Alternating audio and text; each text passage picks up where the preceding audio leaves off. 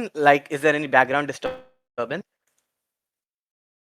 Maybe of my fan or something? Wait, let me check.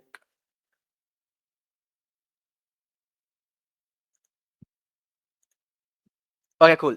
So, so we will talk about poetry and like basically it will be I'll talk about why it's beneficial, what are the certain things that you can use it for, while also playing a game related to it. And the idea is that maybe what? Hi, Sonia. Maybe if you're talking, can you mute if you're talking to someone else? Okay, thank you. So, and the point is that like you don't need to worry about, oh, do you know about poetry or do you not know, like, have you written it before or not? Everyone can write it. Um, and we are not gonna like, like judge or anything here. And throughout this, have a place where you can write something. Um, Now, ideally, you will copy paste it. Like after every game, you will copy paste it. But even if you don't do it, it's fine, but ideally you should at least try it, whatever the game is, like during that time, like I'll give, let's say, 3 minutes, so you should try your best. And if you want to send it, you can send it in the chat. And the main thing I want you to take away from this is this, that poetry works on you more than you work on it. So when you write poetry, you'll see for a lot of reasons that it works more on you than you work on it. And we will take a break in between, so don't worry, but it will be a little long, like let's say 2.5 hours. Okay, this you can ignore this. But yeah, okay, what is poetry? So the first question is, should be there, like, is poetry when there are any structures and rhymes to it? Like, can there be poetry without a rhyming scheme or without a structure? That's the question. Yes or no? Come on, guys, come on, participate. Okay, okay. Princess says no. Miel said yes. Okay, okay, okay. Guys, Sonia, come on. Crux, Navya, participate. Come on, come on. Don't do this passively, without, otherwise it will be boring for you. And for us. Okay. Crux, Laby, I know ego might not be here. Princess,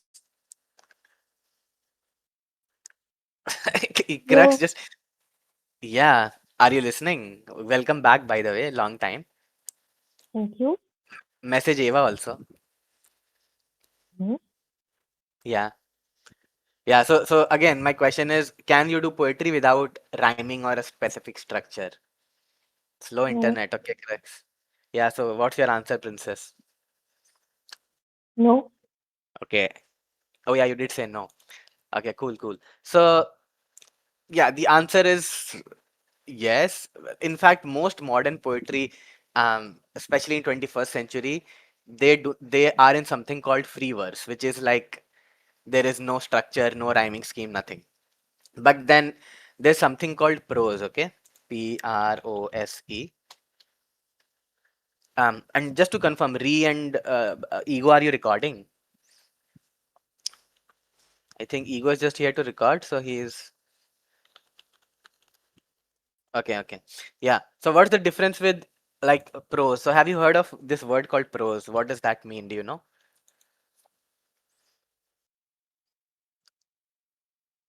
Yeah. Okay.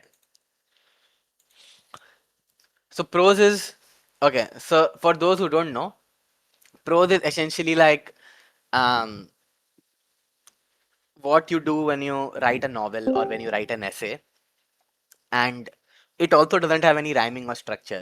So then the question is, if there's is some writing, it's, for example, this. Okay. Read this. So do not be absent for too long and ask about how I am. Details die with time and stories change. Okay, so this is like a Mahmoud Dar, which is like a uh, pretty popular these days. He didn't write it in English, but people translate it. And there's another Farsi poet who has written something similar, which is अब अब भी आए हो तो एहसान तुम्हारा लेकिन वो कयामत जो गुजरनी थी गुजर भी गई ए दोस्त. Okay, so both of them say the same thing, that um you have come too late, and the time has, it's like the time and the details have died now, they don't matter anymore. So the thing is that it's like you can say that this is a quote, but you can say that this is prose also. Like like it doesn't have any structure, any rules. But can you call it poetry? Will you call it poetry?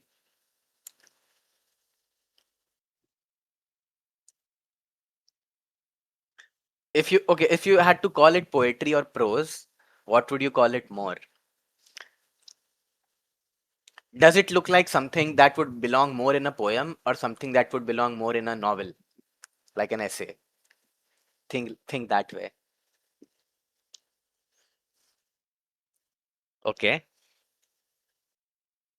Yeah. So here's the thing. No. Um. Like if you ask me, and in general also, like both of them are known to be poets. Okay. And what makes something poetry is it's hard to describe, but it's easy to understand because there is a feeling that you get while reading it that it is a little artistic, it's a little beautiful. So when he says अब भी आए हो एहसान तुम्हारा लेकिन वो कयामत तो गुजरनी थी गुजर भी गए दोस्त. So there is a lot of feeling and stylistic, like it has a certain style, a certain vibe, and that those are the things that separate a poem from prose. um okay, you will get more and more hang of it as we talk. Second one looks like a poem. Okay, Dhanush, make okay, I see what you're saying. So the first one actually the translation, but if you read the original one, I'm pretty sure it would also look poetic. But yeah, the idea is that something is poetic when it has a little bit of a style, a little bit of a vibe, you know, and it seems like something that you would not say in a day-to-day basis. Like if you had to send a message to a friend, would you send it in this format? Like would you send "Do not be absent for too long" if someone has not texted you in a year? Would you say this? You get my point? Details die with time and stories change. So poetry also has this, like, you won't. It feels almost um ethereal, like not belonging to earth and our life, like something beyond your daily life. Anyway, so now, um what okay, yeah, so this is an example. So blank verse and free verse, you might hear these and it's like very confusing, but blank verse is poetry, it's a form of poetry. Okay. And free verse is also a form of poetry, but it's often just known as prose also. Now it's a little technical, but why I'm saying this is because um most of what you will write today in all your games will be free verse, right? So verse is like basically like writing lines. Okay. And if they are poetic, then they are not prose, they become verses. And blank verse is written in regular metrical but unrhymed lines. So metrical is like basically there's a meter. I'll tell you what a meter is, but it has a certain meter, and free verse does not have a meter. That all you need to know. Okay. Free verse has no meter, no consistent meter or any pattern. Blank verse has a meter. Okay. So when you write today, then try to write with meter. If not, then you can, what you're writing will be free verse. Okay. Let me give an example of meter. So a meter means when you are reciting a poem, it follows a certain pattern. Like all of Shakespeare's sonnets. Okay. You might have heard of sonnets. Follow something called the iambic pentameter. Okay. Which is sounding complicated, but all it means is that all of them have penta means 10, so it has 10 syllables. Okay. And there is emphasis on, like, the emphasized and non-emphasized syllables alternate. So when you read any of Shakespeare sonnet, okay, Shakespeare, bro, I'm sorry, Shakespeare sonnet.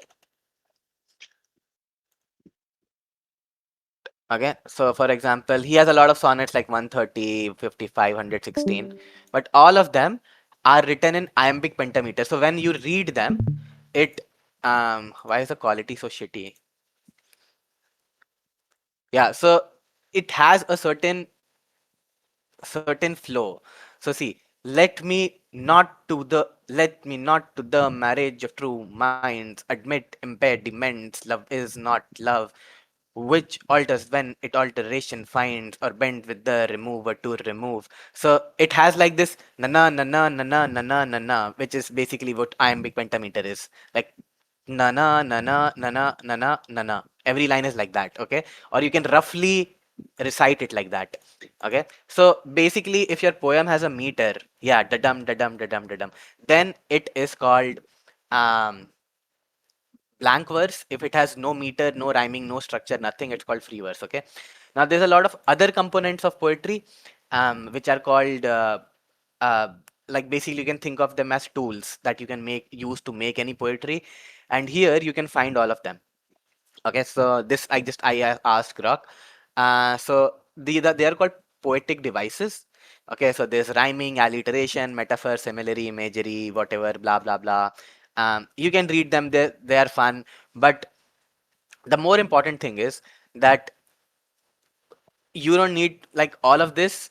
All you need is like your mind and what like your daily normal English, and you'll be totally okay. But you should read them once to get an idea of what are the different things you can change. Like see how many things are there, like it's like 30 things. Okay, allegory is popular, anaphora is popular, oxymoron is there, irony is there. So there's a lot of things. Enjambment is very popular, so like running a sentence across line breaks. So have you seen like the poems where one sentence like isn't two or three lines but it's the same sentence? So that's called enjambment. Okay, it's like very popular. Novels never use it, but poets use it all the time. So you can read this later. Now, the other, okay, so moving on. Let's say there is someone who doesn't really write poetry, like specifically, but um, they have written like let's say some book or novel or some short story or something. Then yes, that short story will not be a novel, but will that person be a poet?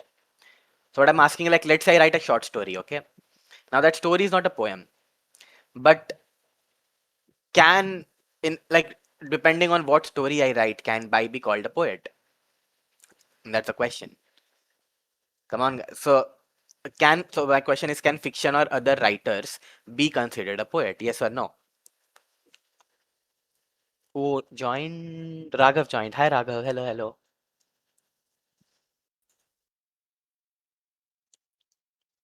Okay, why not? No, okay. Come on, Crux, Navya, Sonia, are you here? Aryan. Hi Aryan, hello. Yeah. Okay. So the answer is yes. In fact, most poets write more of like they write more non-poems than poems. Like they have generals, they have stories, they just have notes that they write other books, and uh, poetry is just like a part of their writing. But when you read their other writing, you will still see signs of a poet, because again, a poet is not someone. So like I said, poetry is not necessarily um like something with structure. Similarly, poet is not necessarily someone who writes a poem, even someone who makes a movie, but they make a movie in a certain way. They have this artistic vision, and they're doing the same things that a poet does. Let's say you see a very beautiful scenery, right? Like let's say you really love the Himalayas. So one can write a poem on the Himalayas, and the other person can make a documentary on the Himalayas. But that documentary can also have all the same components and the vibe and the um like intention of what a poet will do, right? So there is a very famous poet called Rumi. I don't know if you guys have heard of it or heard of him. He was in 12th century, and um, why I'm playing this is to show you that most of his writing was also not poetry actually, but people consider him a poet primarily. And also what it will show you, like it does not matter what like your culture is, history is, because he was from 12th century, like from the Islamic age, but his stuff is very popular and widely regarded today. So let me just introduce you to him, if not, because you should read him for like later anyway. So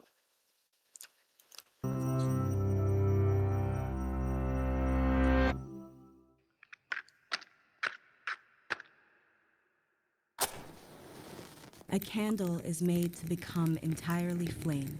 In that annihilating moment, it has no shadow. According to legend, the renowned scholar Jalaluddin Muhammad Rumi was giving a lecture when an older, disheveled man approached and asked him the meaning of his academic books.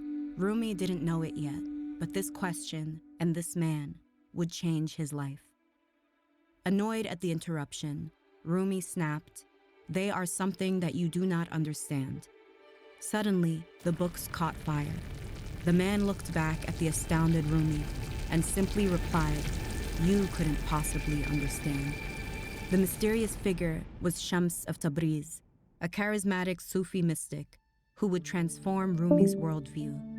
Rumi, inspired by Shams's teachings, would go on to become one of the world's most celebrated poets and mystical philosophers, whose cultural legacy looms large across Turkey and the Persian speaking world.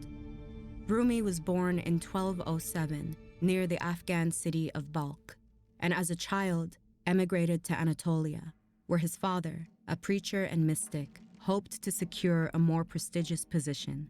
By the time of Shams's arrival, Rumi was a well-respected scholar of Islamic law in the town of Konya.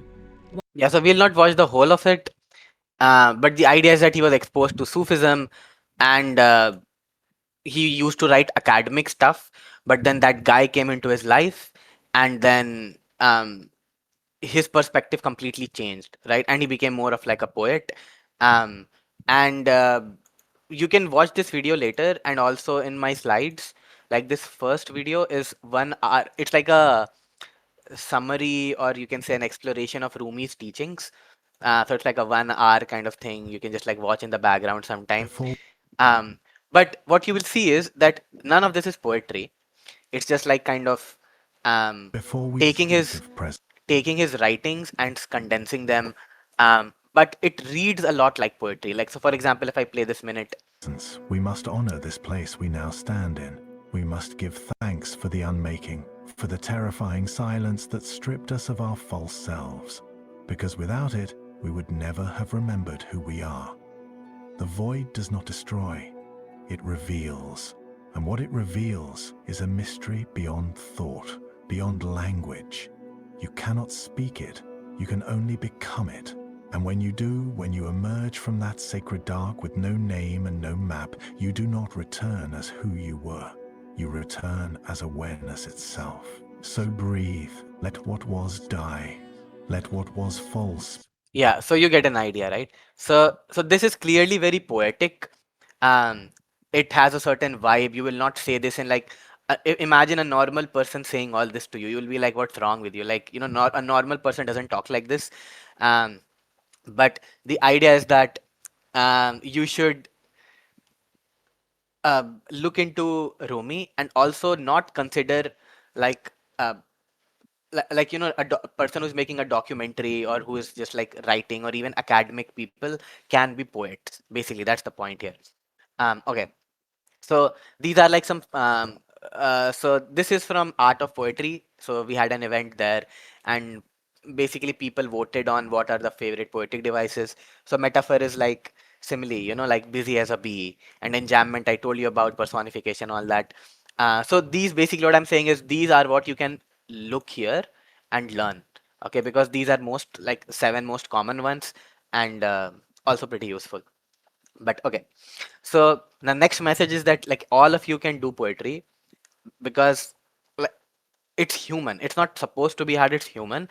And it's one of those things where if you remove your barriers inside, it will flow from you. It's already there. It's You don't have to create it. If you remove your barriers, it will flow from you. And there are many, many types of poetry. Like, you don't need to worry about structure and stuff. Like, you might have heard of haiku, right? So this is just like a Google search. You might have heard of haiku, sonnet, free verse, like, but there's so many: sestina, rhyme, couplet, blah blah. So yeah, now, do you need to know all of these to be a good poet, or like to consider? No, like, doesn't matter at all, right? But it helps, because if you experiment with these types, then it will be very fun. So for example, I have written one poem, like at least one poem on every single type of uh, poetry there is, just like like for fun or for whatever. And I'll give you an example. So there's a poem called there's a poetry type called concrete poetry. I don't know if it says here. Yeah, see this concrete poetry. Okay, what that means is that you have a particular shape um when you're writing a poem. So when so the lines make a particular shape. So I'll give you like I'll send a photo in the chat right now. Uh, and tell me what you guys notice. Okay. So see the chat.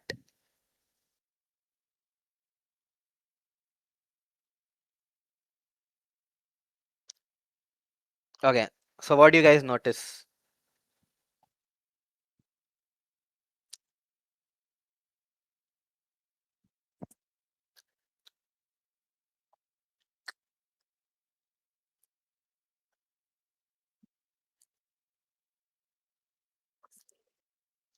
And also read it and like try to tell me what else do you notice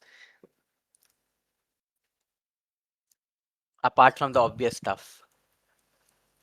Aryan, Dhanush, Sonia, Crux, Navya, Raghav,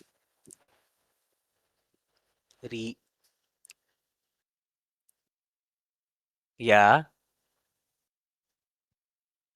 yeah.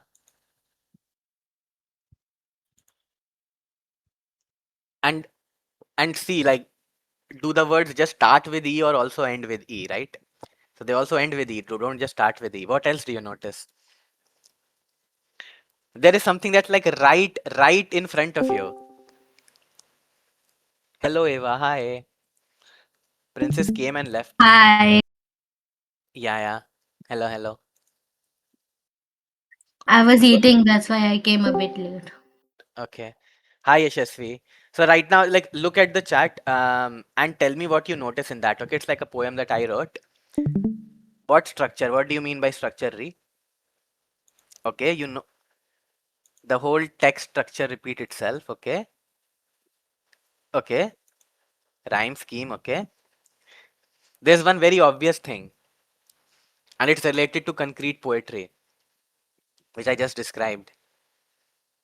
Okay.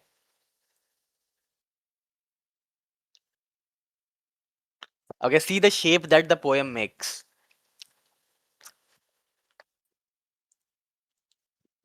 The Yeah.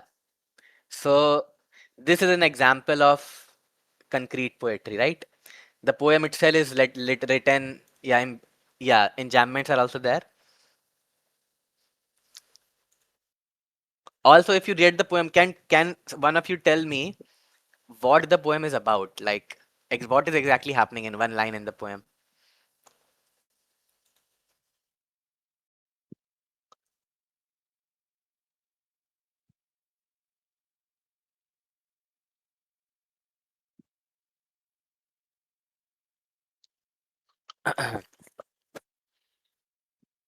And yeah, like you guys noticed, the poem makes the shape of the letter E, which is what concrete poetry is. So like, there's a lot of different types of poems. You can have fun with them later. But yeah, quickly, guys, quickly. What is the poem about? If you can make it out.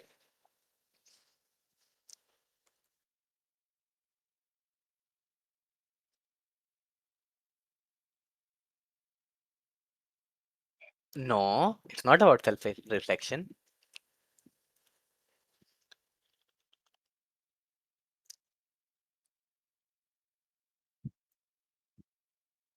That's okay. So basically, in this poem, no, in this poem there is an earthquake. Now I'll tell you something. When you yeah, so when you write poems, there is two scales that you write it on. One is that are you writing it for yourself? Are you writing it for the reader? So when you write it for the reader, your job is to make it clear so that they don't, like, they should have some idea what you're writing about, and maybe there's some interpretations they can take, but it should be clear and like ideally simple to follow. But a lot of people today, they write poetry not for the reader, they write it for themselves. So a lot of poems, like when you read them today or you go to recitals, you'll see that like they've written something, but you don't get half of it. They've used weird references, very hard long words, complicated words. They are like jumping topics and talking in very abstract terms, like very indirectly you know so when you write poem, like, so this poem is actually like, I would say, like 60% for me, because I wanted to use as many words and like fix the structure as possible, and 40% or like less for the reader. um but generally I try to keep it 80% or more for the reader, um and like less than 20% for me. And that's what I also recommend, that when you start writing, don't write for yourself, because also it will be fun to share it with other people. If you write for yourself, then it has limited value. Okay, so now let's look at the different skills that poetry gives us. Um, and that poem, by the way, my poem is about an earthquake that is. Um, see, its essence of every evidence we explore is an evolving earthquake so extensive that every elite estimation engine score predicts eerie extermination expensive. What that means, the first stanza means, is that all our machines are predicting an earthquake which the world has never seen, and like, and it will be so extensive and so damaging that we should do something about it. And then the rest of the poem is like that people should evacuate and blah blah blah. And the east side is a place in like Manhattan, basically like New York. So that will be like the epicenter. And like everyone is in panic mode, kind of. That was the poem about. Okay, so the first, let's say, tool or benefit of poetry is that poetry makes you good at compression and creativity. Now, um, poetry and compression, why do I relate to them like this? Because you can have an idea that will take 100 lines to say, like, you can talk about it for like a long time. But poets, what they do is they'll use like 5 lines, and they'll just say the same thing in those 5 lines that someone will use like 100 lines of speech to say. And in general, compression is intelligence. If you want to see that what piece of writing or what words are intelligent, then the direct measure of it is that can you how much you can compress it. Oh, hi Hannah, hello. Oh, you're very tired, I suppose. Yeah. And yeah, I'm not checking any DMs right now, guys, like, just so you know. So what do I mean by compression is intelligence? So think of like an email, okay? So think of an email, and that email can be like 10 lines. But if you try to remove it, like remove and compress it as much as possible, without taking away any important stuff, then maybe you reduce the email to 3 lines. Now it cannot be reduced further. Okay, so three lines is the minimum, and that is why those 3 lines is like a compressed version of what you were gonna say. And it takes a lot of intelligence to compress something. So any YouTube video, any book, anything that you consume, you can tell how much intelligence and effort has been put into it by how much compressible it is. That makes sense. Do you guys understand what I'm saying?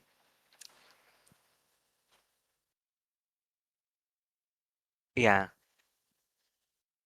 Hannah, focus on what I'm saying. Okay, I know you're tired.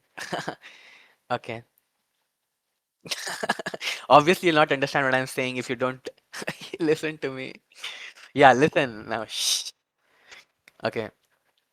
So, um, now the thing is that poetry is a tool which teaches you how to compress things. Now, there is one thing which is also known to be a very good compressor of information. What is that one thing? It starts with M. Okay.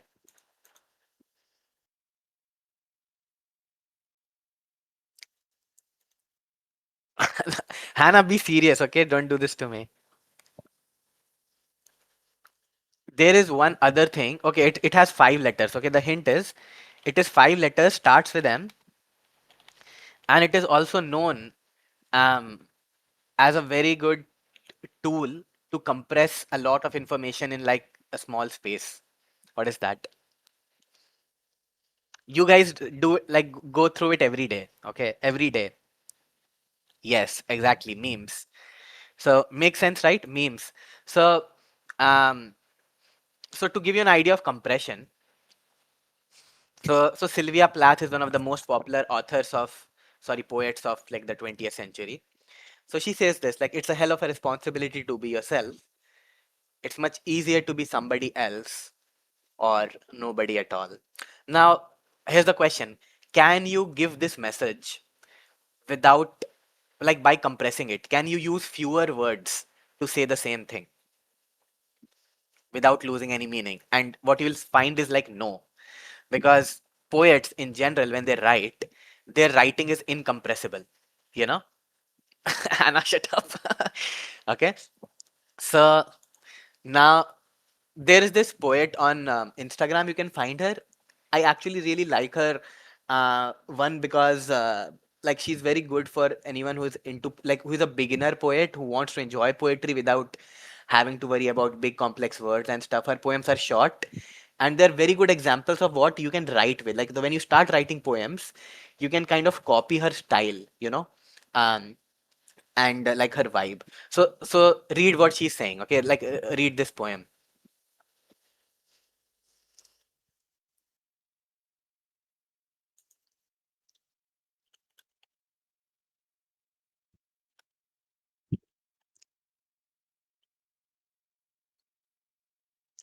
Can I zoom? Um,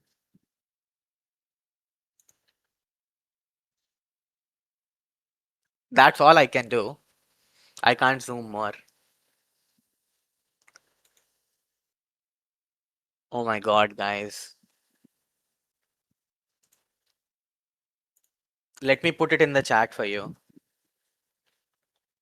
Uh, print screen. See, yeah. Raghav, I have sent like a better version. Okay.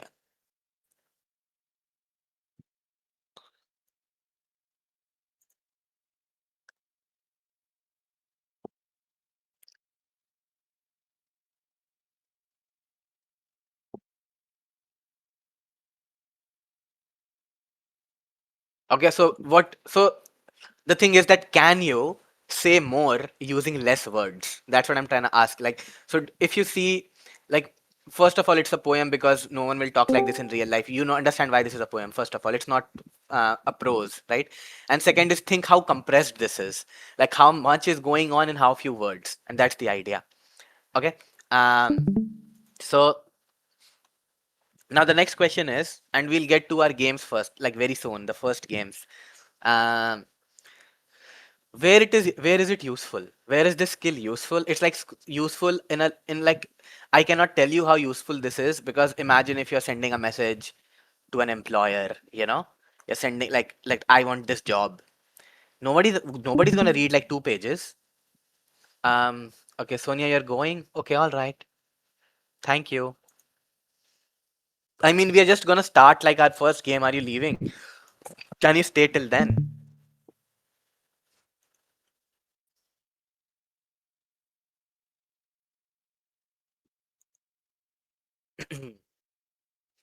Yeah, so okay.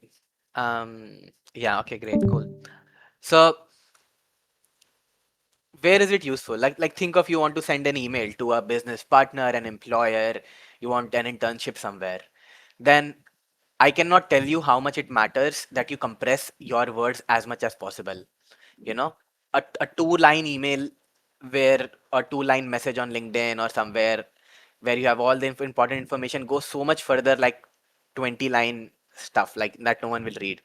When I announce something in the server, I often try to like I don't push too much effort, but I try to compress it a lot because again, if I make a huge big announcement, people will not read it. You know, when you have to explain something to your parents, when you have to give some reason, like let's say you have to apologize, it's just such a useful skill to find to compress stuff and like to do it creatively in a way that it's like it still has everything. It's just like one of those things that you don't realize how useful it is till you learn it. It's one of those things. So okay, so this is the first game. First, type your favorite character. It can be a movie character, book character, anything, anime character. Type it, guys. Who's your favorite character?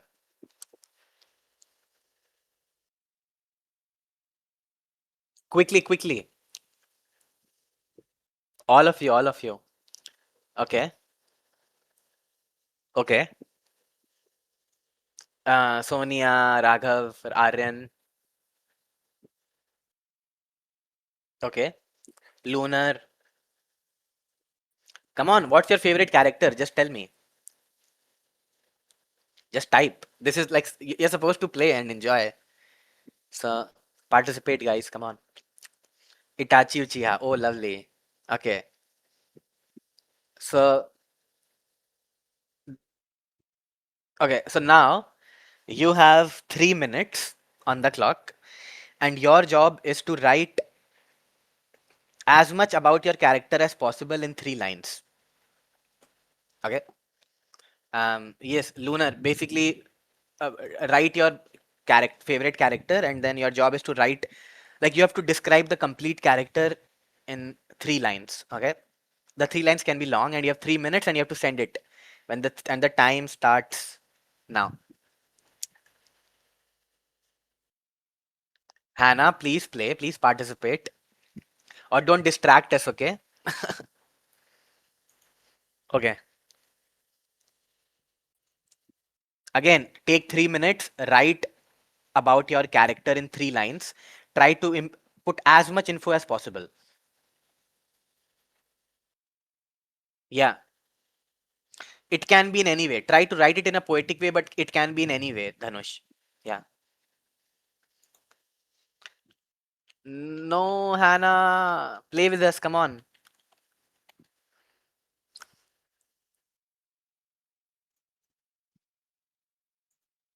Okay, 40 seconds done.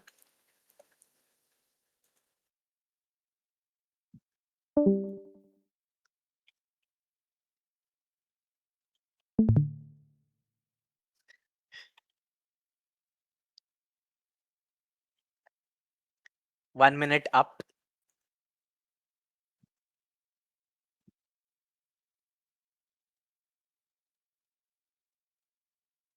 Okay, Sonia, I hope you are also writing something. Miriel, you also. Lunar, you also.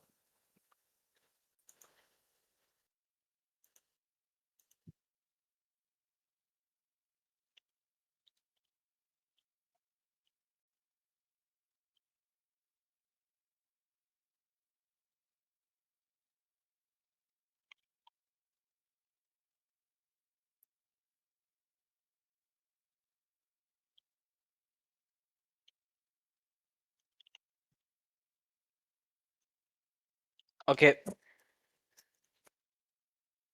almost 2 minutes done. Nice, Eva. Around a minute left, guys. Come on.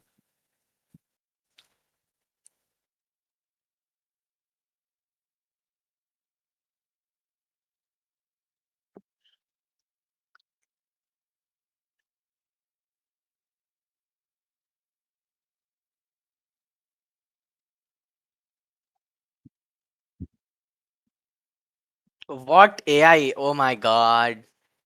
No, Eva, that's not good, bro. Oh my god, Eva. You are the one losing out when you do this.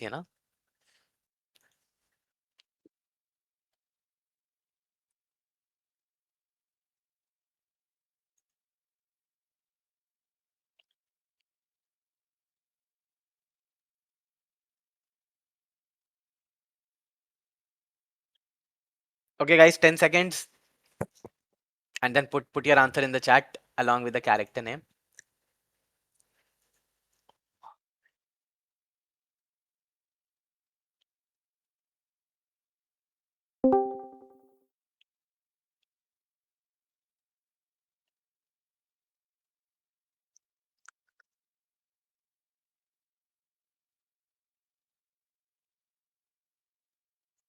Okay.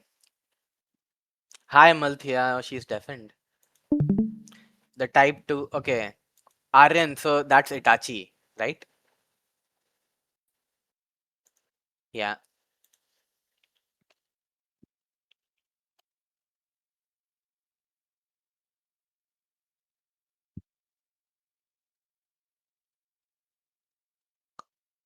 Wow. Okay. Brave enough to protect his loved ones. Nerdy about aliens and liberty about their existence. Nice. I really like both of your answers. Discipline and emotional restraint. Wow. Aryan, did you use AI or was it like completely yours? It's so, yeah. Yeah, yeah. Okay. Okay, so Amalthya, what we are doing right now is that you had to describe a character, your favorite character in 3 lines, and trying to be as like poetic as possible. Okay, that was the game. But okay, type guys whatever you had to type. Okay, Marie Curie, she found radium's hidden glow and let new waves of knowledge grow. Oh, she wrote a whole poem, 2 Nobel Prizes that she earned with grace that was able to change our state of knowledge.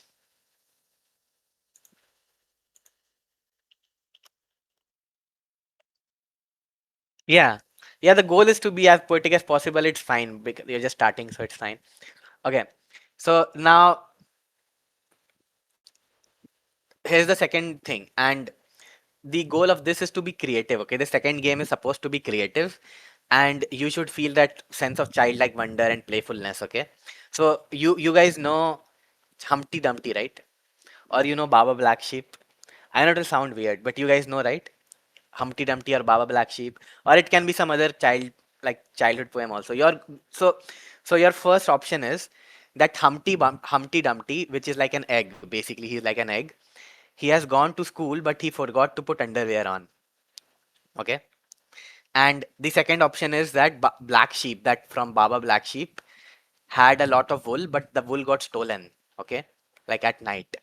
So so you can choose one of these topics and you have to write and you have to write like a very like a playful cute type of poem. It doesn't need to be rhyming. Try to make it poetic in the ways I described, like like try to have that give it like a vibe, and try to do as good as possible. I'll give you like 4 minutes for it. You can try to you can try to write a basic version, then go and make it rhyming or something. It's up to you. Okay, so I'm starting. Yeah, the black sheep in Baba Black Sheep lost its wool. Like it got stolen. Yeah. Humpty Dumpty forgot to wear his pants to school. That is the first option.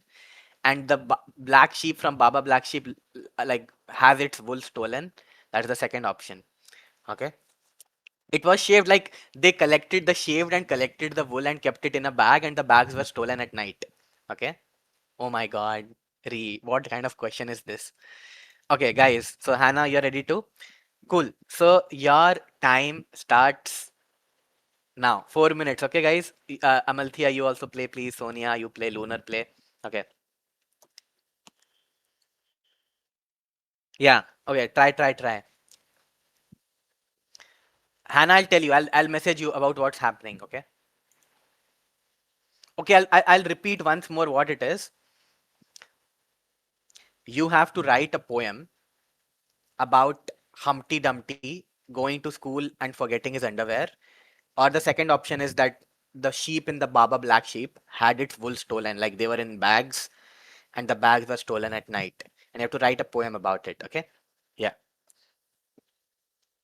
Come on, guys. 30 seconds done.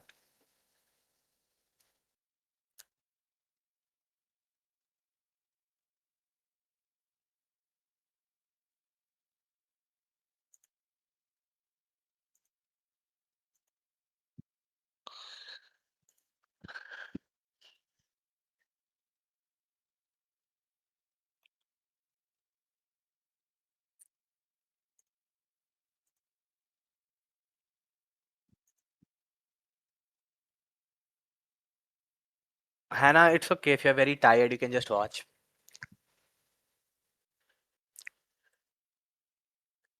But Amalthea, Lunar, Sonia, come on, come on. I know Sonia and Amalthea both will leave soon, so I want you guys to participate more. Yeah, yeah, try, try.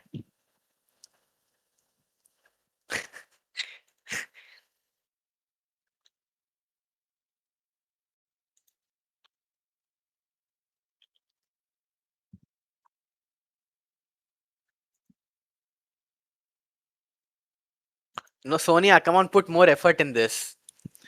You like no one can say that it's stolen, like and try to make it longer. You have more time.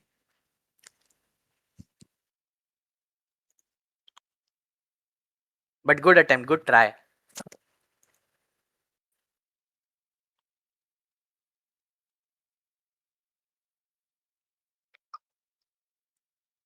Okay, it's half time now.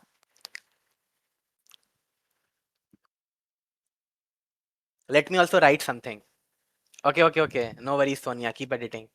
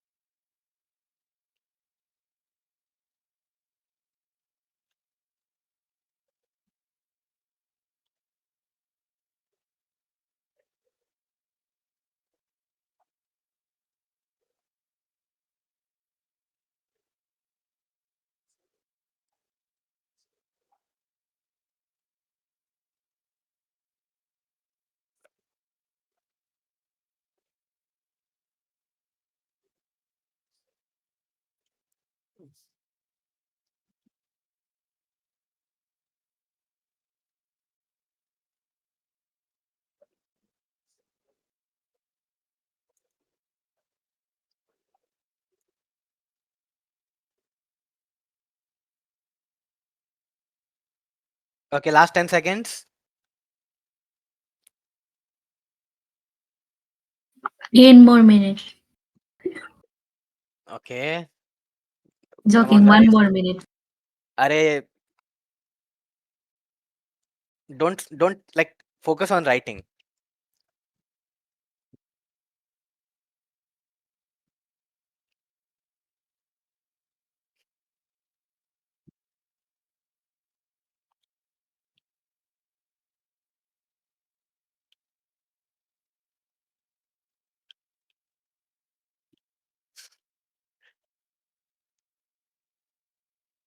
Okay, let's read while the other people are saying.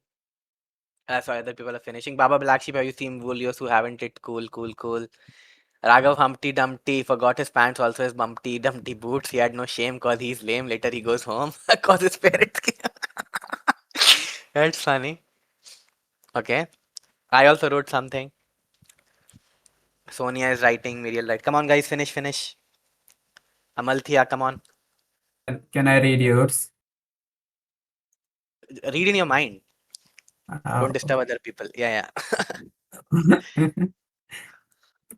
Oh my god. Amalthea, you can just like it doesn't matter if it's like rhyming or something. Next game, try, okay? Baba Black Sheep, where your will look so thin, that's not so you. Telling you lost all at night, slept so deep, didn't you feel a touch that tight? Oh, so Dhanush, according to you, someone like shaved the sheep at night, okay? Wow, Miriel killed it. Sonia, are you writing your? Okay, Hannah, no problem. Humpty Dumpty went to school. He had his school, but he lost his tool, and when he fell, his pant went stale. What the fuck? Miriel says the black sheep stood in the field, soft as a cloud, wrapped in its warm wool like a cozy shield. Wow. But one cold morning, he lost everything he owned. He was taken to his home, now sits on last sharing its fear. Wow, Miriel wrote a whole ass poem. That's so fun.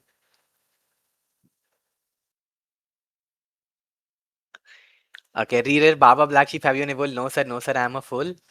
Baba Black Sheep, where is the wool? They stole all my bags and left me a fool. Baba Black Sheep, now what will you do? Sorry sir, never let. What is that? Like, literally nursery poem.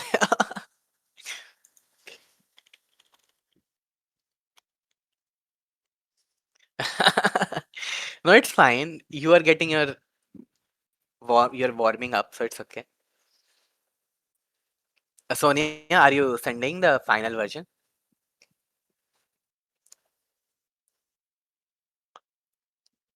Oh, okay, okay, cool. So, hope that was fun, right? We'll play more games now. Like we'll keep playing games. Now, the next skill that you like that you learn from poetry. So this was about compression and creativity. Okay.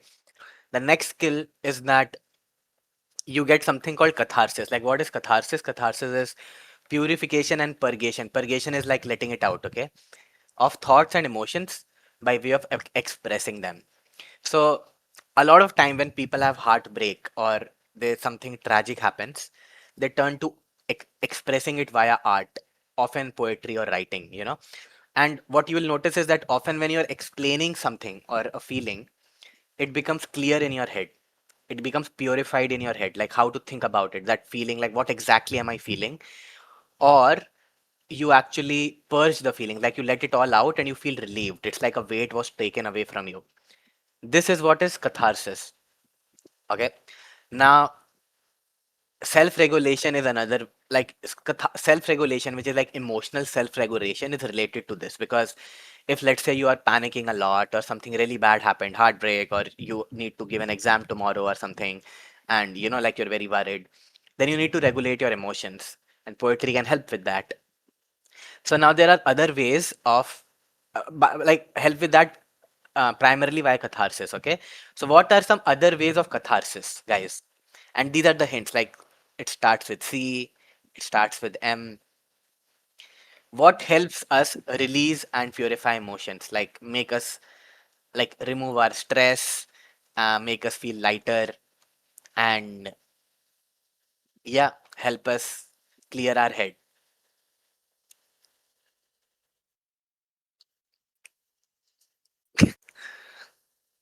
Any ideas? And the hints are like one word starts with C, very common. One starts with M. Sports is another one.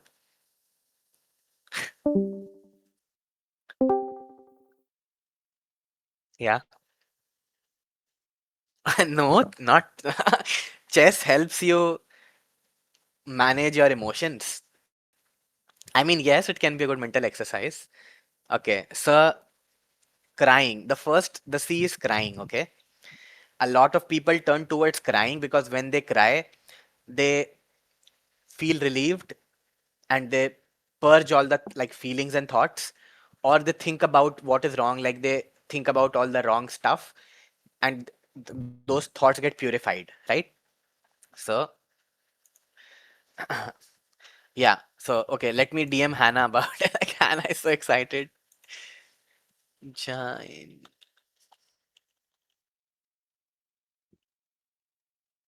Okay. She's like an excited kid. Anyway, so um the first is crying. The second is like I'll just like type a little bit, you can guess it from there, okay? Yeah, yeah. So Ava got it. So M is for what Ava just wrote in the chat, you know, masturbating basically. And that's also like a way that people use to purge their emotions or purify their thoughts or whatever. And sports is another way. But there are issues with these things, right? Like the issues are like they're not always healthy. They're not always available, like socially acceptable. Like you cannot cry in front of your family, like randomly, you know, like you're traveling, let's say, but you can write a poem anytime.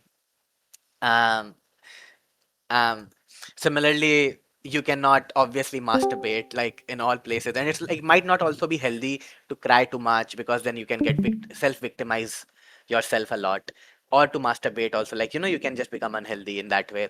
So poetry is a very healthy way of regulating your emotions via catharsis. That's the point. It's like a very good tool.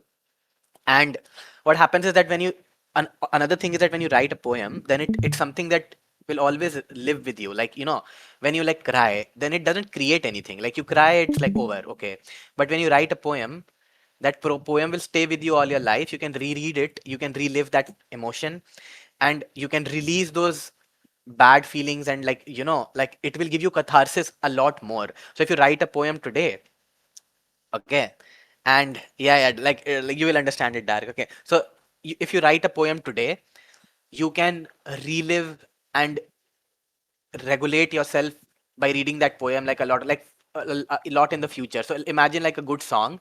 How many of you have like a song where you're like, whenever I'm sad or I feel like defeated or something, like I listen to this song and it helps me, you know?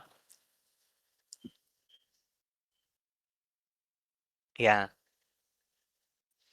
So that's what the song is also doing. It's like catharsis, because you're reliving, you're purifying your thoughts, and you're releasing certain emotions, getting it out of your system.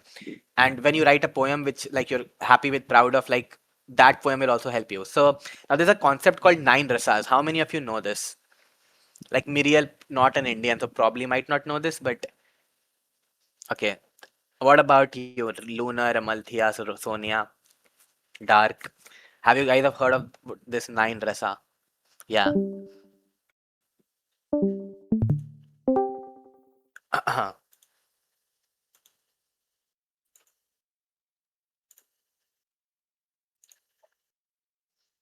Yeah, yeah. Dark's poem are very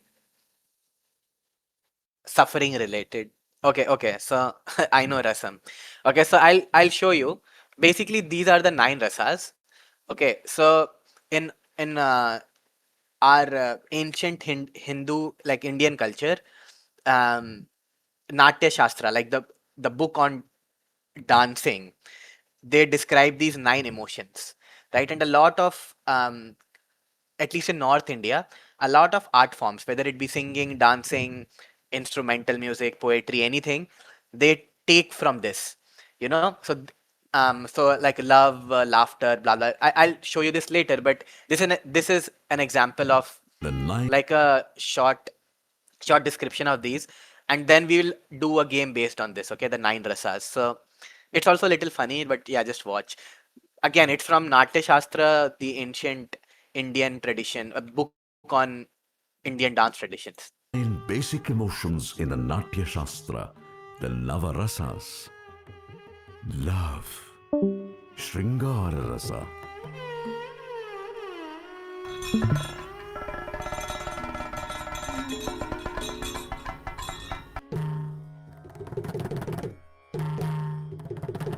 Valor, Veera Rasa,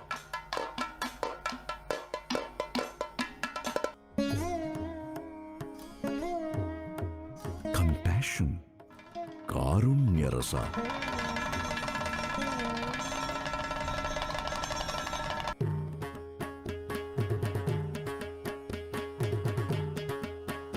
Wonder, Adbhuta Rasa,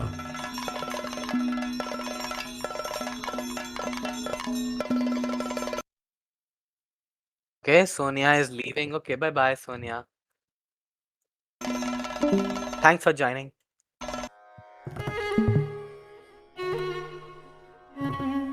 Laughter, Hasya Rasa,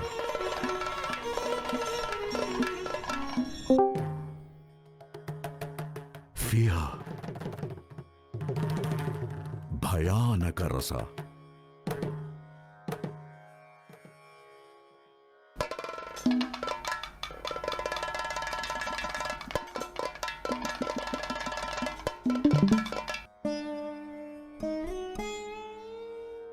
Revulsion, Bivhatsa Rasa,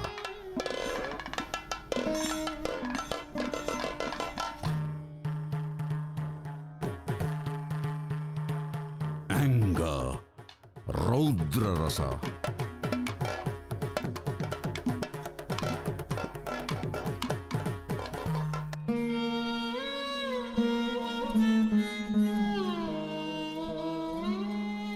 And tranquility.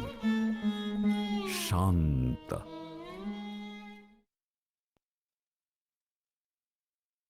Okay, so yeah, it was also like supposed to be a little bit of a relaxing thing for you guys. I know you you guys don't need to watch a video to know all the emotions, but now you see all of these on the screen. Now the next game is this. Okay, the next game is that there is this sentence. Okay, this is the sentence that there's a girl and she's standing silently while he spoke. Okay, like there's no context, he can be anything. Okay, he can be anything. And to give you an example of how you can make something poetic, you can say the same thing why he flung his words which scattered across her feet like broken marbles. Okay, so um across her silent feet like broken marble. So this same line can be made poetic. I've given an example here. I hope you got the point. So your job is this. Your job is to write this same line, but every single time, um, what tranquility? Yeah, Shanta, like peace. Okay. Um, Come on, Eva. So your job is to write this line, but write it in every single rasa, okay, in every single emotion, and the emotion can be of the scene or it can be of the girl specifically or of just the scene, okay, and try to make it poetic. And I'll put all of these 9 on the screen so you don't have to worry about it. Okay, so I'll give you like 4 minutes, should be enough. And again, you have to write the sentence. This is a sentence. She stood, I'll put it in the chat. She stood silently while he spoke. Okay, very simple line, but you have to give it emotion. Okay, cool. So I'm starting the timer now. 4 minutes. Maybe I'll give you some extra time. Dark, you also please participate. I think you will do well. Yeah, all 9. Try to do as many of the 9 as possible. And the time starts now.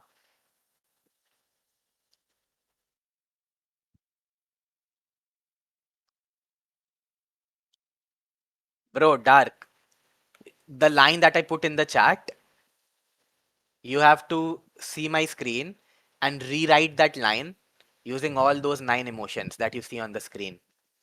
Like basically like that same line, but with 9 different emotions. Okay. Yeah. Yeah. Could it be any one of them or all of them? All of them, as many as possible. Come on. Why would I say one of them? You don't have to write a poem. You have to just write like rewrite that sentence in 9 ways. So 9 sentences basically. Oh,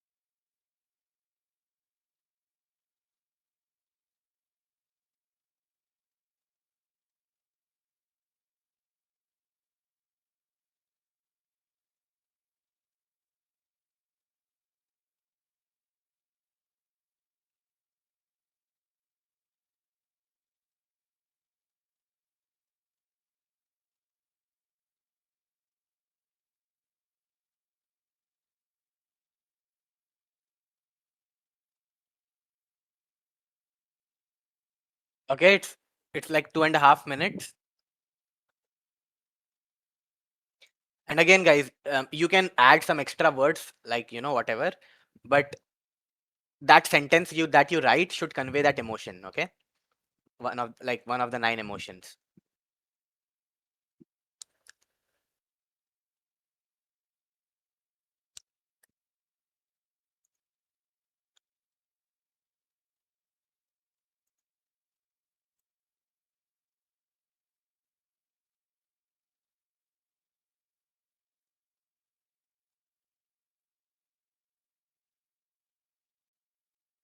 Okay, one more minute.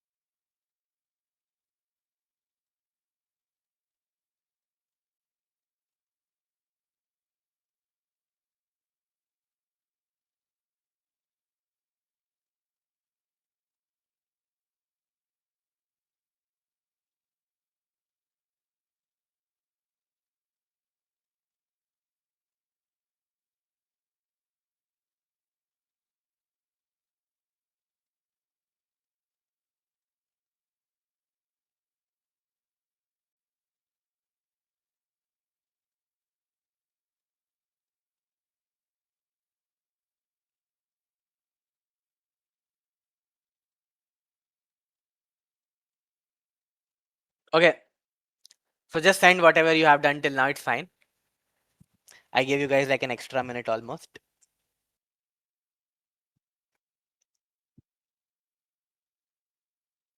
Okay, she should quietly. Okay, wow, Eva, that's like really good attempt. Uh, I mean, yeah, I'm happy that you tried, but I'm sure if you get more time, you can do better.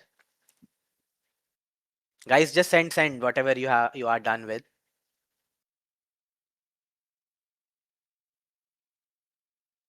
You are potato. I mean, it's not bad.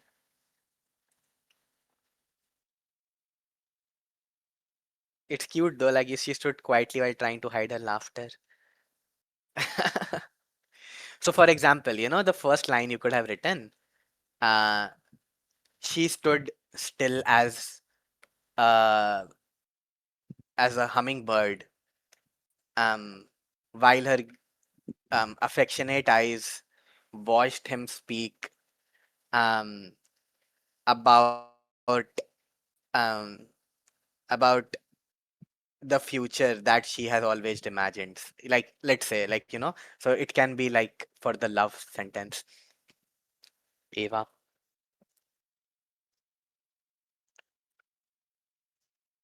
Like, you can add more richness to it. But yeah, good attempt though. I know. I'm saying it like good attempt. Guys, come on, send.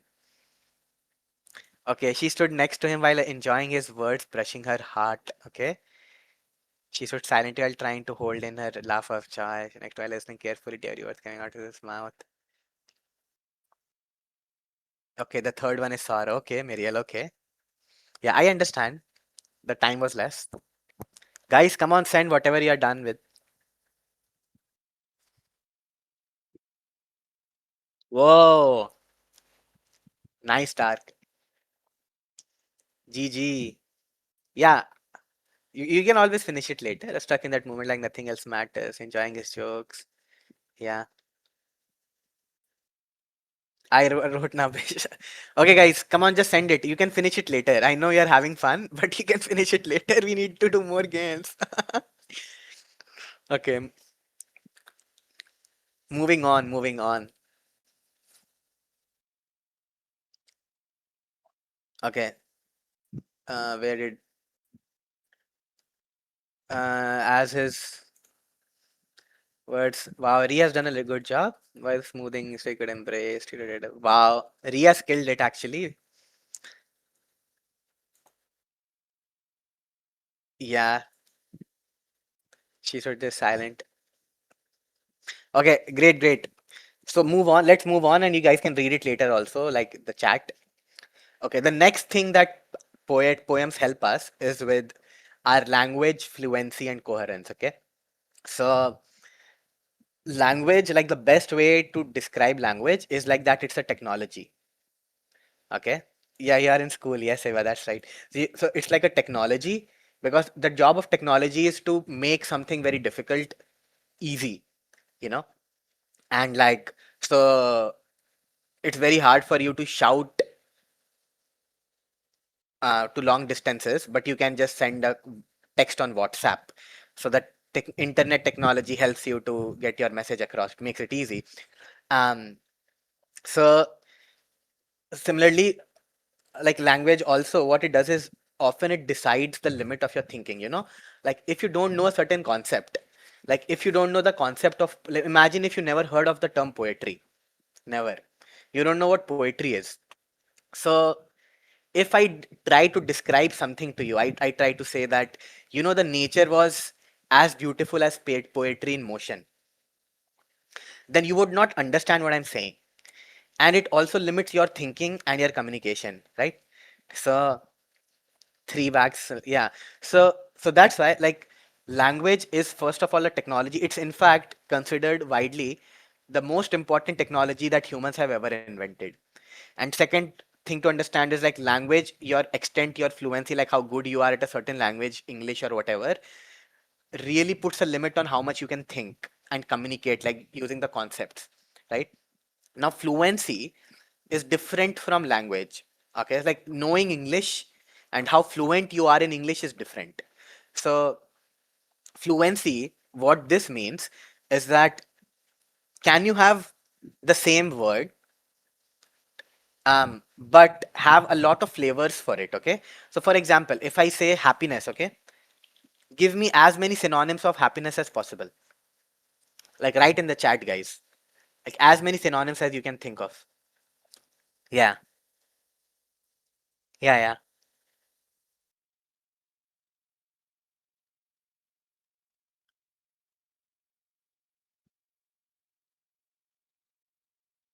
yeah, bliss, yeah, hooray, lol. Okay, yeah, right. There are at least like 10, by the way, like entertain, okay, eternal bliss, okay, home, okay, gladness, yeah, yeah, so you get the idea, right? So fluency is that, no, serendipity is not happiness. It's like discovering something suddenly, stumbling across something is serendipity. Yeah, jolly. Yeah, jolly is happiness. Yeah, gay is also happiness. Gay, jolly. Um, entertained. All of yeah, yeah. Yaar, ye shut up, Eva. So, so fluency is the idea that if there is some thought in your head, okay, can you describe it without thinking about what word to use? Are you fluent in the words, in the phrases of the language? And not only that, can you describe the exact flavor? Because bliss, peace, joy, happiness, euphoria, these are different flavors of the same emotion. So fluency is about how quickly can you find the correct flavor. Okay. So I'm so okay, bro. Okay, guys, chill. Okay, now the third thing is coherence. Okay. So coherence, the idea of coherence is that imagine that you know the English language, right? And okay, so let me also differentiate between fluency and language. So let's say you know like 20 words. Okay, focus on what I'm saying. You know 20 words that are synonyms of happiness. Okay, but person A will take like 30 minutes to find all those 20 words, and person B will take 2 minutes to find all those 20 words. But both of them find all the 20 words. So both of them are good at English language, but B will be fluent. B will be the person who is more fluent because the words come easy to them. Okay, that's what fluency means. Now, let's say one of these people only could find 5 words no matter how much time you give them. That means they're worse at the language, right? But if both people know 20 words, but one takes less time, they're more fluent. Okay, difference is clear, right? Now, coherence is this. Coherence is that can you have a concept that is in your head and without any extra thought, can you just speak it? Like literally just speak it in a very like condensed nice way. So example, if I tell you write an essay, okay, write an essay on loneliness. Okay, so you will have certain ideas about loneliness, certain points you will want to cover, certain quote or some, whatever. Now imagine that instead of taking 30 minutes to write an essay, you were able to literally, like, I tell you what are your thoughts on loneliness, and you immediately start to speak the essay aloud. You didn't need any time to think. Whatever your thoughts were, you just like, you know, formed them and you're just speaking. And that's what coherence is. Coherence is like how quickly can you communicate an idea without taking time to write it down and edit it. Understood, right? So read this. Yeah.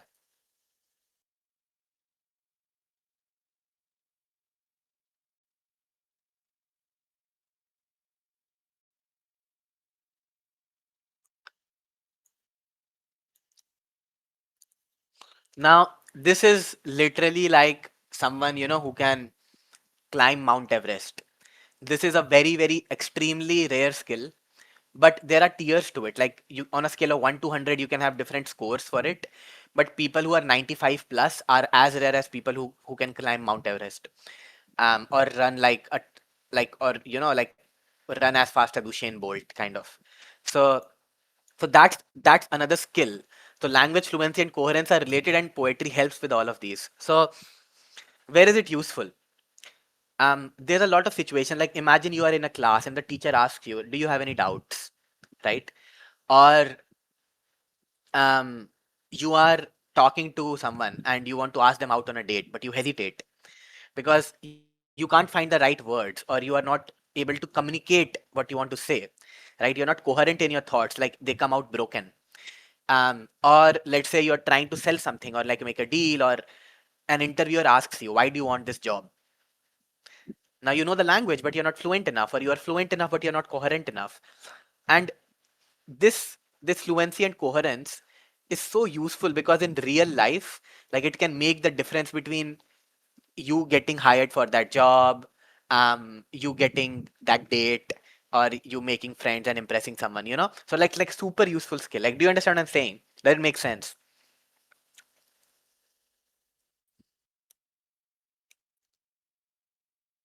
Guys, come on. Yeah. Yeah, yeah, be active. Okay, so now game time. So the first game is you have 2 minutes in this chat, in the same chat. Okay, focus Ava, Lunar, Dark, Aryan. Okay, so in this chat, you have to write as many words as possible that start with the letter S. Okay, with the letter S, and your time starts now. You have 2 minutes. This tests your fluency, by the way. Okay, this is fluency test, and try to avoid any word that and someone has already written. Okay.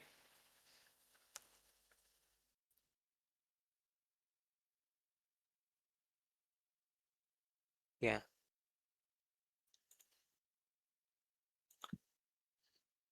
Okay. Try to avoid the words. Read and try to avoid the words. Okay, 30 seconds done. 30 seconds gone. Okay, wow, Lunar, nice.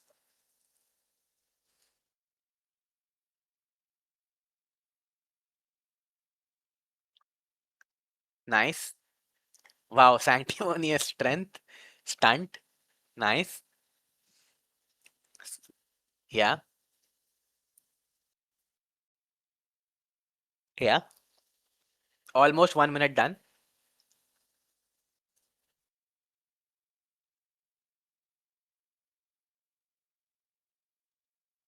Okay. Sus. Okay. Silence is already done. Seen. Yeah. Steady is done again. Yeah. Come on, let's go. Sleep, okay?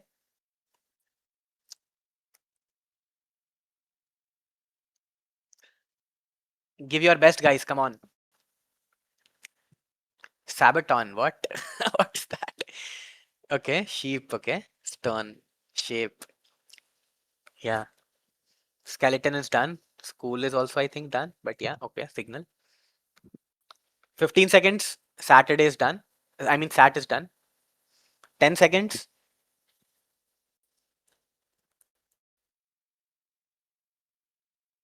5, 4, 3, 2, 1.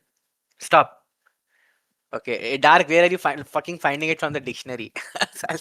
Okay, now, guys, count how many did you get? You don't need to type it, but just like count it.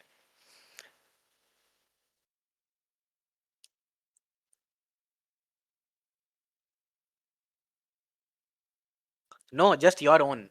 Only you.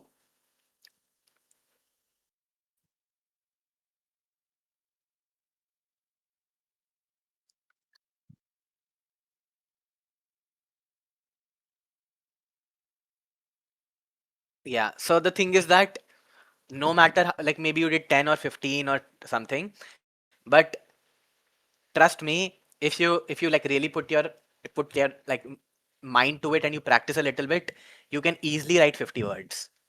Easily. Like no doubt. Um Maybe you can't type as fast, but even with slow typing, you can do 30 words. If you practice a little bit. But yeah, it helps with fluency. Okay, here's the second. Okay, 19. So Lunar does 19. Okay, nice. Okay, so this is Miriel did 15. Okay, nice. So now this is the second game. Now you know all the words that start with the letter S. So your job is to write about something, anything, and you have to use as many words from the words that people have given as possible. Okay, in a poem. And what you can also do is you can take a song lyric. Okay, you can take us hear me out. Okay, 31 Aryan, wow, crazy. Okay, you can take a song lyric and you can rewrite it also. That's also an option. So like take the lyrics of some song and you can rewrite it and put as many words with the letter S like in the list as possible. Okay, or you can write a poem from scratch. It's up to you. So I'll give you like 20 seconds to find some the topic of the poem or the lyrics that you want to edit. Okay, yeah, and then we'll start it. So like find it. Go find the song lyric or go find the topic of the poem.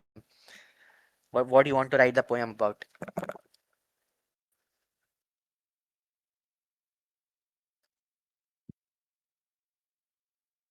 Okay, okay, nice, Dark. So now in five, like your time to write a poem or edited lyrics using the words in the chat that start with S. Start. The time starts now. You have 4 minutes. Okay, let's go.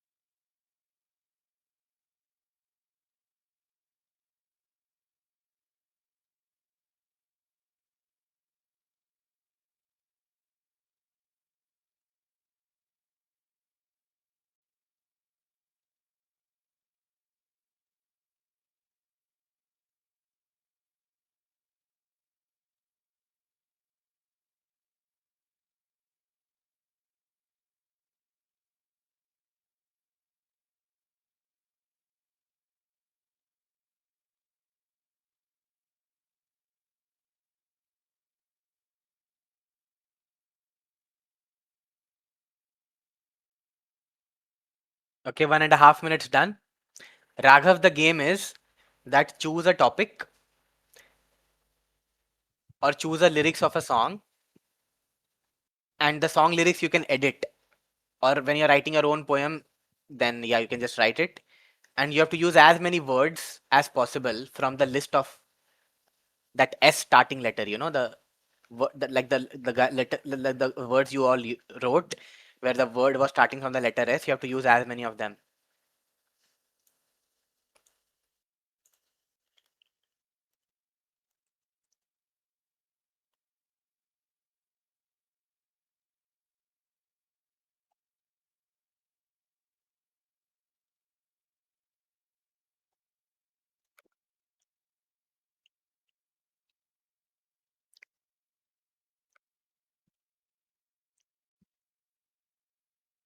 Okay, 2.5 minutes, guys.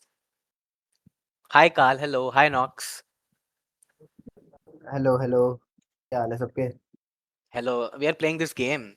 I'll tell you. Right now, just wait and watch. With different, like, it's like poetry related games. O Yeah, yeah. But it's beginner level, like, you don't need to be good at it. Okay, guys, one more minute.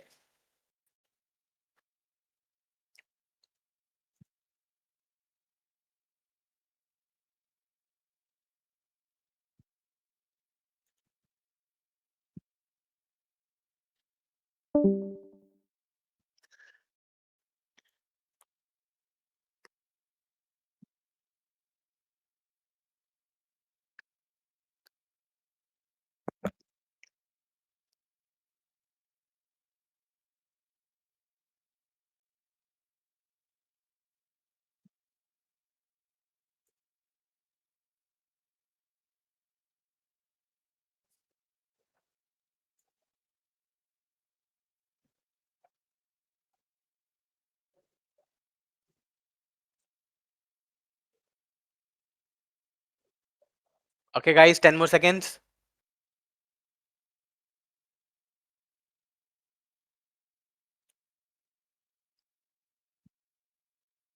Oh, Hitler, hello, hello. Okay, guys, you can just type whatever you have done till now. Just send it. Okay, Ava, right? He was stung by a bee when he saw what he saw. He felt like there was nothing more he could see. Sky falls. Sees a star. And is flying, got his mom crying. What? What? What is this, Eva? Oh my god.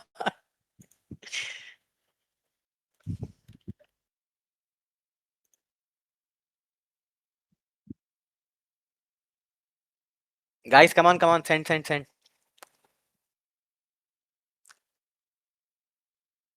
Yeah, but like, you're supposed to make it make sense and like give it a little structure, like, like line breaks and everything. This is like more like a story right now. But yeah, it's funny. Guys, come on, just send whatever you have done.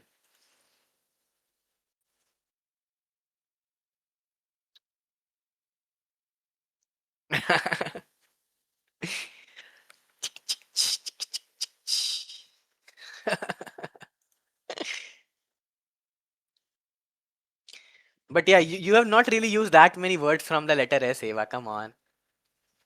Aaron, you just type lol. Send us something.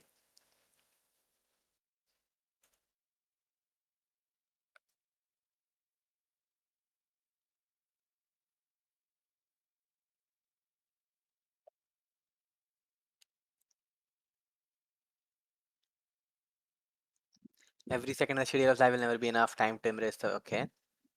The peaceful silence surrounding the world, smiling sheep hopping through the clouds, while my mind goes out to find this place, okay? Yeah, but it's fine if it doesn't need to make sense. Like you tried Aryan, that's fine. You can send it, okay? Nice, Miriel. Your poem is very poetic, I have to say. I don't see a lot of words with S, but I see a few, like 8 or 10. 8, I think. Come on, re Raghav Dark. Okay, she sat on a seat.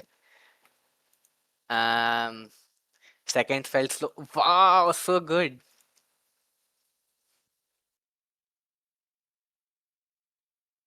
But did you? Soda was not in the list of the words. You just added your own words. Yeah. It dark. It could have been any words like from the list. Okay, doesn't need didn't need to be only yours. It's a lack of sodium, or is it my thoughts? Sabotage so bad. Skimmed my suffering if people went through other things. Dhanush, that's actually so deep. Lack of sodium. Nice dark. Long poem. That sanguine calm by something sanctimonious.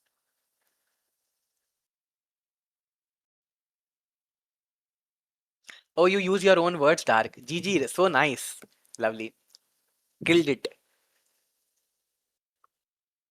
Wow, Dark has written a proper poem. Yeah.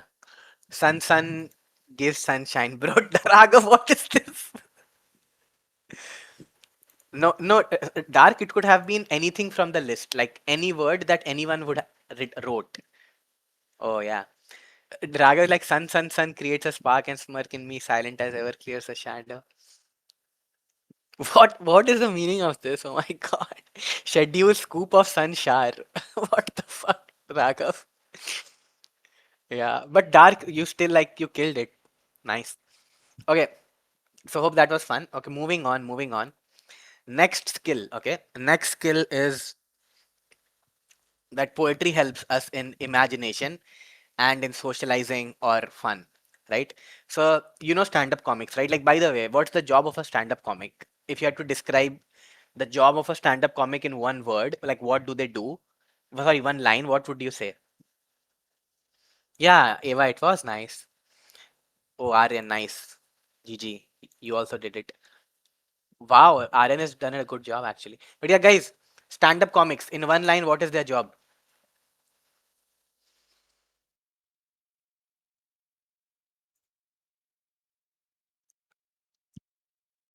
Stand-up comedian, Eva. Yeah, but how do they make, like, what do they use to make people laugh? How do they do it? Yeah,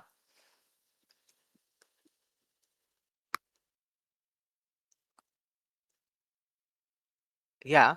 But how does one make jokes? How does one become funny? Using what? Yeah, okay. What do you need to find humor in everything? What do you need?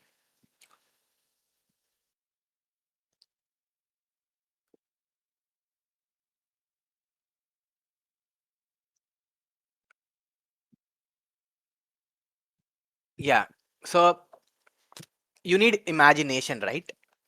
Like stand-up comics do two things, okay? Self-humiliation, yeah. They do two things.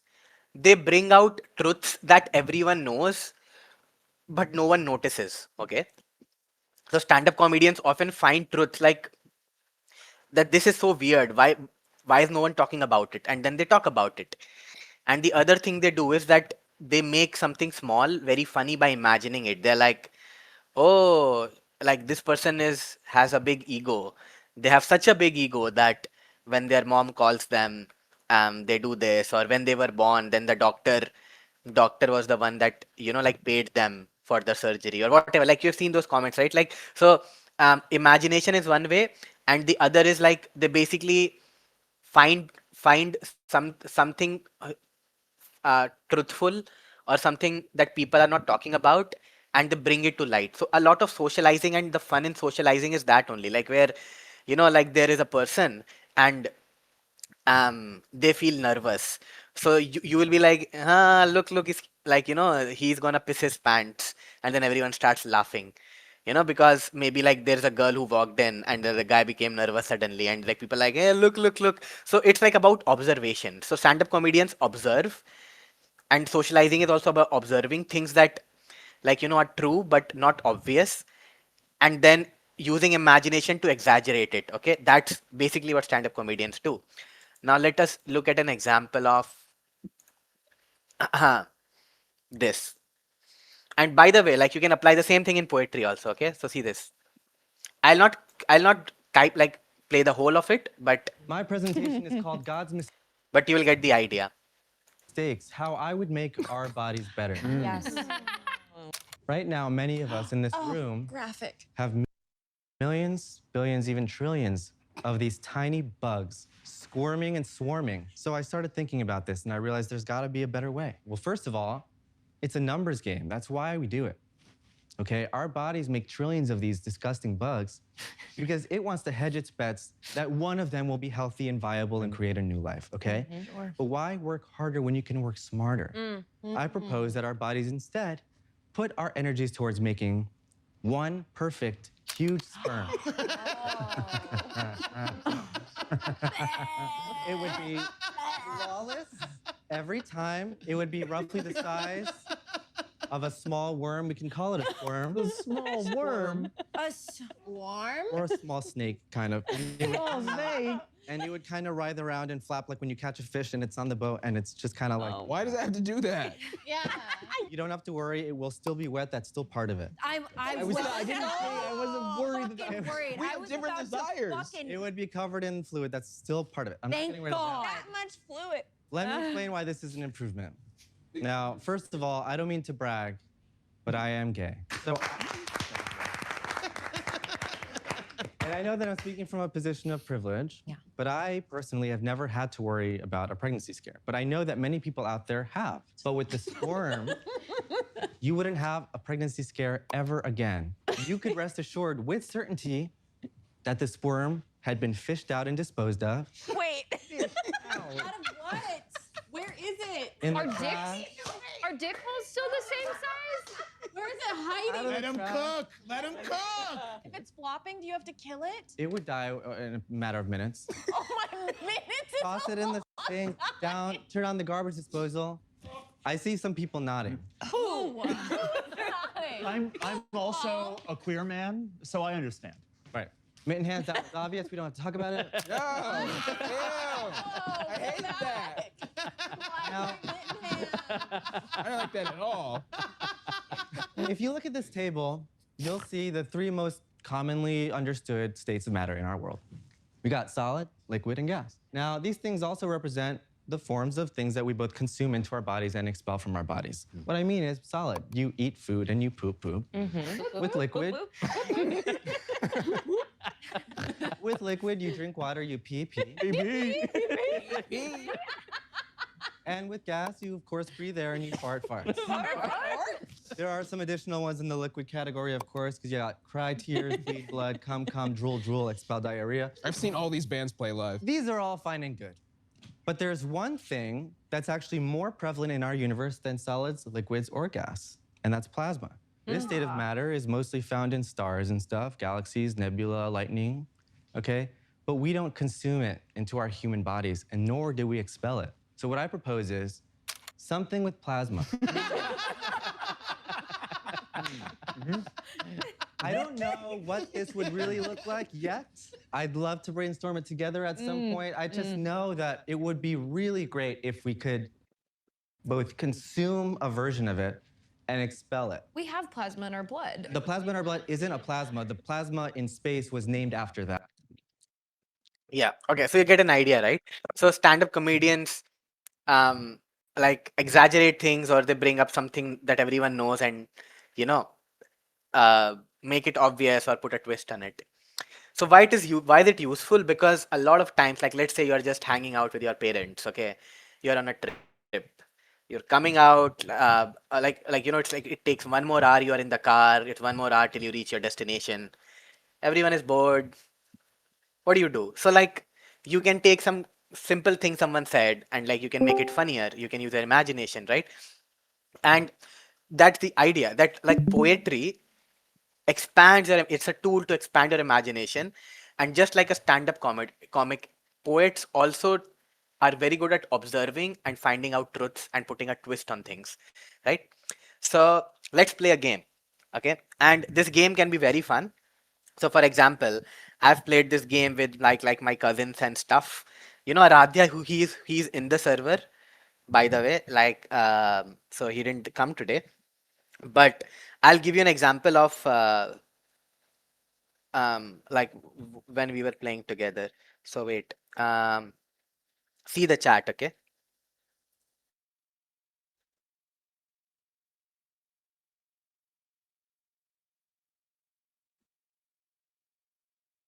Now I'm gonna delete it because it is a little not safe for work.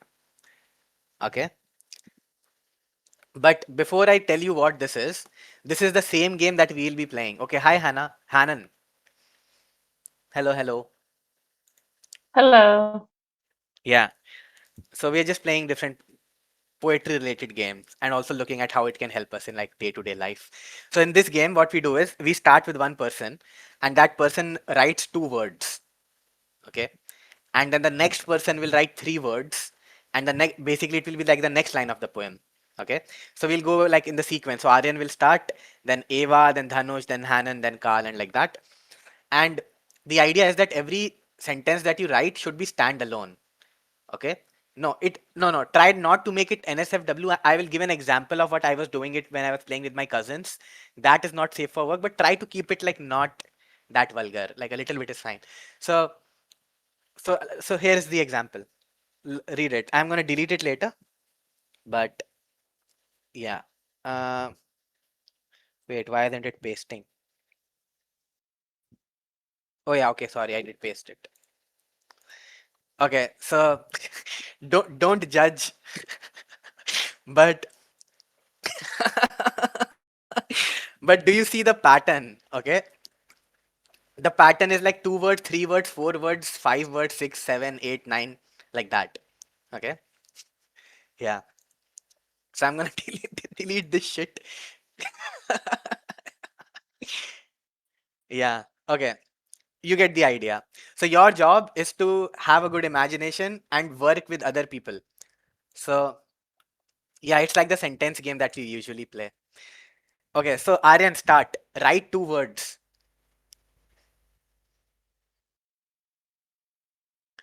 And guys, when you add a line, copy everything and then add your own. Okay, copy the previous lines and then add your own line. Okay, so Aryan, two words. Come on, quick. And then, oh my God. Yeah, okay. Don't worry about it, Eva. Don't worry about it. Okay. Okay, let's start from like opposite. No. I want to start like Aryan. You start, bro. Just start. Write two words. It can be any two words. The only goal is you have to make it quick. Okay, as fast as possible. Aryan, two words. Eva, your job is to continue the poem and you have to use three words. Okay, three words and copy Aryan's message. Add your line and the line should be only three words and it should make sense. Okay, Eva, I know you just came back from the washroom. Do you need time? No, wait. I am writing. Okay. So be ready, Dhanush, be ready, okay? The goal of this game is to be as quick as possible while being as imaginative as possible. In laptop, I can't go in another line. Whenever I do enter, it just Okay, it's I fine. Like just do it, Eva. Just write. Don't worry about it.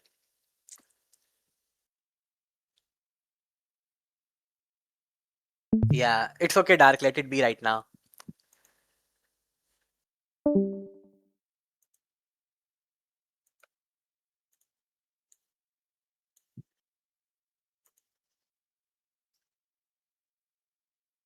Okay, Dhanush, let's go. Try to make the poem make sense, okay? Like, yeah.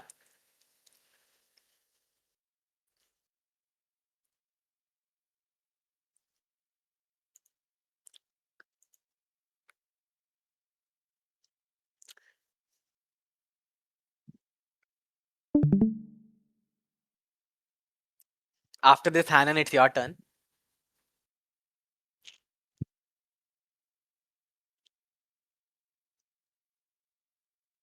Laby Lunar, are you active? Can you send something in the chat if you're participating while Dhanush types? No, only 4 words, man. My man, only 4 words. Just Edit it. Again, you have to use one extra word per line, okay? Yeah, edit it, Dhanush. Then, Hanan, are you ready?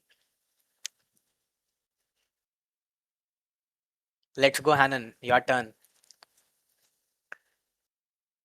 I Yeah, don't know what to. Oh, it's edited yep, now. yeah. Just copy his message and add another line, but use 5 words this time. We are Oh, writing a oops. poem. Yeah, Didn't mean to do it's that. it's okay, it's okay. We're trying to write a poem together.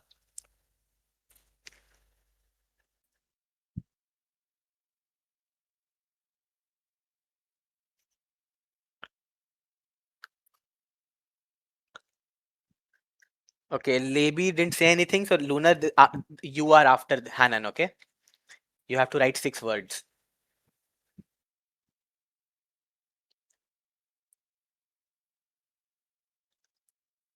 Okay, yeah, Lunar, let's go. Your turn now.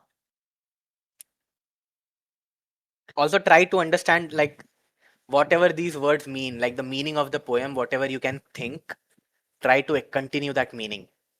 Try to give it some meaning. Lunar, let's go.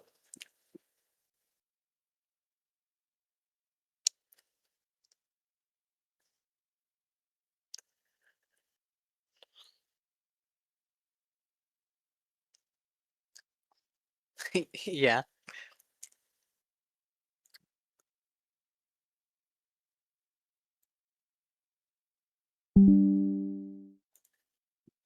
Okay, that's okay, Lebi. Don't worry about it.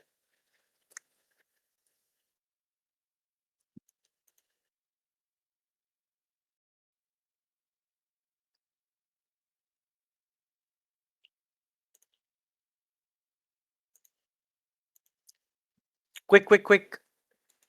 I mean, you try to continue this poem. Be imaginative.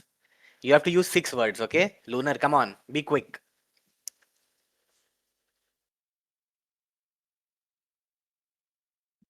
Just copy paste what Hanan wrote and add another line with 6 words. And try to give it some meaning. Miriel, are you ready?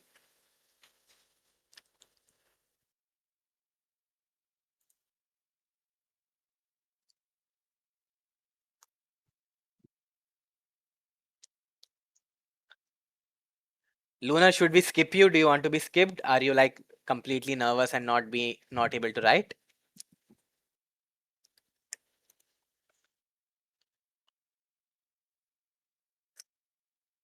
Okay, 20 more seconds, Lunar.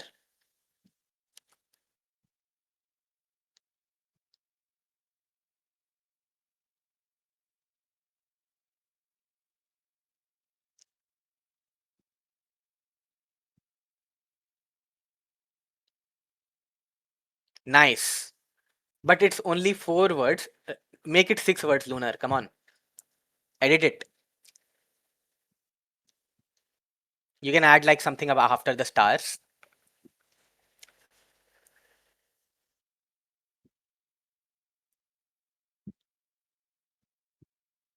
One more word.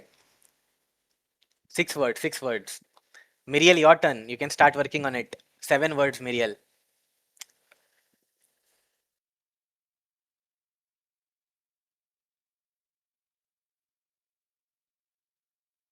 Come on, add any word. Add any word in your line, Lunar. Come on. Miriel, continue.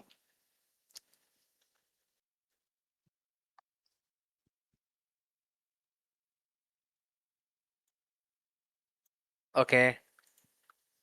Miriel writes 7 words in next line.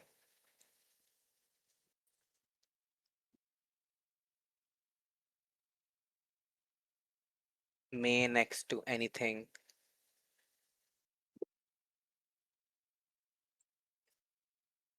What? Oh, did I miss Dhanush? Oh, fuck. No, I think. No, Dhanush, you already did it. What are you saying? Oh, okay. Don't worry. No worries, Hanan. No worries. Okay, come on, Miriel. Let's go.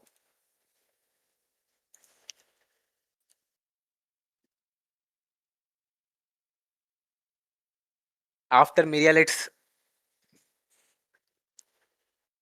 yeah. The stars may ignite. Okay, I get what you're saying, Hanan.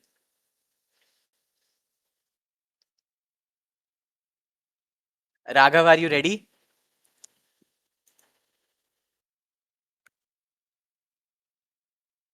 You have to do 8 words. Okay.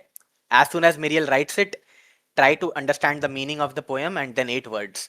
Re is 9 words, dark is 10 words.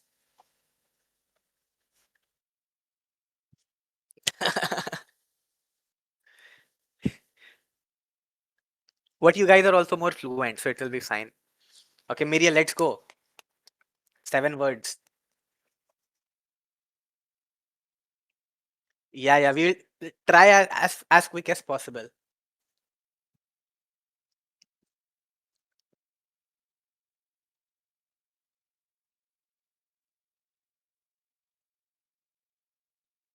Okay, Raghav, let's go. No, you have to try to give it sense. Okay, you have to try to make it make sense. Don't write gibberish. No worries, Miriel, it's good.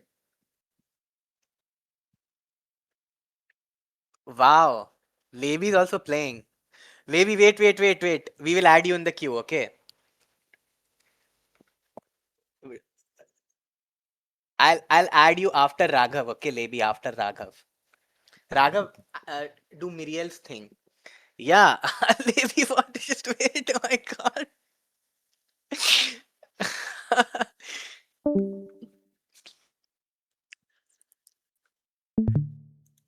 Raghav, work on Miriel stuff, and Levi, up once Raghav is done, you add your, you add yours. You have to add 9 words, okay, Levi, 9 words.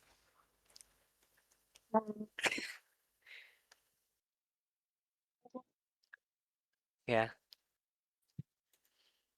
Raghav, let's go.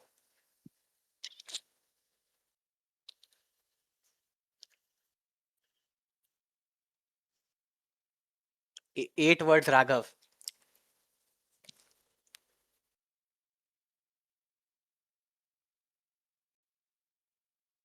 I'll tell you, Re, don't worry. Yeah, Eva.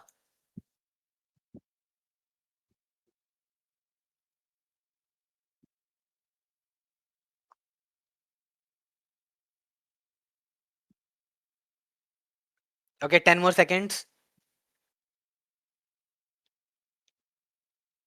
This will never end otherwise. Guys, come on. We have more games. No. Only one time. Don't worry. Raghav, 5, 4, 3, 2, 1. Okay, let's go. Now, Levi, it's your turn. Are you ready? You have to write 9 more words. Your line should be 9 words.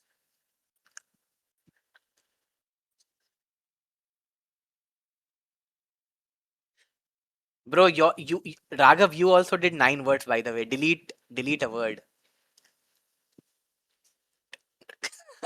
Bro,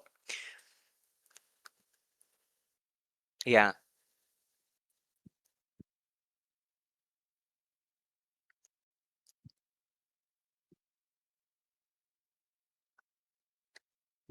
Maybe 9 words, okay? I hope you're typing. And we will just end this game here. Otherwise, like it's like taking too long. So Re and Dark, like we will you I don't know what to say. If it will take that long, then Oh, you have it ready. Okay. Then we'll wait, yeah. L- Levi, come on, are you doing it? Yes or no? Oh. But how can you be ready without reading the previous line? Oh my god.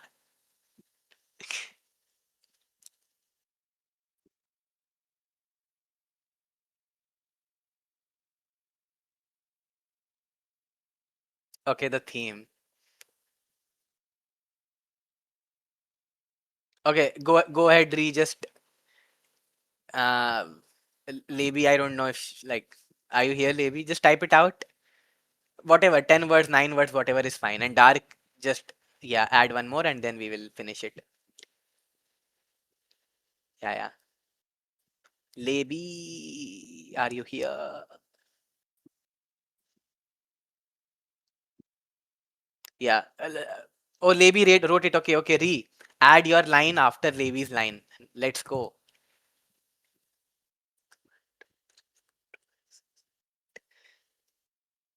Ten words. Maybe you had to do 9 words, but it's okay. You did 8 words. That's fine. 10 words. Let's go.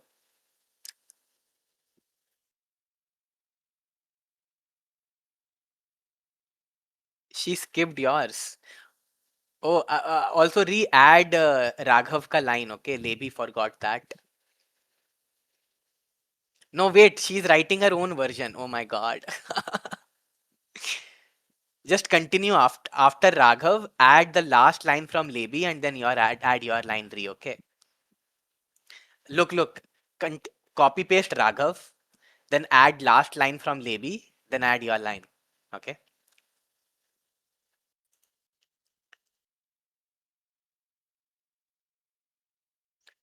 I'm the great great grandfather. Yes.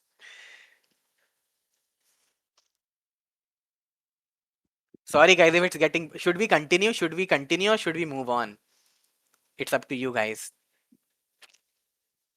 I'm okay with either way.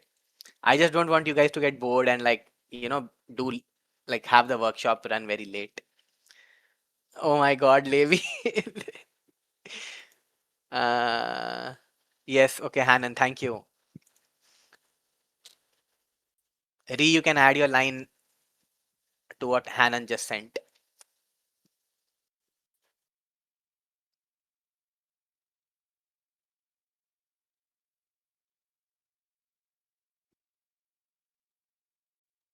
Come on, Let's go. Okay, that's okay, Dark, let's go. Let's read this. Where dreams collide with silent cosmic tides, heart whisper truth, no light dares to hold. You missed Raghav's line. Oh my god. No, okay. Raghav's line is also there, and acha, okay. The thoughts in my head made the night feel. That cosmic tides line was not supposed to be there, but anyway.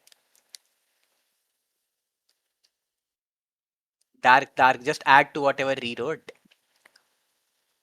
No, it's fine.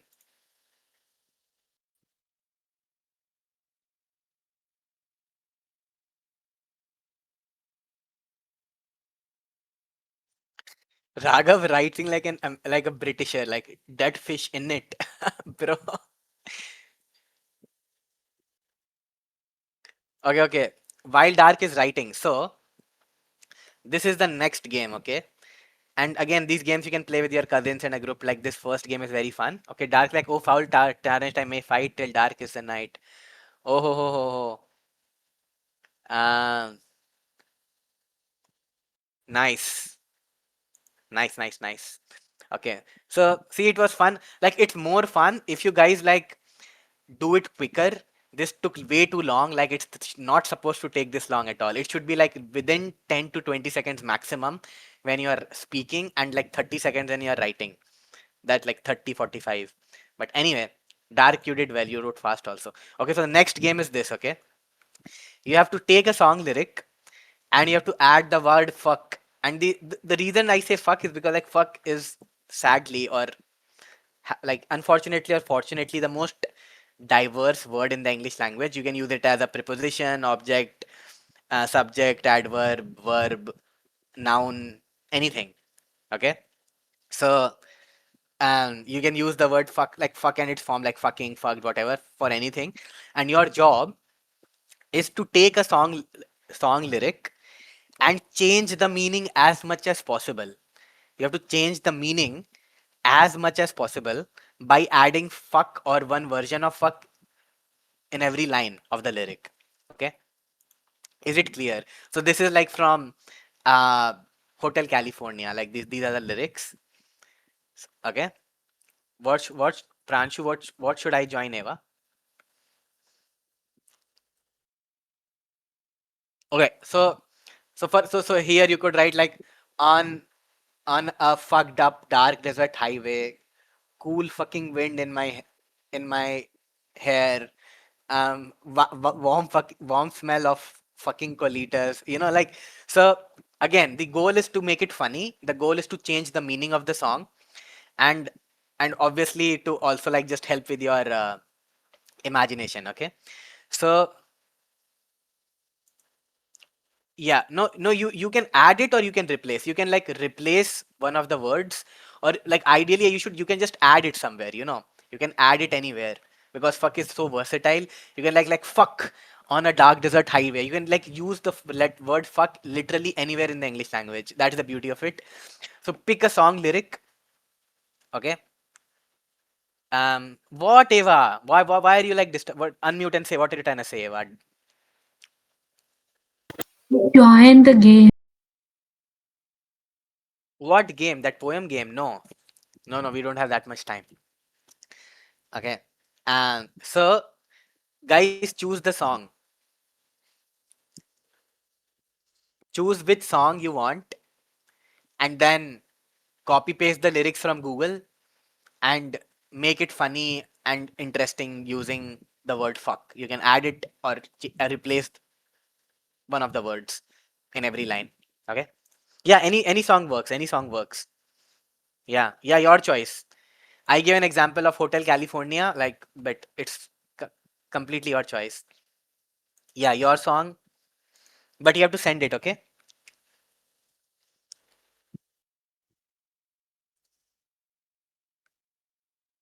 Okay, guys. So 30 seconds to choose your song and copy the lyrics. 30 seconds to choose your song and copy the lyrics. Dark, don't. No, don't paste it right now, bro. Let me delete this. Paste it like somewhere where you can edit it. Yeah. Copy paste it in your like your notebook or your notes. Done? Everyone has to do their own. Yeah, your own. And then you'll send it after the timer ends. Okay.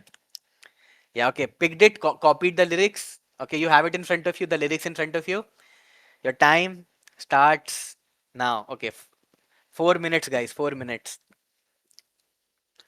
You can add the word fuck in. It should be in every line, or you can replace a word with the word fuck or some form of it, like fucking, fucked up, fucks, fucked, whatever.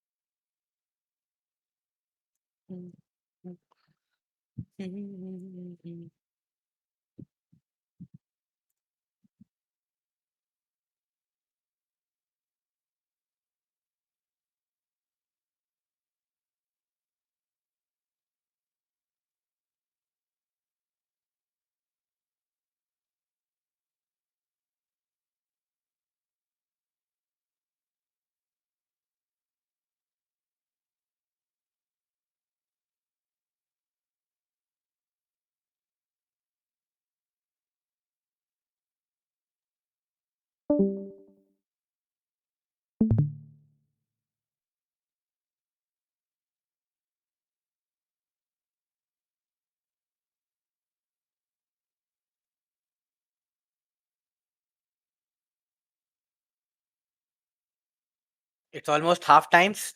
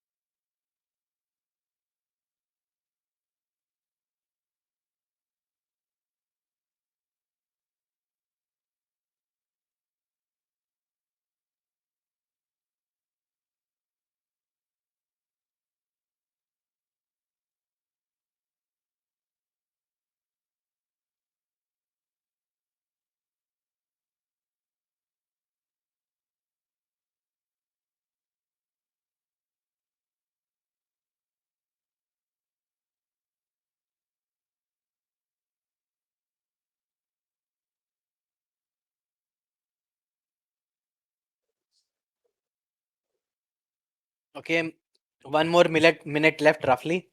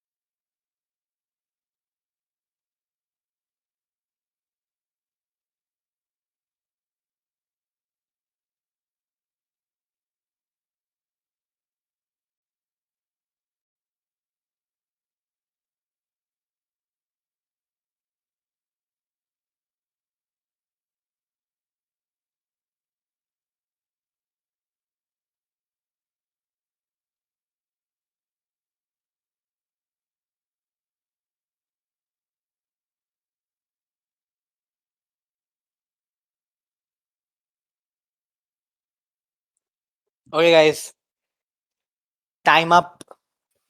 Wait 1 minute Do more. we just send it? Yeah, you can send it. Yeah.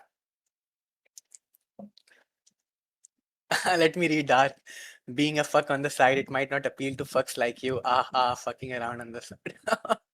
But you haven't seen my fuck. You haven't fucked my man. You haven't seen fucked man. You haven't fucked. What the? Dark. He got the fuck and he walks with it. He got the fuck and he fucks with it. Bonnie on the fuck on the side makes me fuck. Fucking girl. The money on the fuck. Fuck on the. Damn. Billie Eilish being a bad bitch and.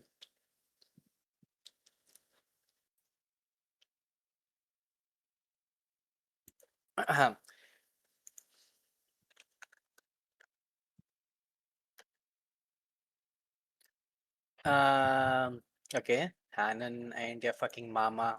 Okay. I'm gonna be fucking all day and your fucking mama. I'm gonna be all day and your fucking mama. Fuck no and your mama. Fucking wake up and rise and fucking shine. Best get to fucking untie our fucking video games. Things are to get fucked around here. Wow, this is such a good song choice. He used to be fucking in love. Can we fucking go back to how it was? We get too fucked. Wow. I'm gonna do your fucking laundry. I'm Bye. just doing half. Yeah, okay. Don't worry about it, Eva. I don't know, fucking Lord for Christmas. There's just one fucking thing I need. I don't give a fuck about the fucking presents underneath the fucking. Muriel made a sweet poem into a funny poem. I just want you for my own fuck more than you could ever fucking know. Oh my goodness. All I want for Christmas is fucking you. That's crazy. Oh, oh, wait a bit. Re, are you still recording?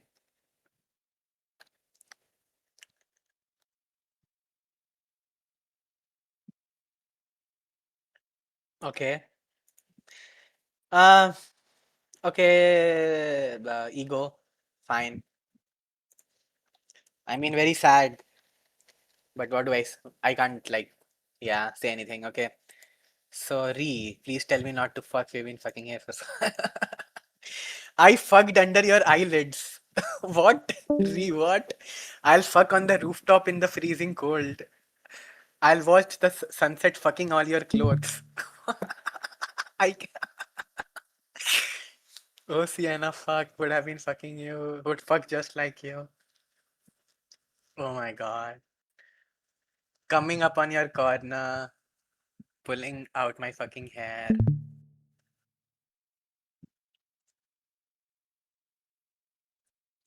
Sorry. Oh my god. Okay, Ava. Boy, tell me, can you fuck my breath away? Oh my god, Ava. This starts crazy.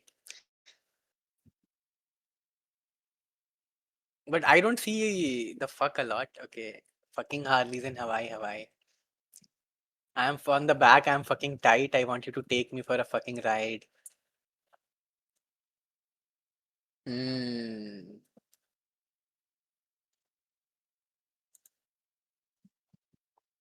Okay, who's this? Lunar, let's go.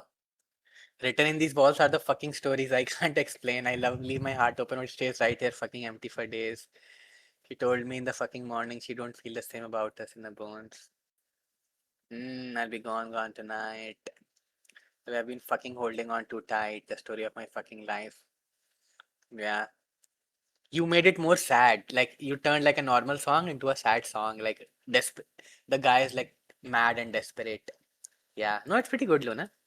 But do you see like how, first of all, how flexible that word fuck is, and second, how you can change the meaning of the lyric so much, like the vibe, and also imagine you can have so much imagination. Ree, what's the context of your song? Tell us, because I want to know what I fucked under your eyelids has going on in the background.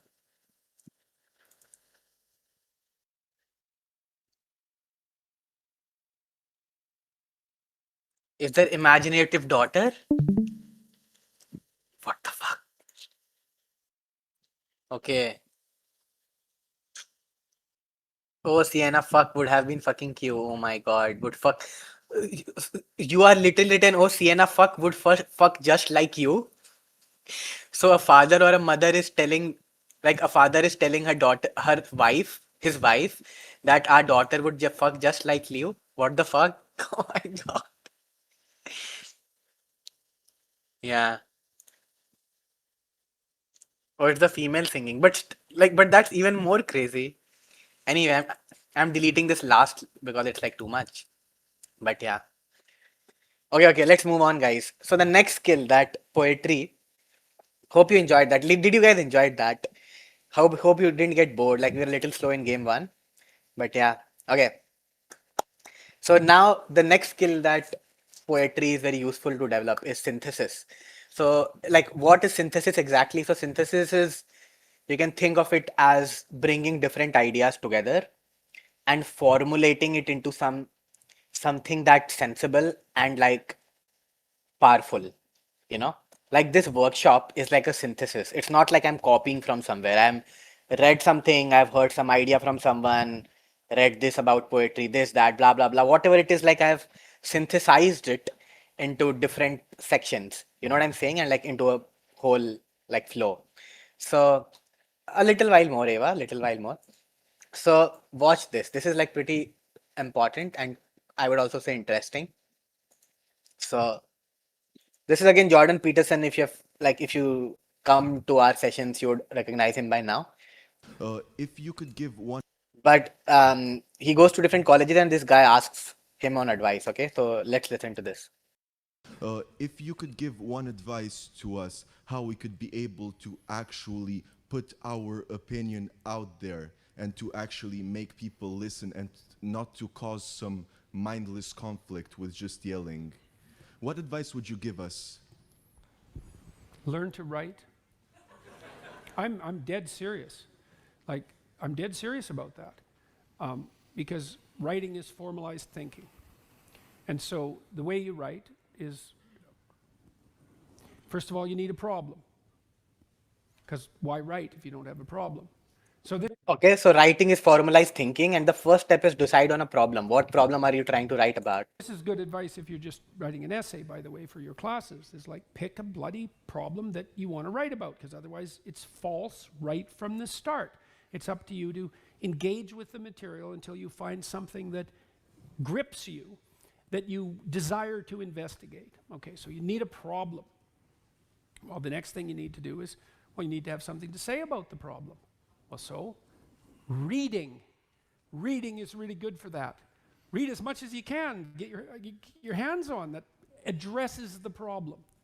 Okay, so now you know a bunch of things, or at least provisionally know them. You at least have access to them. Well, now you start sorting through it. It's like, okay, well, maybe I need to summarize what I've learned, and then I need to iron out the contradictions between what I've learned, and I need to elegantly formulate that, and I need to get my word choice right, and my phrase choice right, and my sentence choice right, and I need to organize the sentences into proper paragraphs, and the paragraphs into proper sequence so that I have a coherent argument. And at the same time, what you're doing is you're you're integrating your own personality at the highest and most abstract level of organization. What he's basically saying is like where there's a topic and you read about it and then you're trying to write it very carefully, where every line, every sentence, where it is, like in the start, in the end, sequence, you try to sequence it perfectly and you try to add your own personality, your own thoughts into it. Then you're organizing your like let's say consciousness at the highest level. You know, it's like the most difficult cognitive task, like brain task someone can do. And you're sharpening your tools and you're putting yourself straight because you're learning to think. You learn to do that by writing. And so I would say, pick some hard problems and learn to write very, very carefully. And when I say pay attention to the word, I mean that. Pick the right words, organize them into the right phrases, get your sentences straight. Like when I wrote my first book, Maps of Meaning, I believe I wrote every sentence in that book 50 times. Again, so he took 17 years to write his first book, guys, okay? And he's known as one of the people who has the most coherence, okay? And who's like one of the best speakers and communicators. So in his first book, he says that I believe I wrote every sentence at least 50 times, every single sentence. And that's why it took him 17 years. And the thing is, when you read that book, you realize that it cannot be compressed. There is not a single word or a sentence you can take away from that book. I've read like 20% of it, that you can like delete a line and still have it make the same sense. You understand? And um, you will really see like how much your thinking clarifies when you do this exercise. Okay, but yeah, anyway. 50 variants of every sentence. I'd read it once, I'd read it again, I'd read it again, I'd read it again, and I'd have a little competition. Which sentence is better? Which sentence is better? I'd pick that sentence. Do the same with the paragraphs. Over many, many years, you hone your words. They're the most powerful thing about you, bar none. If you are an effective writer and The book is called Maps of Meaning. and speaker and communicator, you have all the authority and competence that there is. And so you're at university. Maybe Yeah, so he's saying that if you understand how to synthesize, and what he's talking about articulation. Yes, hi Sarah, I will tell you what we are talking about. So then you are very powerful because this ability to synthesize, to write about something that you care about, to articulate is to communicate the nuances and exactly what you're thinking to someone else, right? It's like very powerful. In fact, according to Jordan Peterson and a lot of people, the only purpose, like university and education has only one purpose, which is to make you articulate. Okay. um so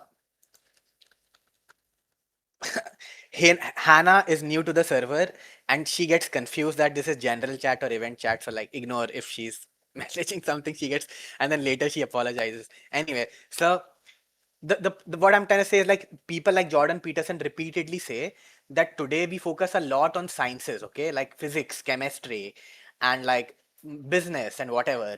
But that's not like right. That's not like that's actually backward. The primary skill that someone should learn from an education is the ability to articulate and do synthesis. Okay, so let's see what he's saying. Yeah. maybe you're taking a humanities degree.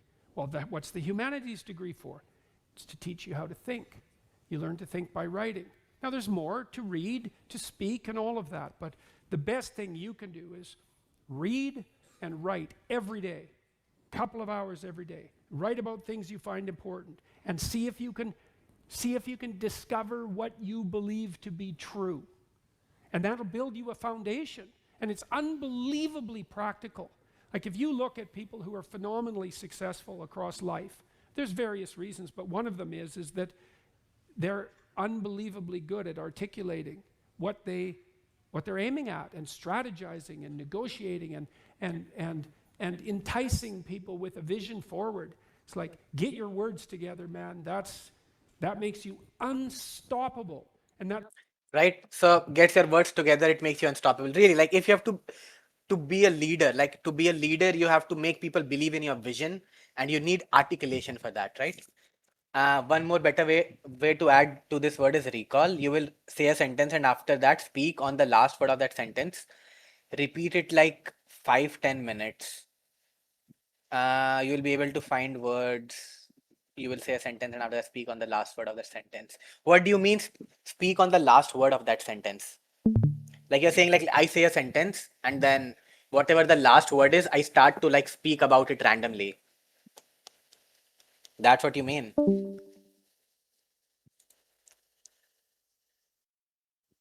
Like it's like extempore. Is that what you're saying?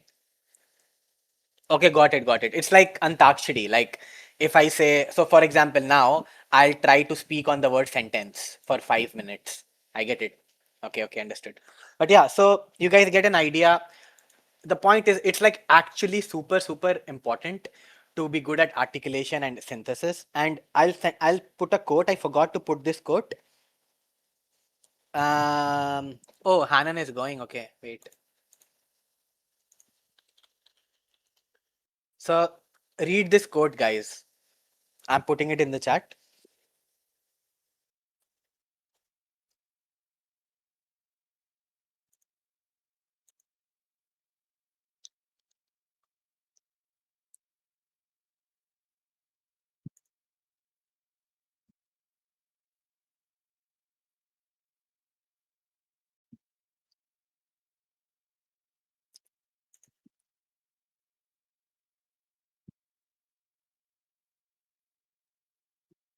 Okay, it's one of my most favorite quotes.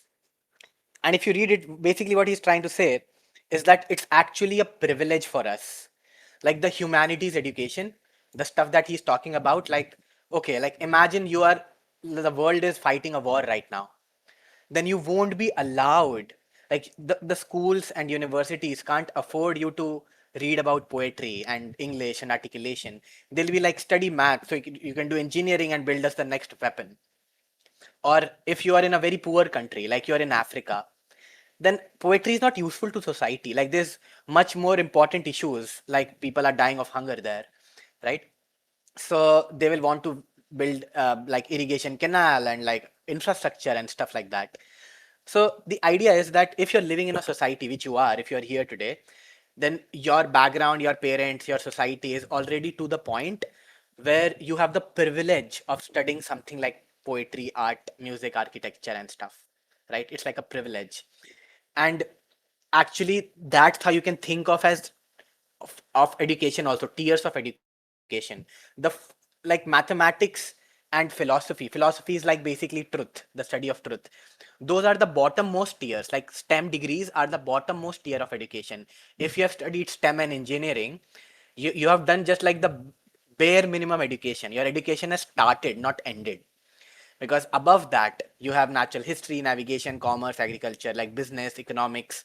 And above that, at the top of the hierarchy of education, comes things like poetry, music, and architecture, and we'll see more about it. Okay, but that's the point. Like you have to understand this, that um like writing and articulation is so important. Also, see this. So if you have to predict someone's success, you know what predicts success? Like if someone is young, let's say 6 year old, how do you predict their success? So see the screen.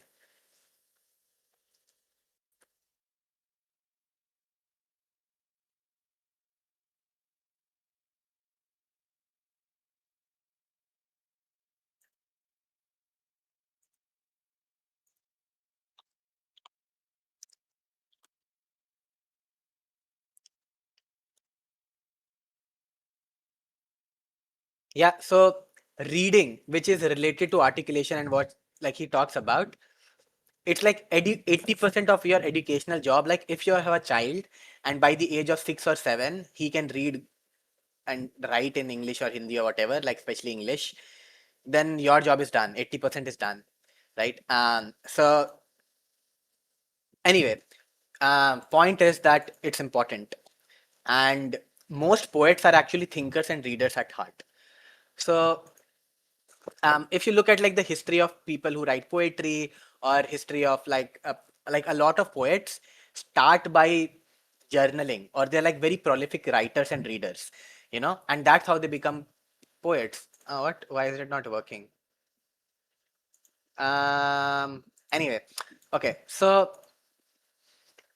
also, what you will realize is that a lot of fiction and anime, ठीक है? No, Genghis Khan. What?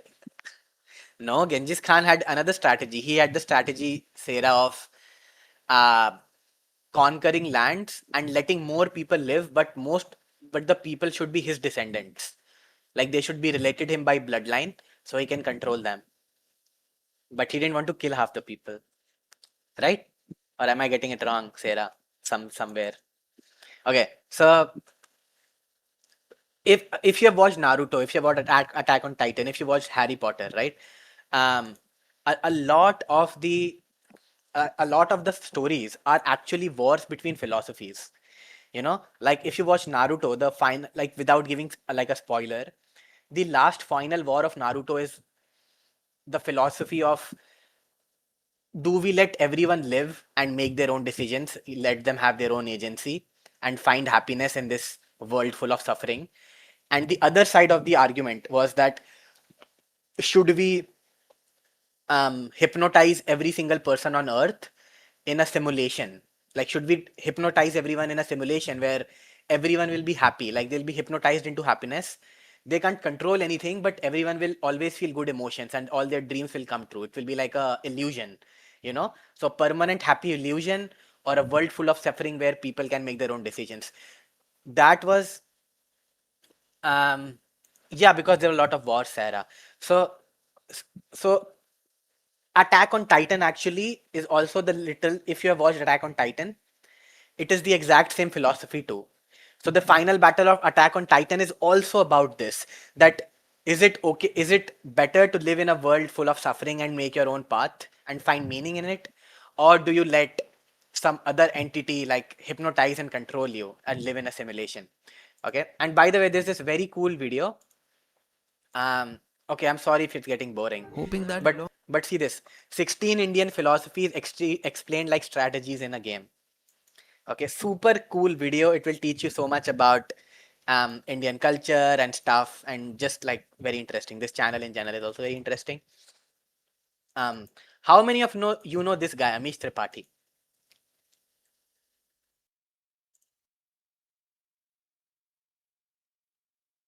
Okay, if you have heard of like um Shiva trilogy and the like these books, have you heard of these, seen these books, heard of these books? Sorry, the quality for some reason is bad upon these, but yeah, Amish Tripathi. Yeah, like Immortals of Melihua, Ravan, Sita, Ram, like this guy. Have you this book? Like the first one was very famous. Nope. Okay, yeah, he's an Indian author. So yeah, so he was like the last 10 years or so, 15 years, I would say, he's the single most popular Indian fiction author. Um, and he has like so many books now. He's getting less popular now. But what he did was he took like our stories of Ramayana and Mahabharata and that kind of thing, and he wrote them in his own way. You know, he tried to stay true to the historical facts, but he gave them his own twist.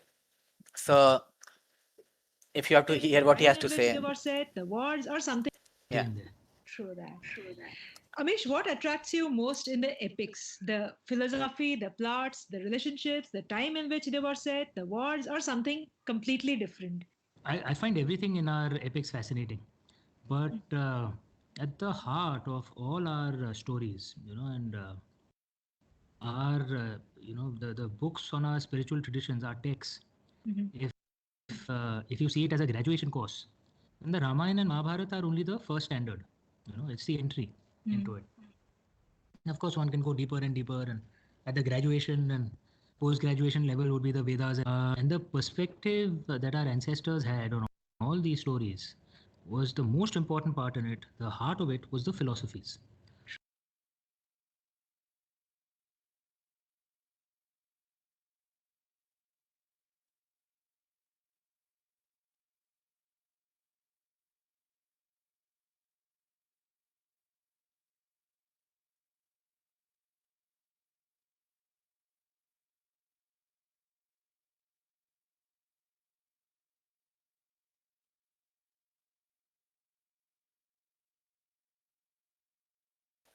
Oh, I'm sorry, I was muted. I'm so sorry. Okay, okay, okay, yeah. So, yeah. What I was saying was that, like he said, that the most interesting thing for him also were the philosophies in the epics. And if you're European, you know about the epics of Odyssey, and then the tale of Achilles, and like those ancient epics, Greek epics, Zeus and all that. If you're Indian, you know the Vedas, you know Ramayana. All of them are actually poems. You know, those are like all the epics that we know and read about are actually poems written in a certain meter, in a certain rhyming scheme, in mostly in the form of couplets. So they're all poems. And like any good fiction, a lot of those poems, like those epics, are about characters, but the characters represent certain philosophies. So synthesis and philosophy is related because, let's say I ask you that, um, should the human population decline? Like Dark was talking about this, right? Or should it go up? What do you say? So what you'll be doing is, like, you'll go and read about it, then you will try to synthesize all your thoughts, right? And then you will come up with some philosophy. You'll come up with a certain worldview about why the human population should decline, how it should decline, how should we, let's say, how should we choose which people to kill, let's say, if your answer is to decline. So you'll come up with some philosophy, and then you can write a story about a character which acts on that philosophy, right? That is what our epics are about. Now, Amish Tripathi, like, I have met him, I have interviewed him, I have like had his signature, like I gave that book to my sister, and I really recommend reading his books because he has that perfect balance of like modernity and tradition, and like so entertaining books. So yeah. Um, okay, now here's what I want you two guys to do. Write three topics that are close to your heart. Topics that you would want to write essays about, that you would want to make a philosophy about, that you would want to make a poem about. Okay? What are the most important topics to you? Like your heart really wants to think about them. They matter to you. So think of three topics, at least three topics. Okay?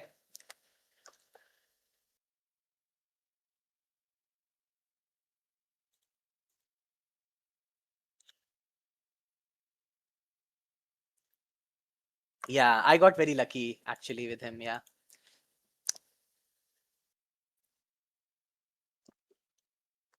So guys, I'm starting the timer. Like, let's say let's take like 2 or 3 minutes and give us at least three topics, okay? That are close to you, that you want to write a poem or synthesize knowledge about.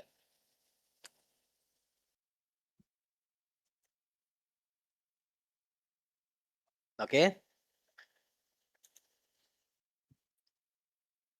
Now, Dhanush, take the next few minutes and write bullet points. What will you cover in under responsibility? Like, what are the subtopics that you will cover? Try to write bullet points. Like, give me like 5 to 10 bullet points. Okay, dark you also choose, like, let's say choose par. Under par, write like, no, only one. Write 5 to 10 bullet points that you will cover. If you're writing a poem or an essay or a book on the title of power, what will be the, like, think like if power was the book, what will be the names of the chapters? Okay, you have to write the chapter names.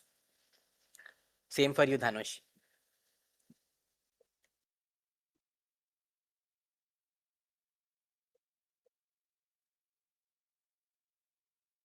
Yeah. Okay, so re-choose one of them. Okay, Aryan, thanks for joining. I hope you had fun. Okay, so re-choose one of them. Choose, let's say, solitude. If you're writing a book on solitude, what will be the name of the chapters? Yeah.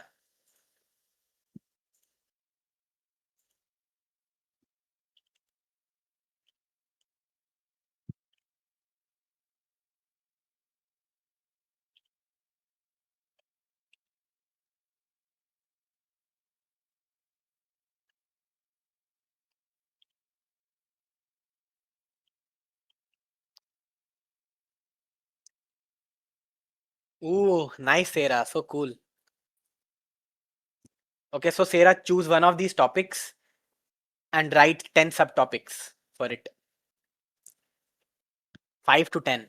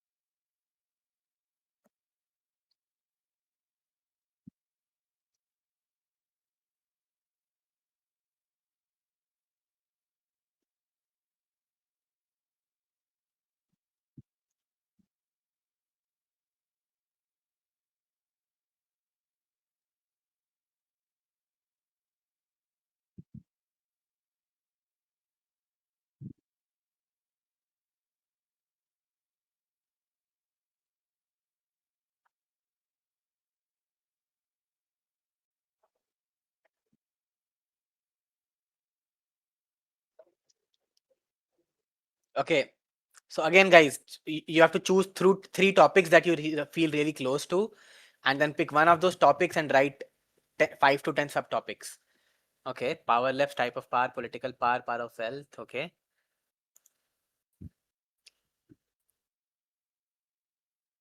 Mm. Okay, Eva, solitude, loneliness, inner chaos. Yeah. I mean, basically continue. So give me at least 2 more, okay? You're doing it correctly. But add more. GG Dark. Dark is very fluent and coherent. Miriam, let's go. Raghav, let's go. Lunar, come on. Sarah, you also.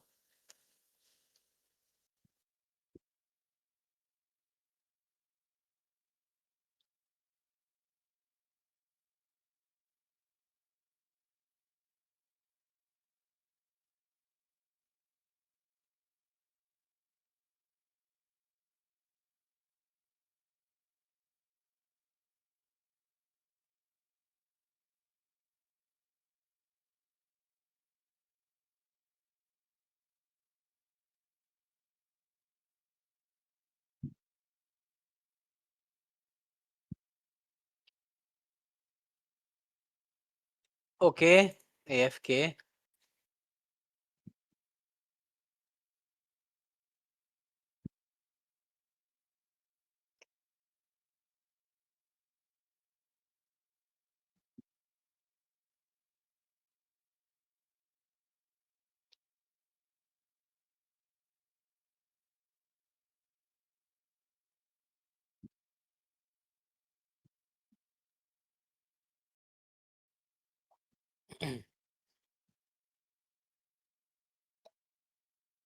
A man's choice of words represents him. Yeah.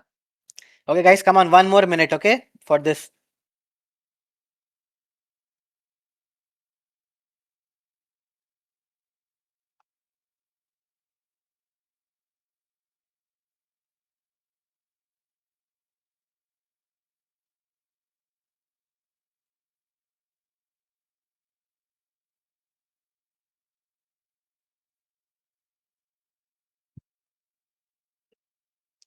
Sectors of power, powerful people. What?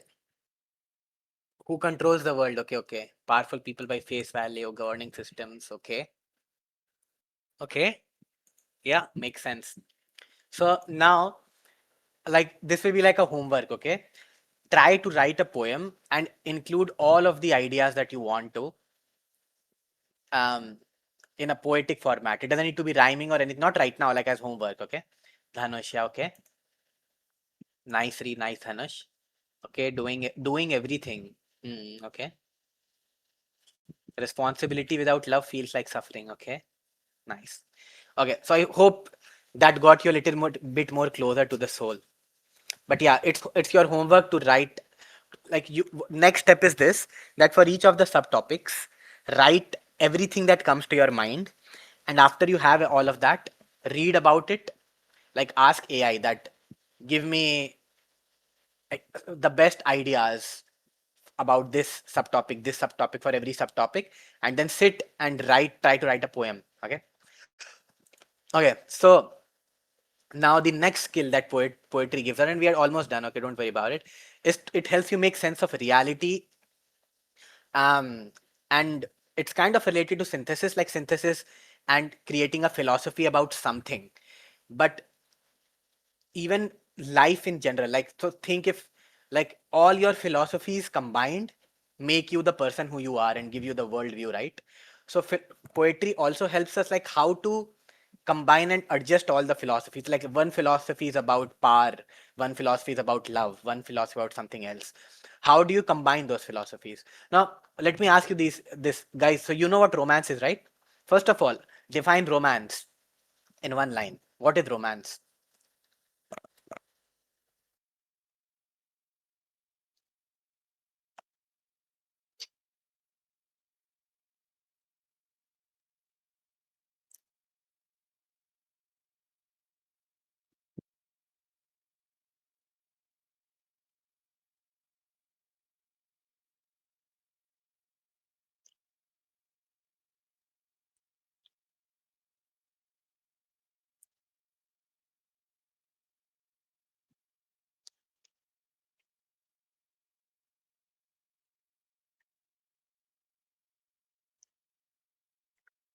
Ah ha ha ha, Sarah. Ah ha ha.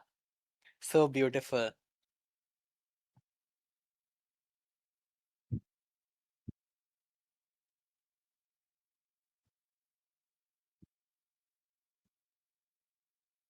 Okay, guys, 5 more seconds. Come on. Five, four, three, two. No, bro. Like, what? I asked you to define it. What the fuck? Never mind. Hi, Anna. Hello.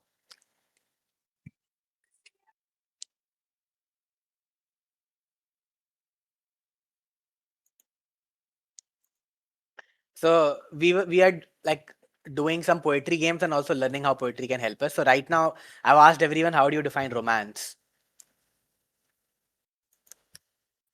So Dark says love, pain, suffering. Okay.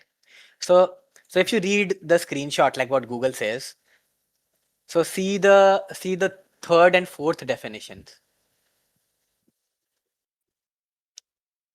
Those are the most general and accurate definitions of what romance is like in the broad term. Number 3 and 4. Hi Hannah. Yeah. See, yeah, Lunar, see number 3 and 4. Okay.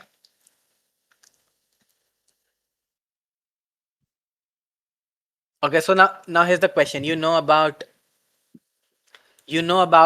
romantic movies, romantic stories, romantic lines, whatever. And romance in like as you see in definition 3 and 4, romance is like a strong and short-lived attachment, fascination, or just it's like something adventurous, heroic, or strangely beautiful. But in terms of relationships and love, romantic love and all that, where did that originate from? What is the theory? Like people today agree that romance, the birth of romance, was due to this. Do you guys have any idea? Have you heard of it?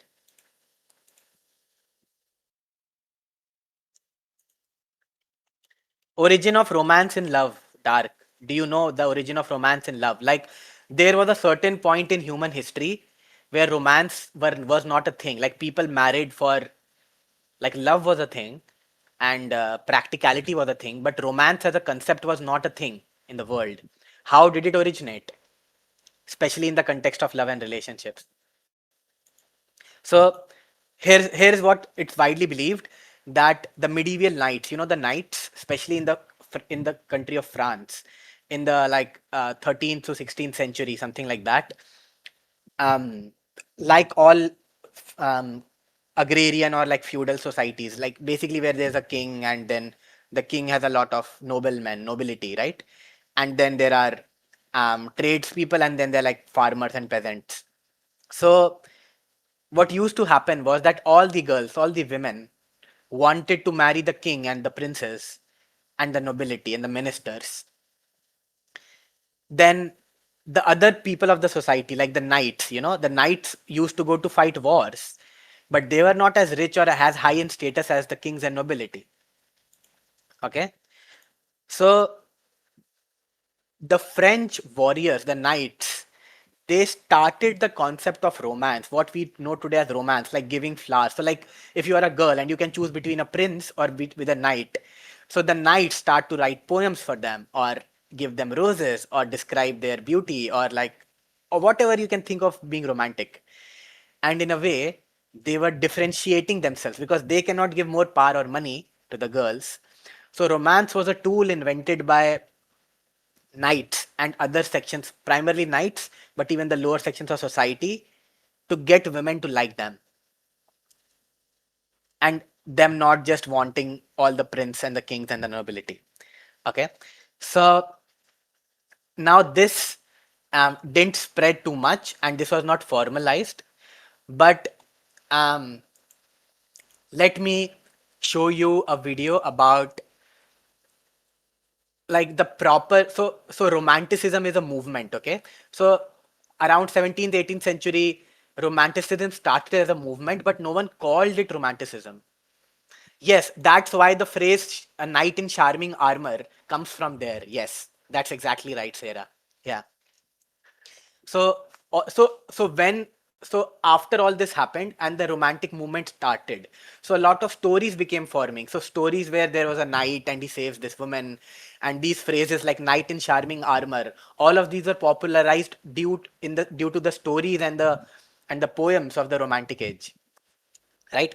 Okay, makes sense. So but no one used to call it the Romantic Age. The Romantic Age as a term was introduced very late, like in the late 18th, 19th century, late 19th century. But the principles of the Romantic movement, there are certain principles, and we'll see what they are, okay? Romance has a much bigger definition than what we think, and we will talk more about it soon. But for now, let's watch this.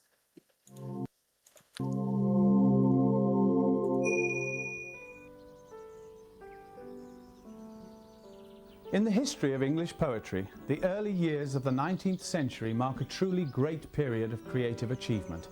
Here in the Lake District, William Wordsworth created poems that remain amongst the most famous in the English language. This wonderful scenery also inspired the works of Samuel Taylor Coleridge and Percy Bysshe Shelley. The works of these three men alone would represent a golden age.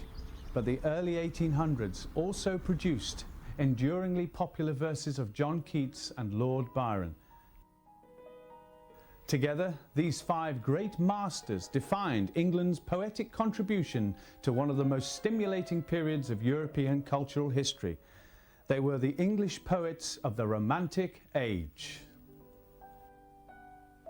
So the Romantic Age is like a lot of it was driven by England, and they were the five poets that originated it and like moved it forward. Okay, so and it's so funny because all five of them like are connected and integrated like with each other. You'll see how.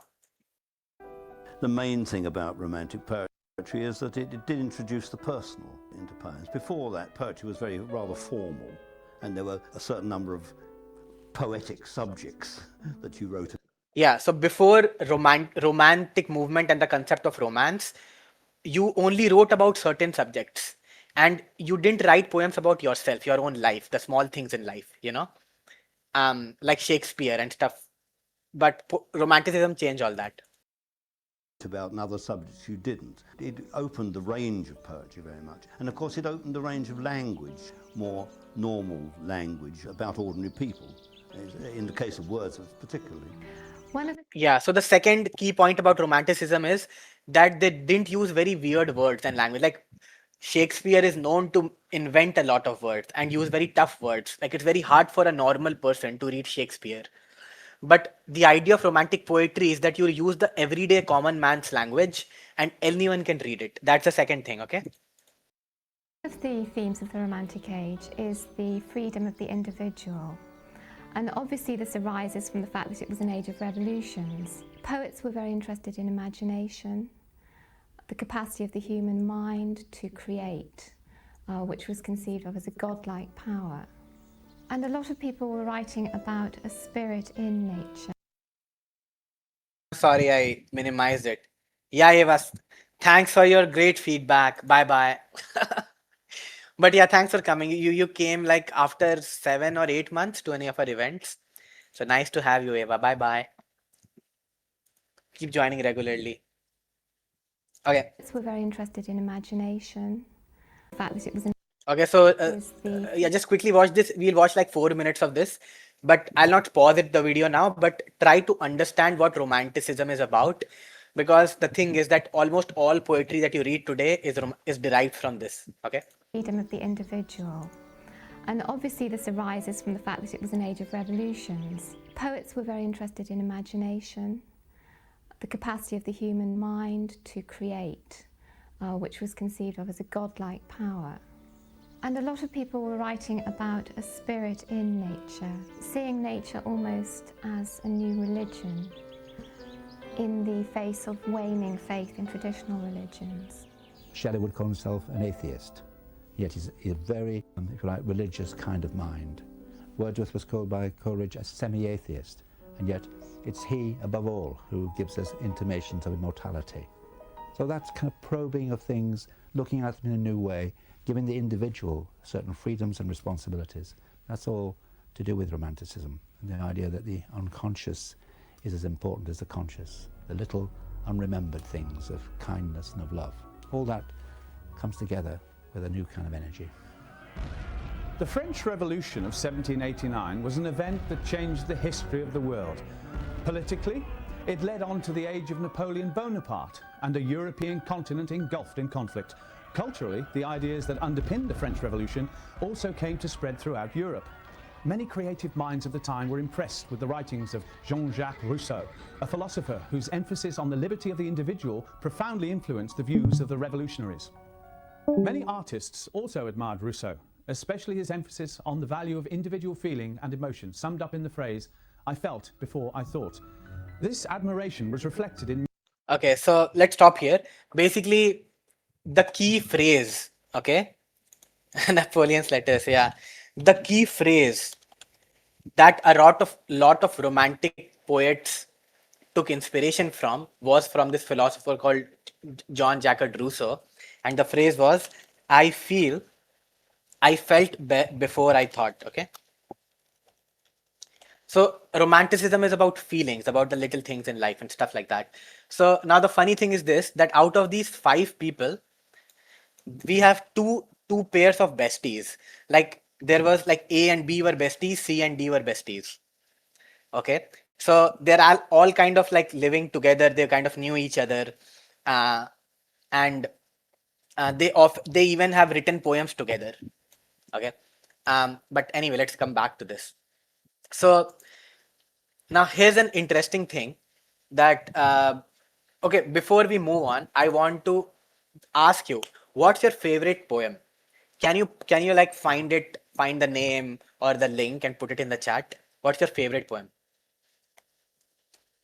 guys?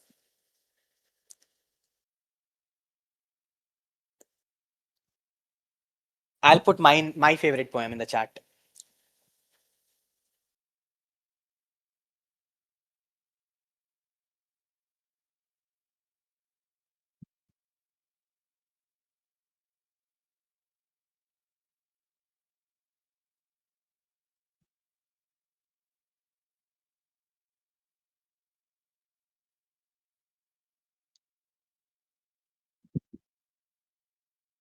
Our pasta? Can you give a link to the poem, Sarah? So guys, if you have if you remember or you can try to find it online. Yeah. This is my favorite poem.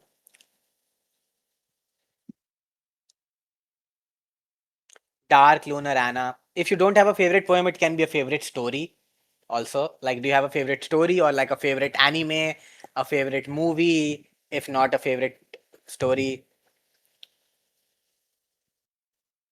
guys, come on.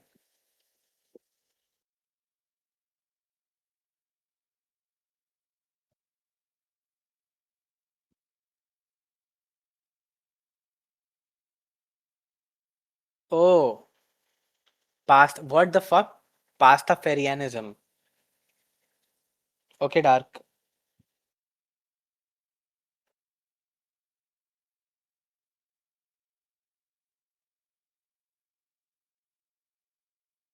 So guys, yeah, any favorite poem, if not a favorite story, if not a favorite movie or something. Oh, I posted it 2 times. I'm sorry, wait. Oh,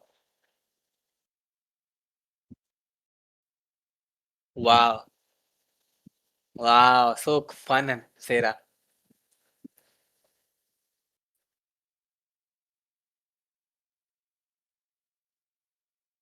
Ah, it's a play on that famous prayer, and instead of Amen, it's Ramen. Wow. Oh, the little princess Moana. Nice. Oh, Yuki, hello. Hi, Yuki.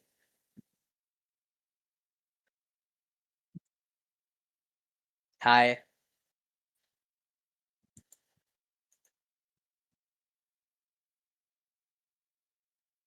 Okay.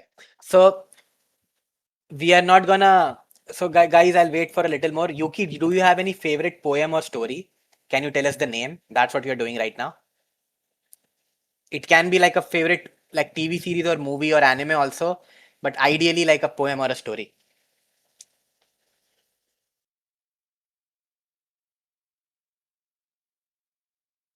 Okay, hi Dark.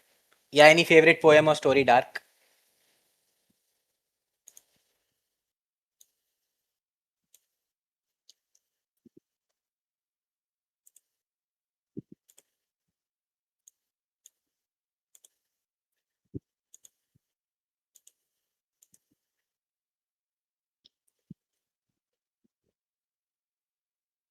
No, no, no, no, no. TV series is fine, but like a poem or a story. TV series is like okay, but if you have any favorite poem, yeah.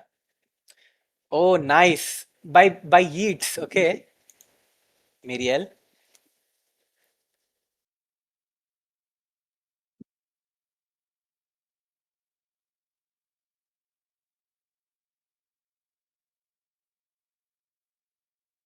Wow. Bell jar. Okay. Can you guys find a link to it? Can you find the link to it and everyone post it in the media channel? Not yeah, the media or the watch or read links. Any is fine. Like I'm posting my favorite poem in the media channel. And yeah, Miriel, you can also do it. All of you. Find the link and post it in media. Or just the screenshot. Screenshot also works.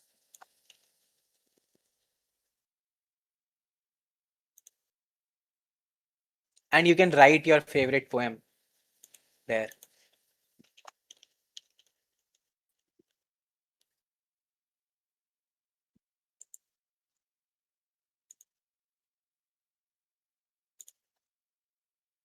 This is the link to the media channel.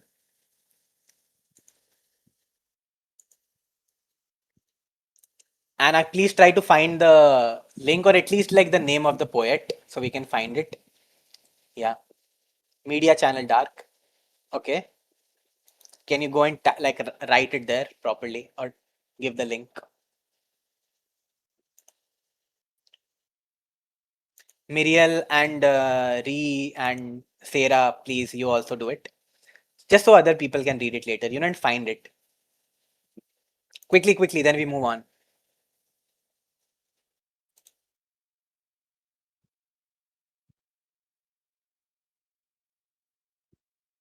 Yeah, whatever, poem or storybook or the story, link to it. or at least give it like a proper name and description so people can find it themselves.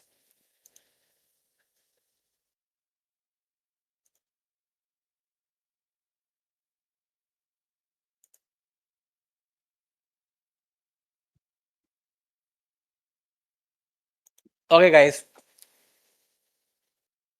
let's continue. I'll give you like 30 seconds and then we'll continue, okay?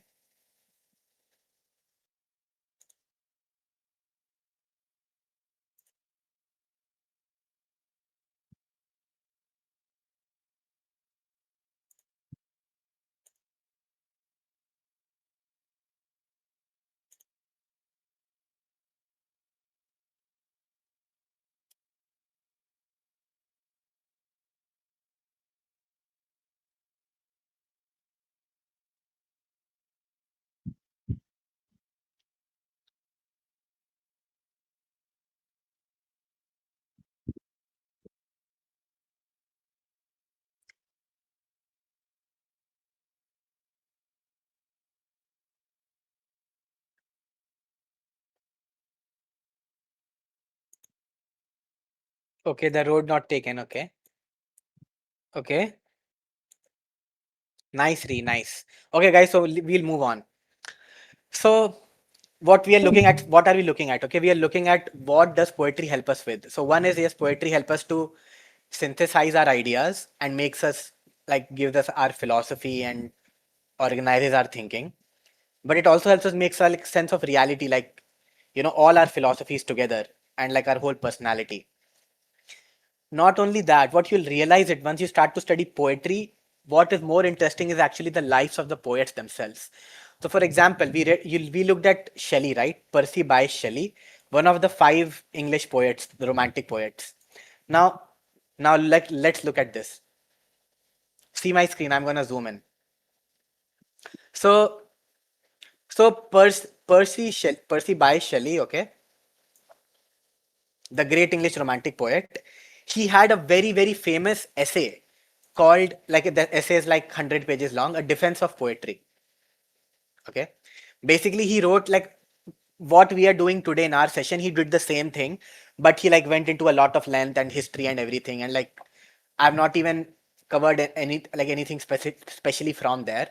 But he wrote this article, a defense of poetry, because he had a friend, a very good friend called like his bestie almost, Thomas Love Peacock, and he wrote a satirical, like a joke, like a trolling essay about the four ages of poetry, which basically said that like modern poetry in 1800s was outdated and inferior because now we had science and reason and utility and factories and machines, so the poetry is dying, right? And then Shelley lights a response to it, and it's like one of the most famous pieces on poetry in history. And these are the key ideas. Like you can read this later. I've linked this here, okay?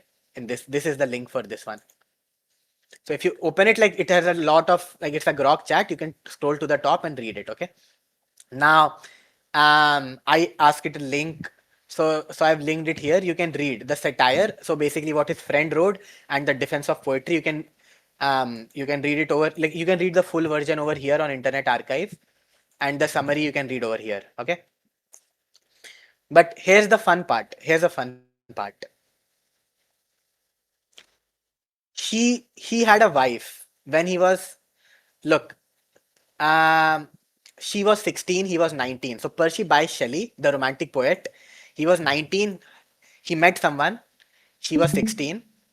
Okay, they first like just eloped when he was 18 and she was 15, and they like married in secrecy. Then they had a second marriage, and then, oh nice, you also posted a poem, no problem. They had two children. Okay, now see this.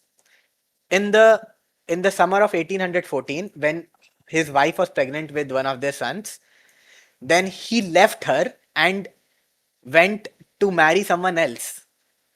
Okay, so again they ran away in 1810. 4 years later, in 1814. So now she was 20 now.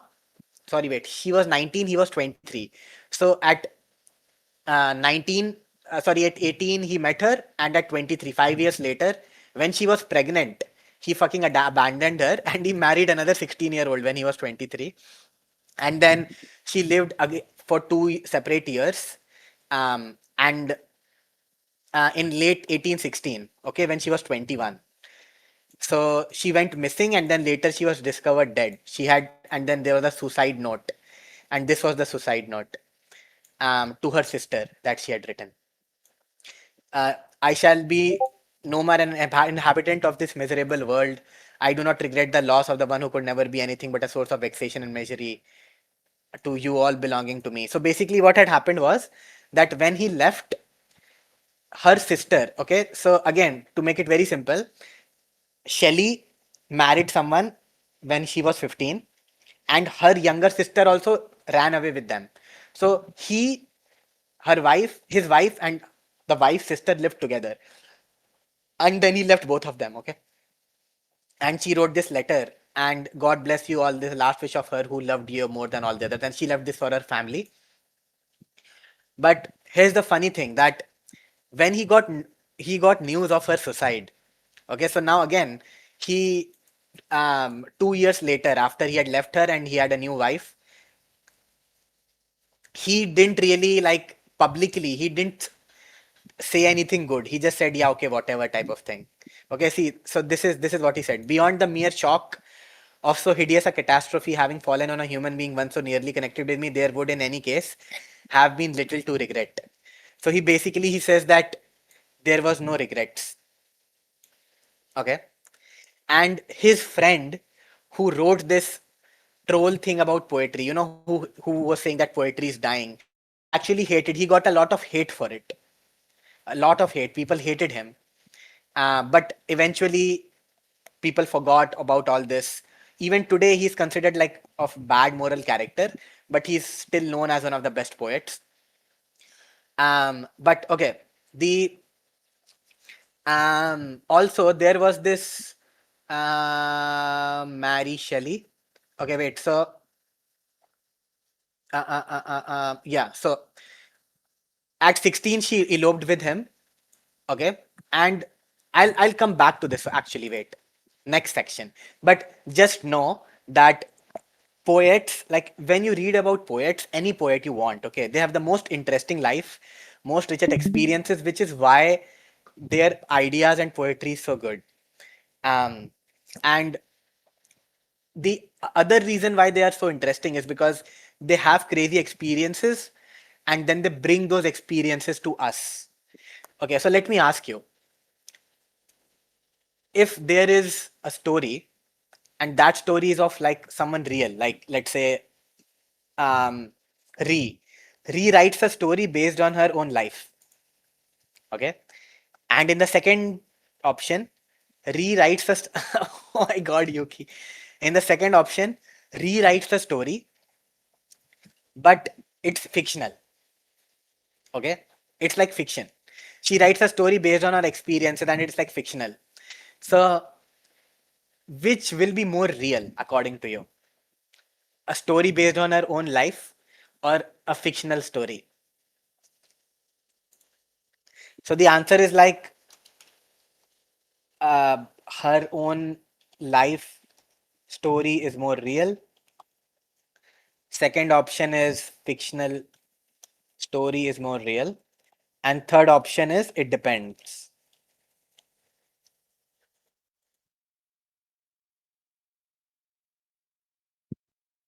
Okay. Well, here's the thing that most good fiction, most good fiction actually is more true than reality itself. What do I mean by that? It's a little complicated to understand, but it's like I cannot tell you how much this idea changed me. Okay, this is one of the like I had stopped reading fiction completely after like my ninth grade or something. I was only into non-fiction, biographies, this, that.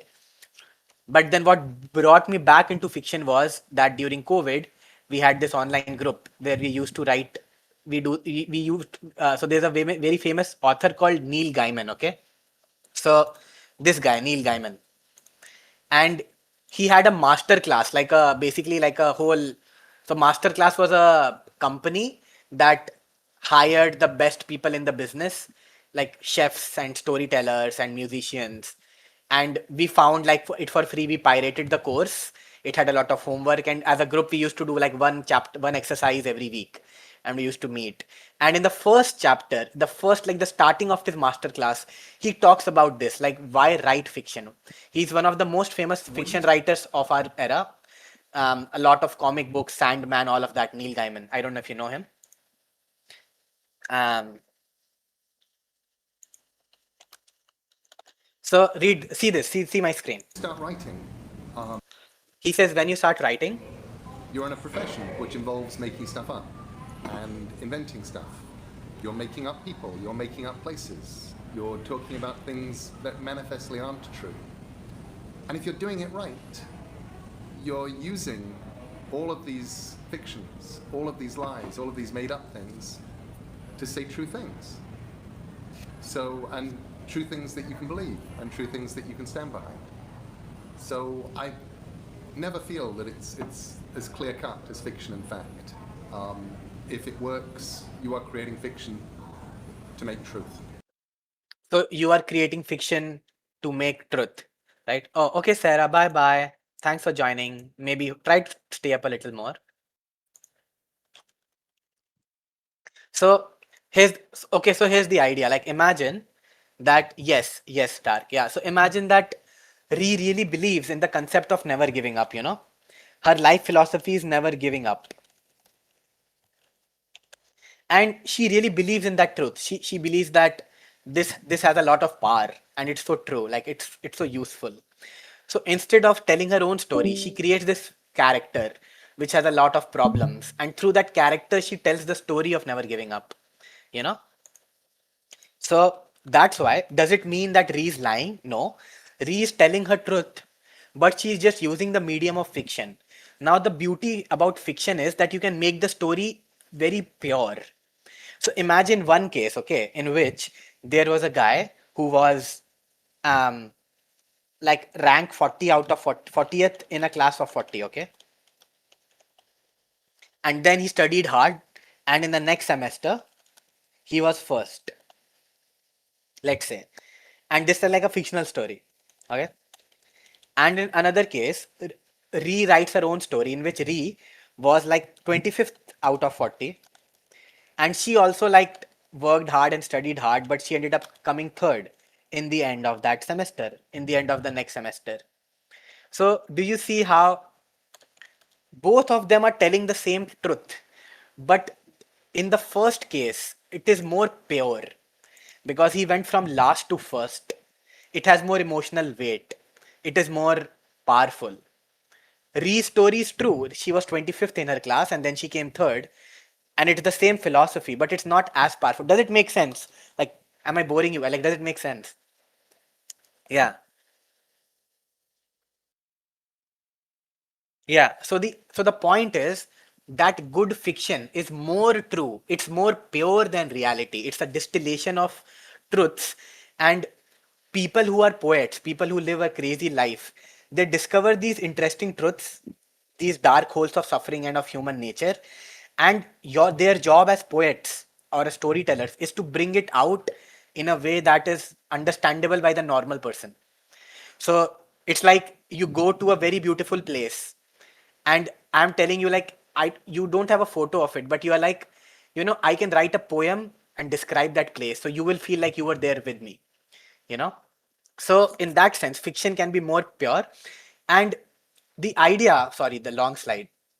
So so whenever you write a poem, so your job when whatever topics you have decided, right? Whatever topics you have decided, try to write it using a character or try to make a story using it and like give your character someone like make your character embody the philosophy. So if your philosophy is power or love or like something about responsibility, like Dhanush was saying, so write a poem where there's a character and there's a story around responsibility, right? It's like hard to do, and that's I'm not asking you to do it right now, like how you write on God, yes. And to really drive this point home, I'll also make you watch this very quickly.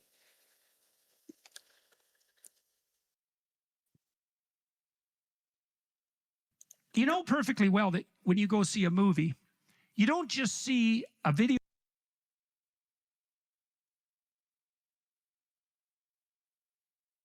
You know perfectly well that when you go see a movie, you don't just see a video camera following someone around for 2 hours of their life, right? You don't see them wake up, and you don't watch them blink, and you don't watch them make their bed. You don't watch them go through the mundane things that make up day-to-day life. You're not interested in that. You're interested in an abstraction of their mode of being. You want the author, the writer, to present you with the drama of their life. You want the character that's being portrayed to be an abstraction of those elements of human aim and motivation that capture your interest, right? So a fictional account is a distillation, right? Which means that fiction, modern people, because we think that stories are entertainment, we think that fiction is the opposite of fact. And that's a foolish thing to think. We know it's foolish because we know that works of great literature are true, right? We know that Crime and Punishment is true. We know that The Brothers Karamazov or War and Peace is true. Well, it's fictional. It never happened. So how can it be true? And the answer is, well, it's a distillation of what's true, right? A character like Raskolnikov in Crime and Punishment, a character like the Joker in The Dark Knight is a distillation of everything that's pathological, right, into one character. Now, is that real? Well, it's not real in that it is a videotaped representation of an actual sequence of events. It's real in that it's a profound abstraction. And you might say, well, abstractions aren't real. It's like, really? Words are abstractions. Are they real? How about numbers? Numbers are abstractions. There's lots of mathematicians who think that numbers are the most real thing. Well, what does that mean? Well, if you're a master of numbers, you master the world. So how is that not real?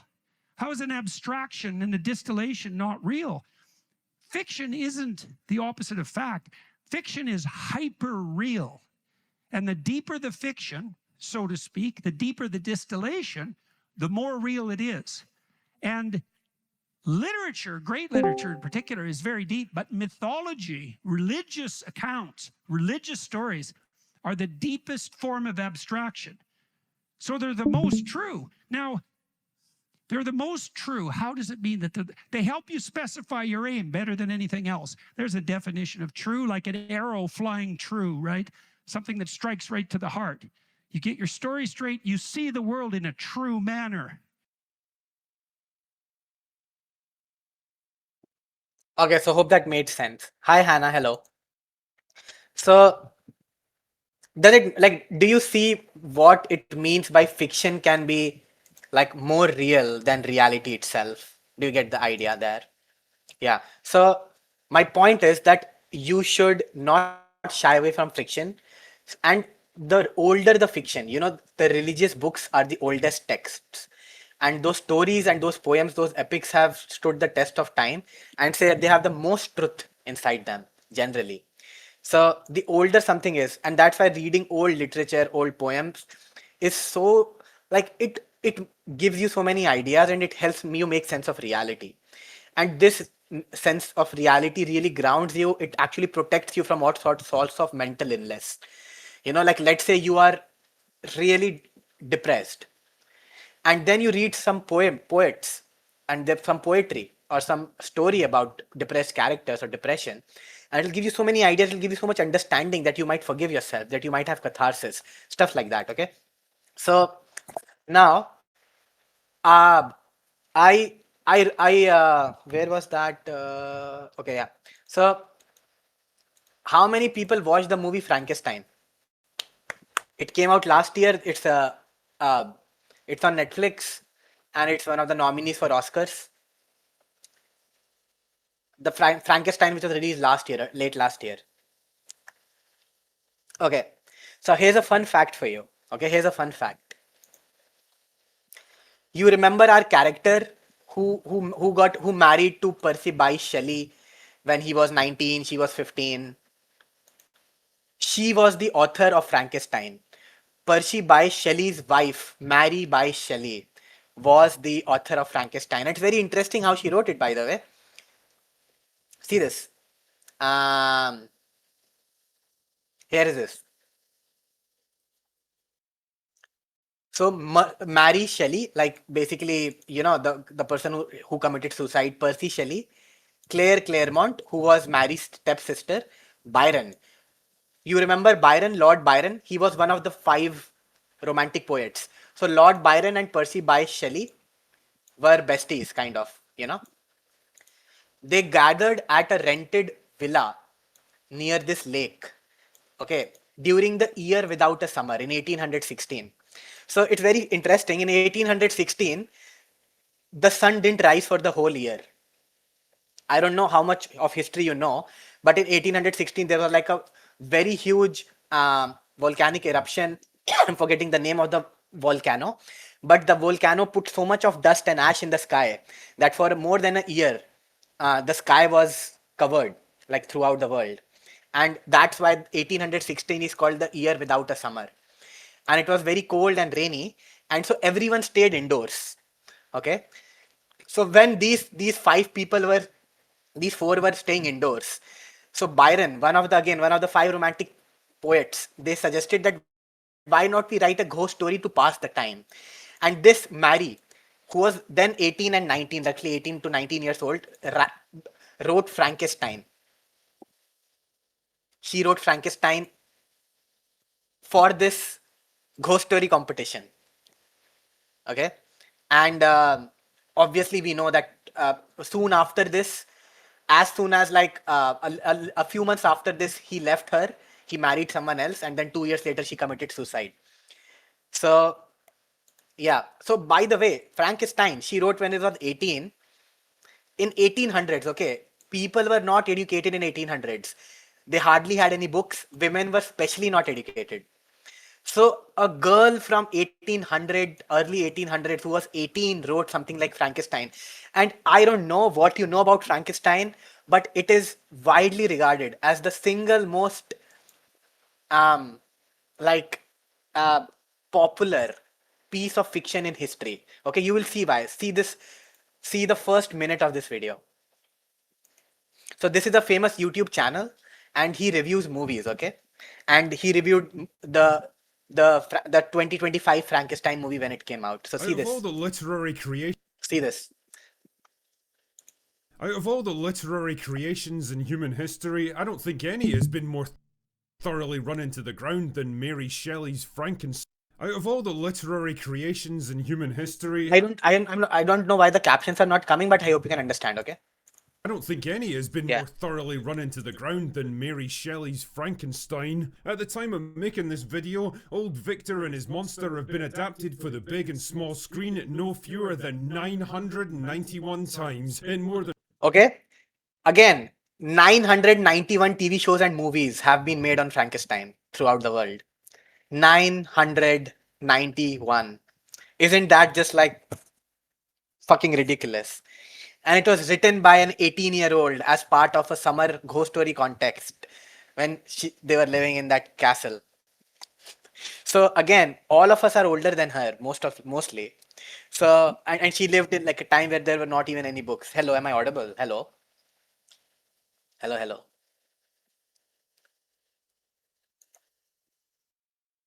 Yeah. So yeah. So what's your reaction? Like imagine that an 18-year-old could write something that has captivated the world to this degree. Okay, let's watch a little more. 191 times in more than 400 feature films, 200 shorts, almost 80 different series, and nearly 300 episodes of TV. Over the past 100 years or so, Hollywood writers and directors have portrayed the famous monster as everything from a big lumbering object of terror to a tragic romantic anti-hero to a comically goofy figure of fun and even to a fucking action star for some reason. That is a whole lot of content right there, and it does beg the question, what's even left to explore with this story? What can anyone do that hasn't been done 100 times already? Well, according to Guillermo del Toro, there's still a lot of mileage left in everyone's favourite reanimated corpse with the release of his latest feature film, imaginatively titled Frankenstein. Hi, Aaron. Hello. I mean, the cast is definitely impressive, that's for sure. Oscar. Okay, so I really recommend you watch this movie because by most accounts, so this director, he was waiting for many decades to make this movie, but he was not finding the money, like the people to give him a budget. And he has tried to make the movie as true to the novel as possible. He has not, like, done taken any liberties or tried to change the story or something. He has tried to make the story as honest as possible. So I'll really recommend that you watch Frankenstein. It's also one of the Oscar nominees for this year. Netflix did it dirty. Netflix made sure that this movie didn't earn any money, and everyone only watched it on Netflix. You can look it up online. But yeah, so again, an 18-year-old wrote this in the early 1800s, and she didn't have a great education or like went to college or something or studied storytelling or poetry. So my point is that, like, you don't need to be her, but we can all start somewhere, right? We can all start somewhere. So don't tell yourself that you can't write and you are not a poet. Everyone is born a poet. Also, novels are just expanded poetry. Okay, because think of, like, a poem is like a certain dialogue, like a certain philosophy, and novels are like different poems are talking to each other. And like any great poem, they're both true and open to interpretation, which is why there's so many interpretations of Frankenstein. Now, let me show you something else.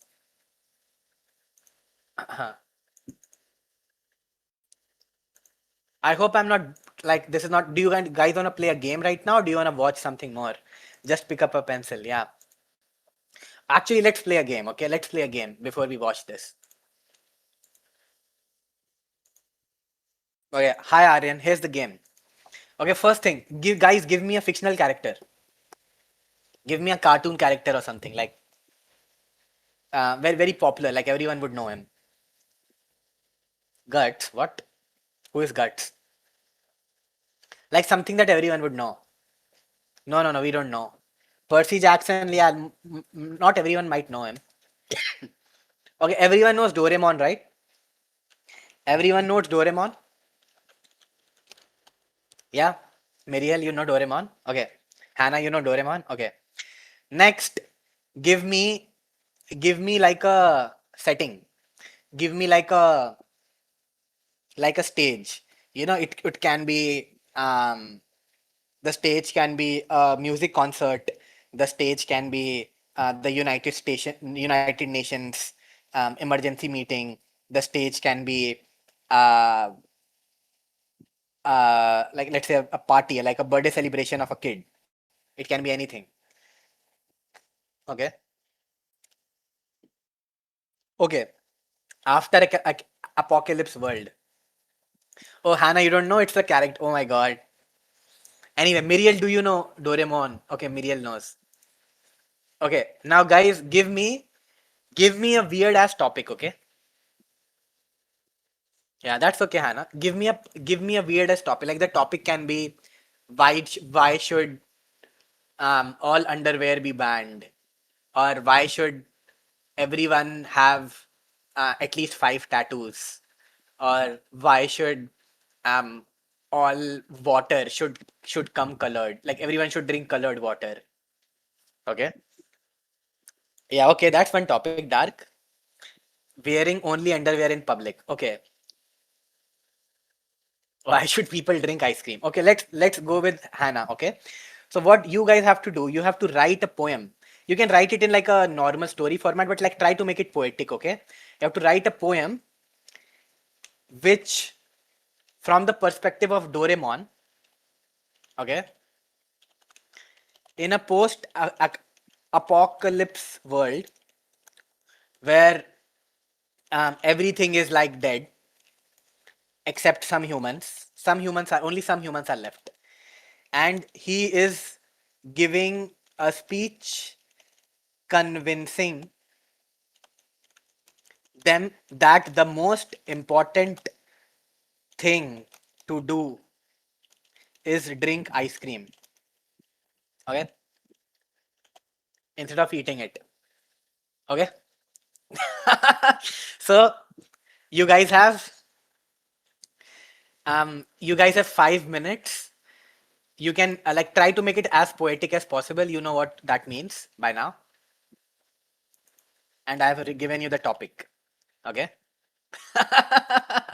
Yeah, Hannah. Okay. So your time starts now, guys. Let's go. Let's go.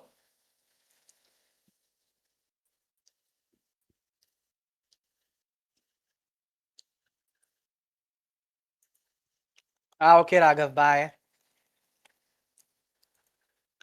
Dhanush, focus on the task. Shut up. Ree and Dhanush, focus. Okay. Don't complain and like distract people.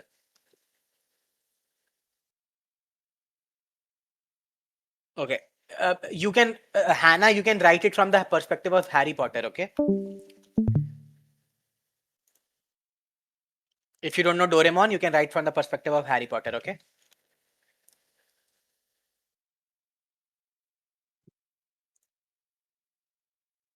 Okay. Like any fictional character. Hannah, come on. Don't make this hard. Oh my god.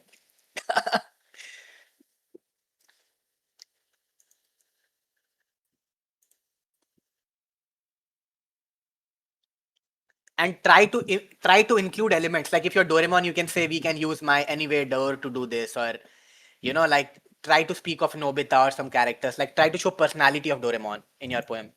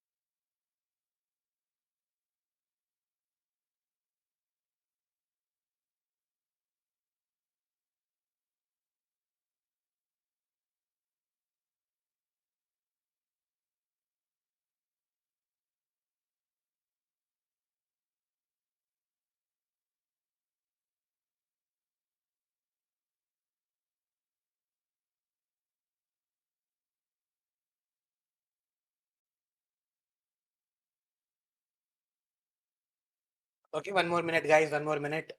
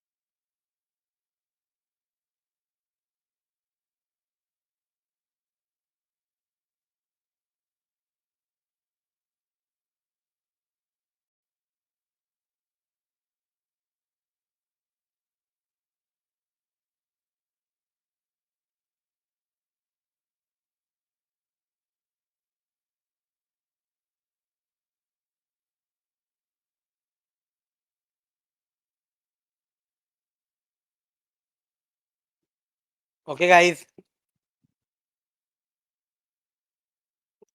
Time up. You can just send whatever you have done till now. Wow, Aryan. Wow.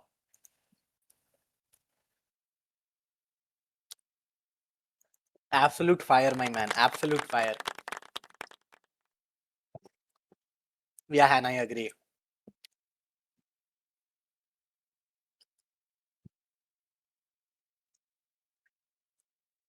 So good. So good. Oh my God.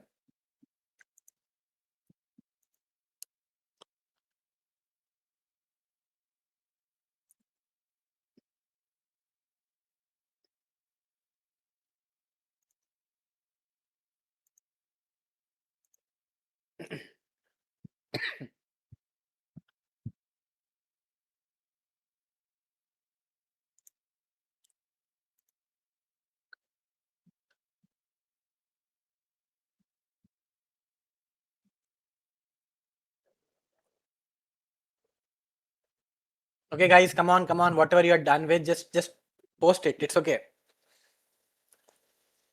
He stands on the dead soil with his short blue legs, looking up the sky filled with toxic grasses in a world where nothing is left.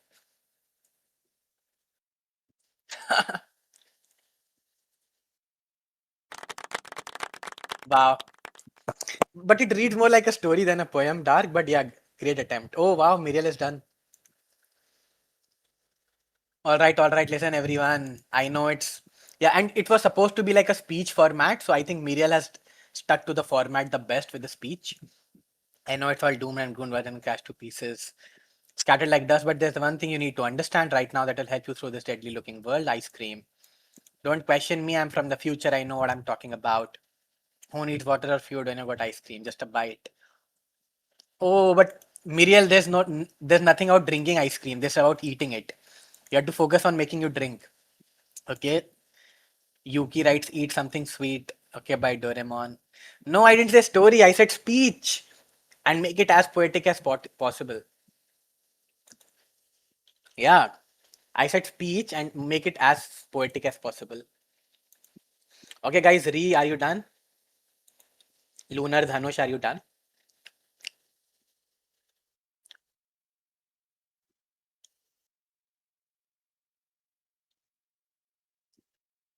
Oh my God, Hannah.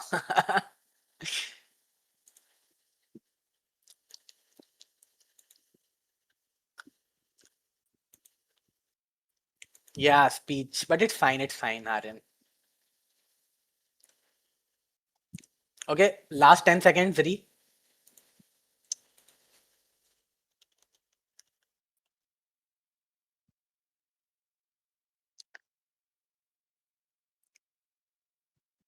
Dhanush, are you gonna send something? Oh, okay, I'm a Lunar. Okay. Dhanush?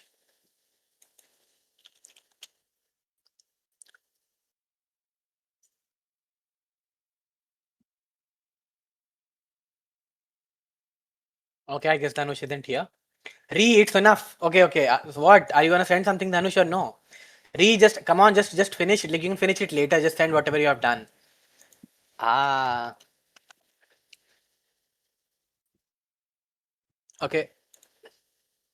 Wow. And you just come up with like 4 lines after so long. Oh my God. But it's rhyming and everything. That the people are confused, but he had actually takes out on spoken holds up like a rocket. He says, hope means accepting, so drink your cream. What? Oh my God.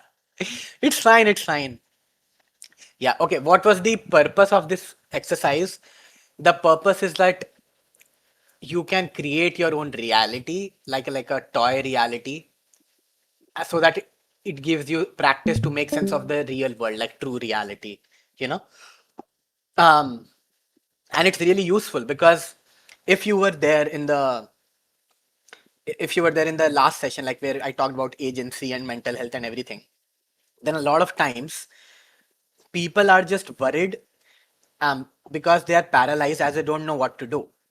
And the reason that people don't know what to do is because they don't know the right decision, the right path, which creates uncertainty. But when you start to really become good at observing the world and clarifying your thinking and like making sense of reality, then suddenly you can be like, oh, yeah, I can take this decision. I can do this with my career. I can do this if I want to find the right person. And that gives you hope and courage and clarifies your decision and gives you agency, and solves a lot of mental issues. And this exercise right now, like that is like creating a fake world, but um, it's practiced for also doing it in the real world. Okay. Okay, Yuki is going. Yeah. Okay. Oh, thanks, Aaron.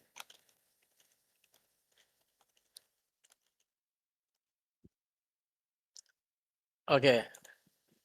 Dhanush also wrote it. Nice. Last time I used to eat this, I joined by my comrades. Okay. Okay. Yeah. So, yes, Hannah. Yes, yes. Okay. So now I'll tell you a very interesting, important concept. Okay. And the concept of this, like this guy, you have seen him before also if you came to it. So he is doing this semester, he's doing a whole series on the great books. So he's teaching the learnings of the great book. And basically, if you remember what we did with Jordan Peterson said, right, that writing, reading, thinking, those are the main skills, like the top tier of education. So that's what he's trying to give. He's giving you the top tier of education via the most famous books in history, like John Milton's Paradise Lost, Dante, and the ancient Greek literature. Right? Yeah, Dhanush, it's fine. And focus, Hannah, focus on what I'm saying. Yeah. And he talks about this, that like why poets are the prophets of society. Okay. So like uh Greece, which was the known as like the the founding civilization from which all modern civilization is born. The fathers of Greece were poets. Thucydides and like whoever wrote Odyssey, I don't remember their name. Yeah. And they were the people who are to this day known as the fathers of the Greek civilization, and the Greek civilization is known as the cradle of the modern civilization. So poets in a way are prophets, like they are the ones that predict the future and create the future, because they not only live at the edge of the truth. Okay, it's very important. It's like they live at the edge of the truth, like stand-up comedians, and like they see the reality that most clear, and they can also communicate it and bring people together and form like a movement behind them, and guide civilization in a direction because people start to believe in them, and they both predict and write the future. So if you remember P.B. Shelley, like one of the five great British romantic poets, he wrote this thing, right? This on the defense of poetry, right? In defense of poetry, this essay.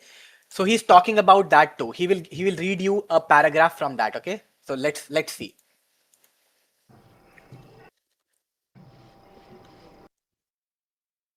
Essay by Percy Shelley. It's called The Defense of Poetry. And he explains how this happens, okay? All right, so now that I'm giving you the theory, we'll see how Percy Shelley was a very famous British romantic poet, how he explains this, okay? Okay, sorry.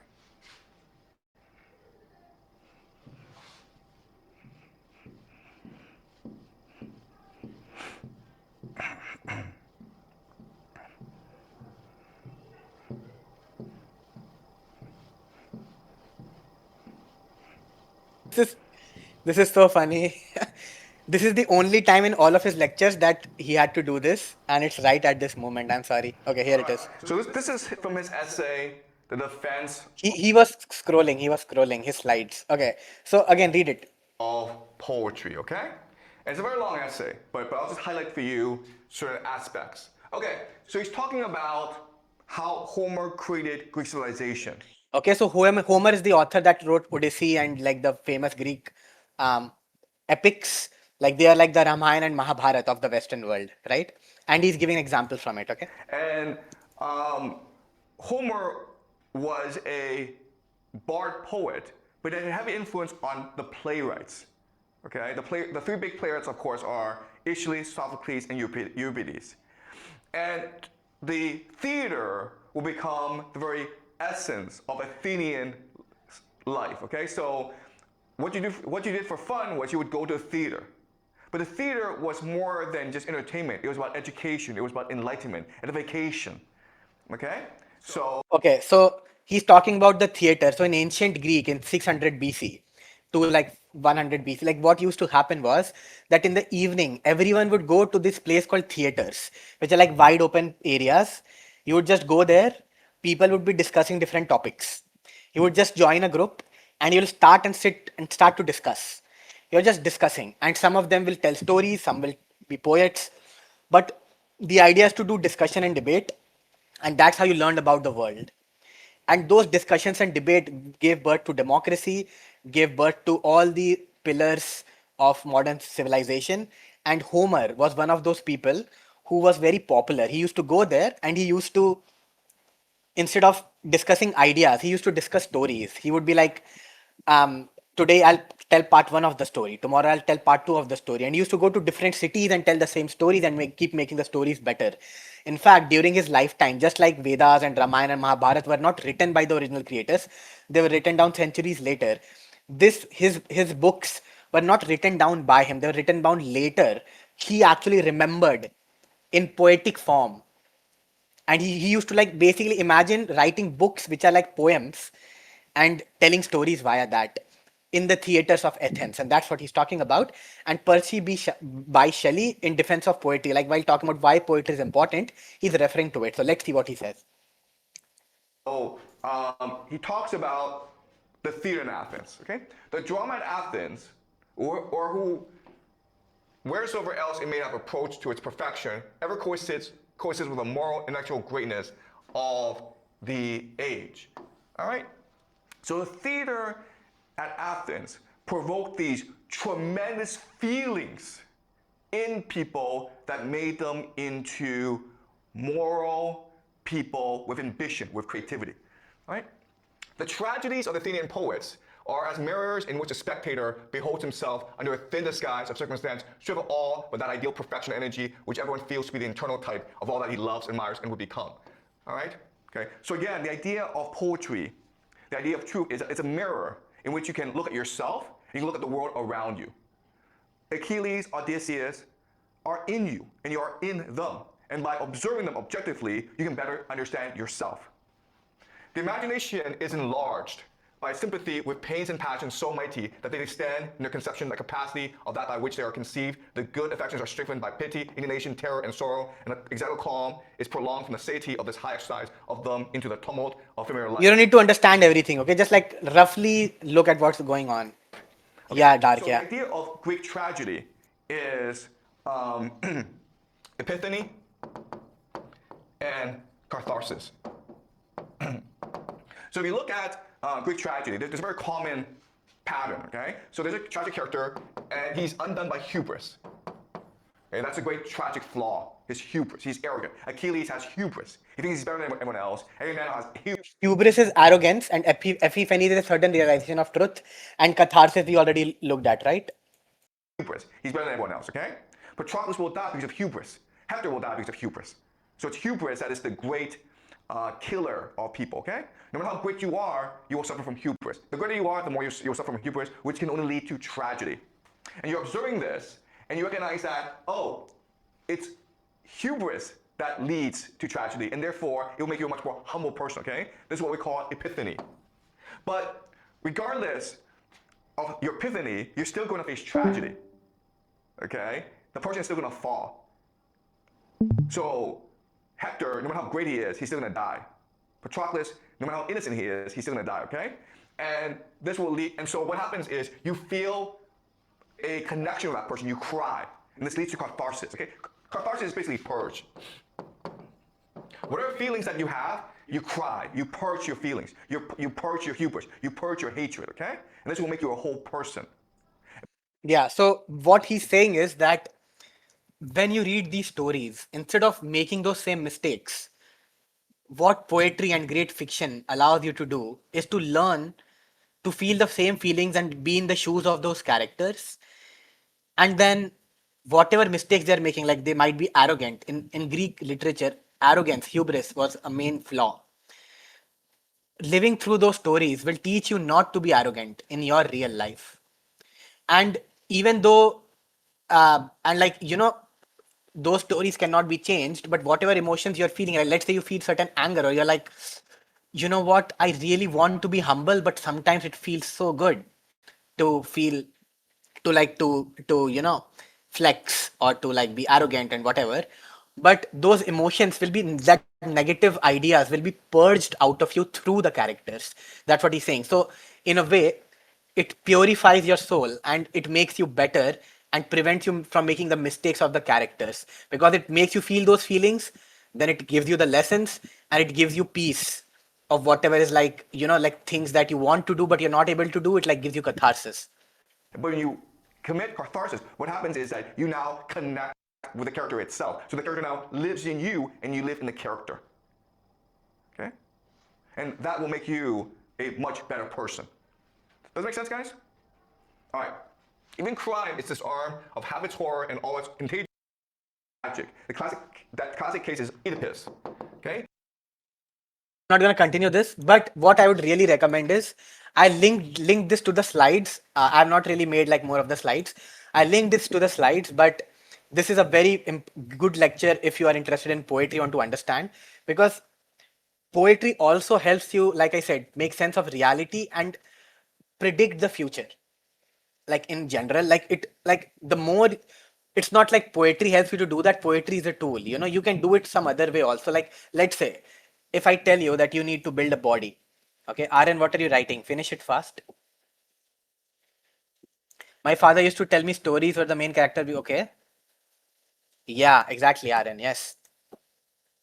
Okay, so think about it this way. So guys, what are the ways of building muscle? Okay, what are the ways of various ways of building muscle? Please type it, or speak.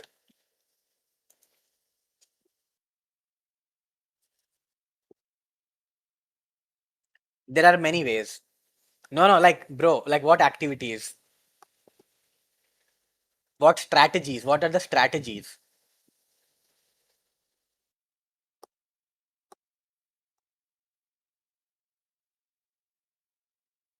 Okay, so let me give you like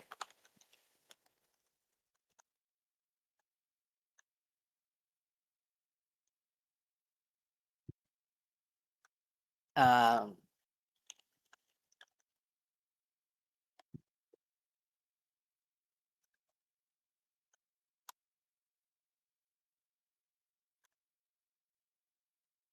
okay.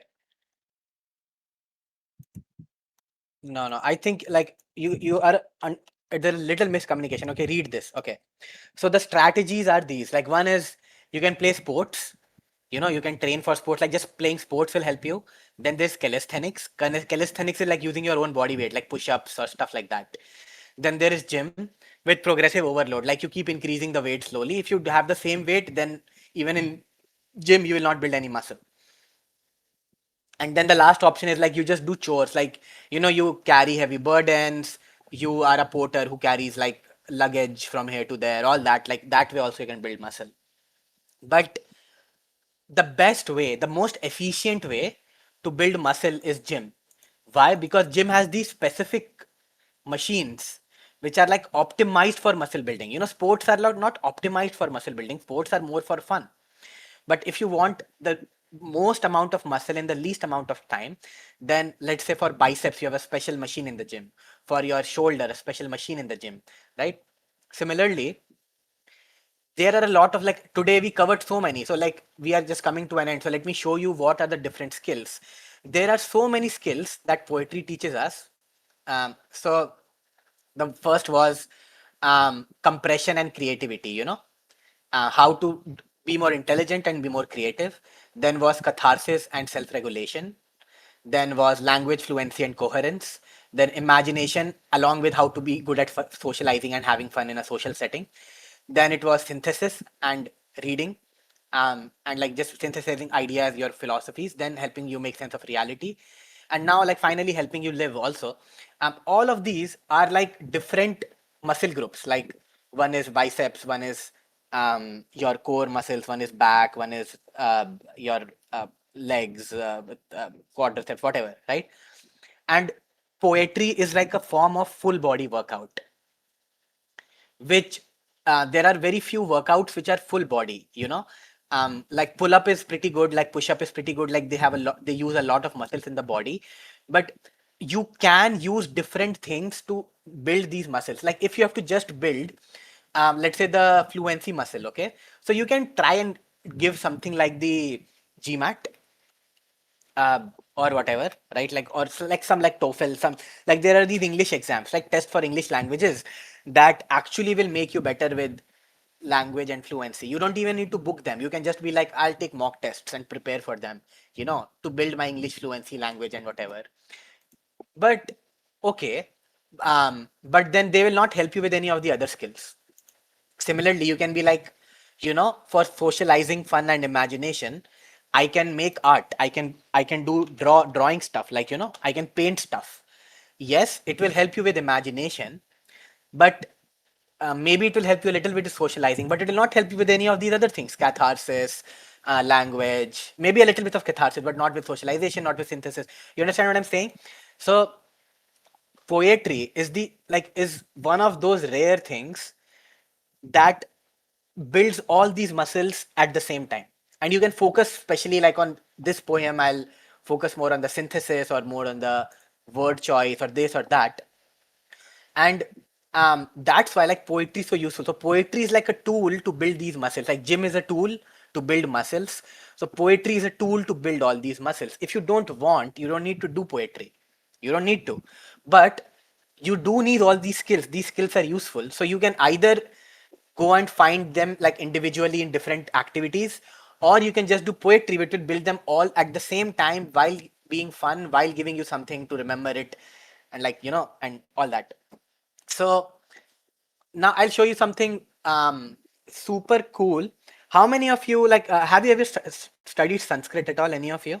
Have you studied Sanskrit? Miriel won't have, but like any like to what degree, guys? Yeah. Okay. Okay. So the thing is that um Hindi as a language, okay? Hindi as a language didn't exist till roughly 100 years ago. What we call today Hindi, including the script was made in like Devangiri script like 1905. So it was a strategy of the British administration to divide and rule India, because they knew. So they created this new language, which was a mix of local languages and the Urdu influence language, and they called it Hindi. They made a new script for it, like A, Ka, Kha, Ga, Ga, all that, and they made that the default local language for India. You know, and they knew that it would anger the Muslim people, and there's so much Muslim, and like that's how like because divide and rule, if like you can study it later, but that's why there is not much great literature in Hindi, because Hindi as a language is only 100 years old. Bengali is much older. That's why Rabindranath Tagore is from 1913, and he won a Nobel Prize and everything too. But when Rabindranath Tagore was writing his poems, Hindi was not even a language. And there's a language called Awadhi. Okay, so Awadhi is like so I am born in Bareilly, which is in the region called Awadh, which is Ayodhya. Like Ayodhya is what was known as Awadh in the olden days. Okay, and the language that those people spoke is called Awadhi. It is one of like the 5 languages that are native to UP, to present day Uttar Pradesh, but one of the most popular. And the Ramayana that you read, the Mahabharata that you read, especially the Ramayana, all the Meera bhajans, you know of Meera, like Indian classical bhajans, Kabir ke dohe, all of them were written in Avdhi, right? And Avdhi is like a language which is centuries, hundreds and hundreds of years old. But we don't read that today. Um, Now, why am I telling you this? I'm telling you this because even before all of these languages are there, Sanskrit was the mother of all these languages. And India has such a rich culture, but because today we don't study Sanskrit, we have no idea how cool Sanskrit is and how rich our culture is. And I will give you a glimpse of it right now. Okay, so let me just uh, 1 second. uh, uh, uh.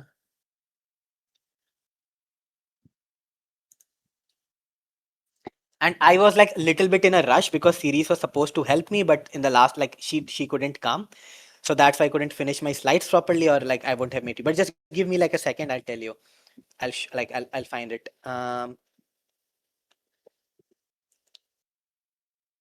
Oh, in the meantime, I have something for you guys, and it's this. It's related to this actually. So this is a poem that I posted in the art channel like long back. But what I'm going to show is related to this. But this poem is not one poem, it's actually three poems in one. Why is it three poems in one? Because just the white part is one poem in itself. The black part is one poem in itself. And the white and black combined is also one poem in itself. So just read it once. Until then, I'll open the link.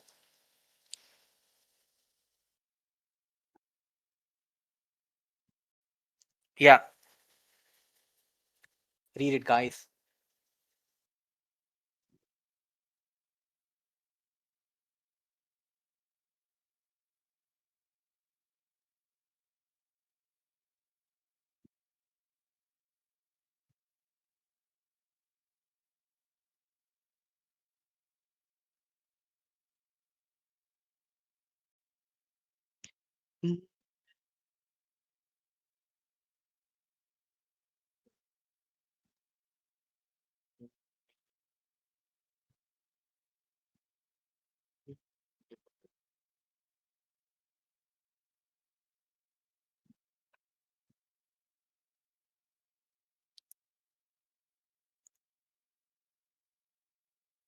Okay.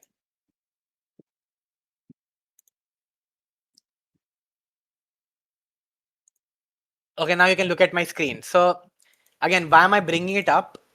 I'll come to this point about helping you live, but before that, I just want to clarify this, that never tell yourself that you cannot do poetry, or like, you know, like think of it like as something small, because it's so useful. First of all, it's like a complete gym for all of your so many skills. And second is that when you look at that girl who wrote Frankenstein at the age of 18, and what, like the poem that I wrote, you should be like, if I can write, Pranchu can write this, why can't I write a simple poem, right? And let me show you something else. So this guy, Sisu Vav, like Sisu Palavadham, okay, he is known one of the like great Sanskrit poets, and he was a master of technique in the Sanskrit sense of Lucius descriptions. Okay, he was 7th century, again 7th century, 1500 years ago, in the king of Vartamala. And even today, I have a friend, and what he does is like, he has gone to places like, today there are competitions in Bihar and couple of other places, and I'll put the link to those also when I'm like sending the slides. Those competitions invite all the Sanskrit scholars and do, and the competitions are crazy. Okay, I'll give you an example of the stuff that they do. Do you see my screen now? Okay. It's called bandhas, like Tatamanavajarasa Sena Manijana. Apart from these entertaining verses, there are some engineered verses that follow a particular geometric symmetry and logic. There are some established patterns called bandhas, like Gomutrika Bandha, Muraja Bandha, Chakra Bandha, Sarvatobhadra, etc. Let us see an example of each. Gomutrika Bandha. प्रवृत्ते विकसद्धानं साधनेप्य विषादिभिः ववृषे विकसद्दानं युधमाप्य विषाणिभिः प्रवृत्ते विकसद्धानं साधनेप्य विषादिभिः ववृषे विकसद्दानं युधमाप्य विषाणिभिः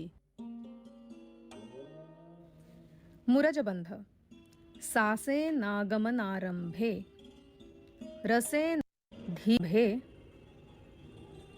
रसे नासीदनारता तारनादजनामत्त धीरनाग मनामया सर्वतोभद्र सकार नानारकास कायसाद दसायकना. If we put these syllables in an 8 by 8 matrix, we get Sakarana Narakasa Kayasada Dasayaka Rasahava Vahasara Nadavada Davadana. Chakrabandha is a geometric arrangement of 10 concentric circles wherein the center will have one common syllable that is common to all lines right in the middle. The pattern then formed is magical. Sattvam mana vishishtamadirabhasadalambya bhavya puro labdha shuddhiruddharatar Shrivasa bhumirmuda मुक्त्वा काममपास्तभीः परमृग व्याधः सनादं Hare रेकौघैः समकालमभ्रमुदैः रोपैस्तदा तस्तरे. What Okay, engineered I'll link. wheel There's a lot of like this are is like this more crazy stuff. Okay, like this whole video is about this, but the point is that he's one of them, and he's not even the most famous ones. And today, literally, there are competitions where people go, and and you are like you're given like a certain syllables, and you are like write a poem in this pattern, like make a pattern out, like or write in as three patterns if possible, like diagonals and this and like everything should match. It should be like a palindrome or whatever. And there are Sanskrit competitions today based on that today. So what I'm trying to say is like poetry can go like the capacity for writing poetry is like crazy in humans, and you can see like your 7th century, right? And I'll link this video as well. But the more important thing is that apart from all these, like all of this is fine, but the single most important thing that poetry, like in my opinion, does is it gives you the power to predict your future. Because like okay, think about this. Um, if on a scale on a scale of 1 to 100, like 100 is like the best musician, okay? 100 is best musician. I would be at like level 10, okay? Like something like that, max 10.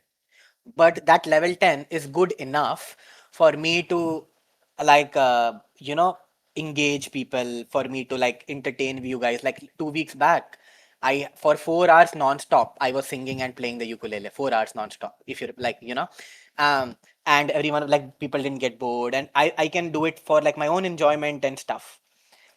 um but even if I was like 2 out of 10, okay, even if I was like 3 out of 10 in music, it is still good enough for me to enjoy it myself.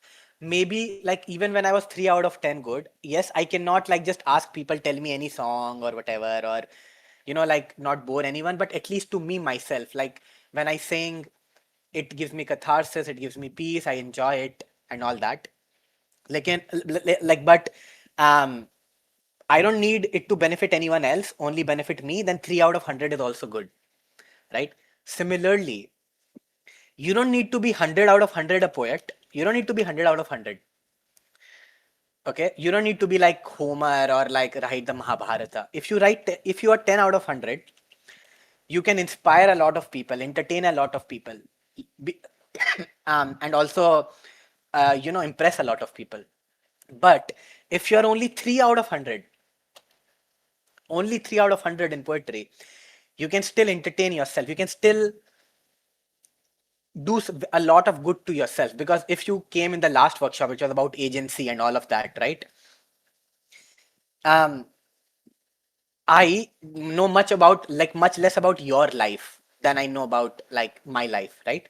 So yes, I can be 10 out of 100 as a poet, and it can help you, my poem can help you, but I don't have much context about your life.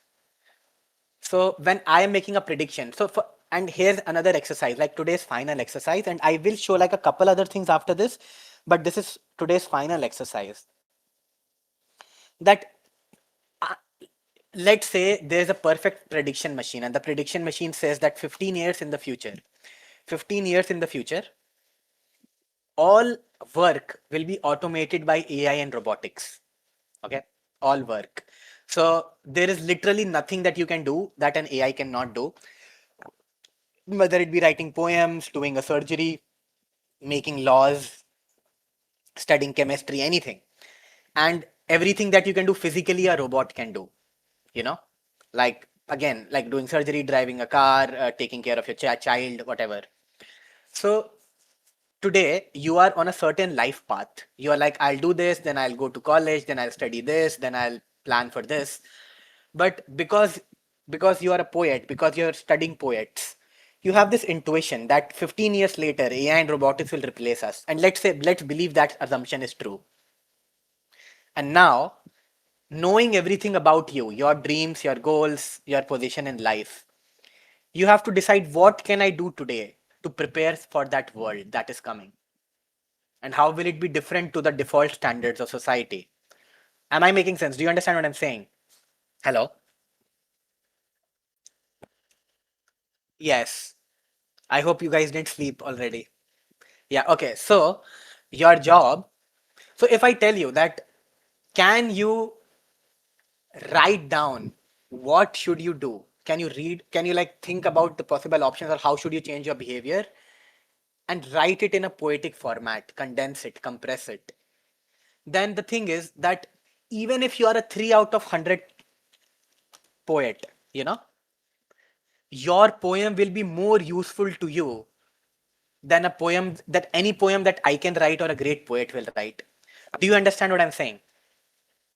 Because you have that context, and all of these skills, like all the skills of articulation, of making sense of reality, of synthesis, of imagination, of language, of articulation, like self-regulation, compression, creativity, all of these skills are needed to write such a poem, or basically to write your own future, to make your own future.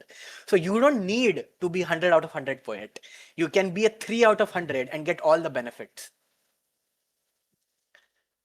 Okay, so I want to give you guys like a last. I'll show you one last thing, um, and to give you some inspiration about this. Okay, and then after that, I'll give you 10 minutes to write this poem that I just talked about, and that will be our last activity for today.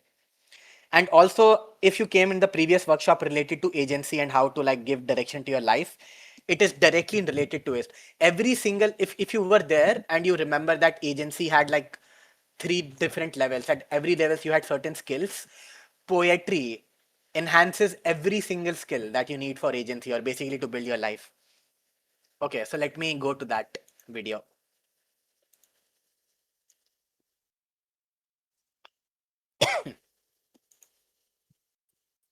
So something that's been on my mind lately.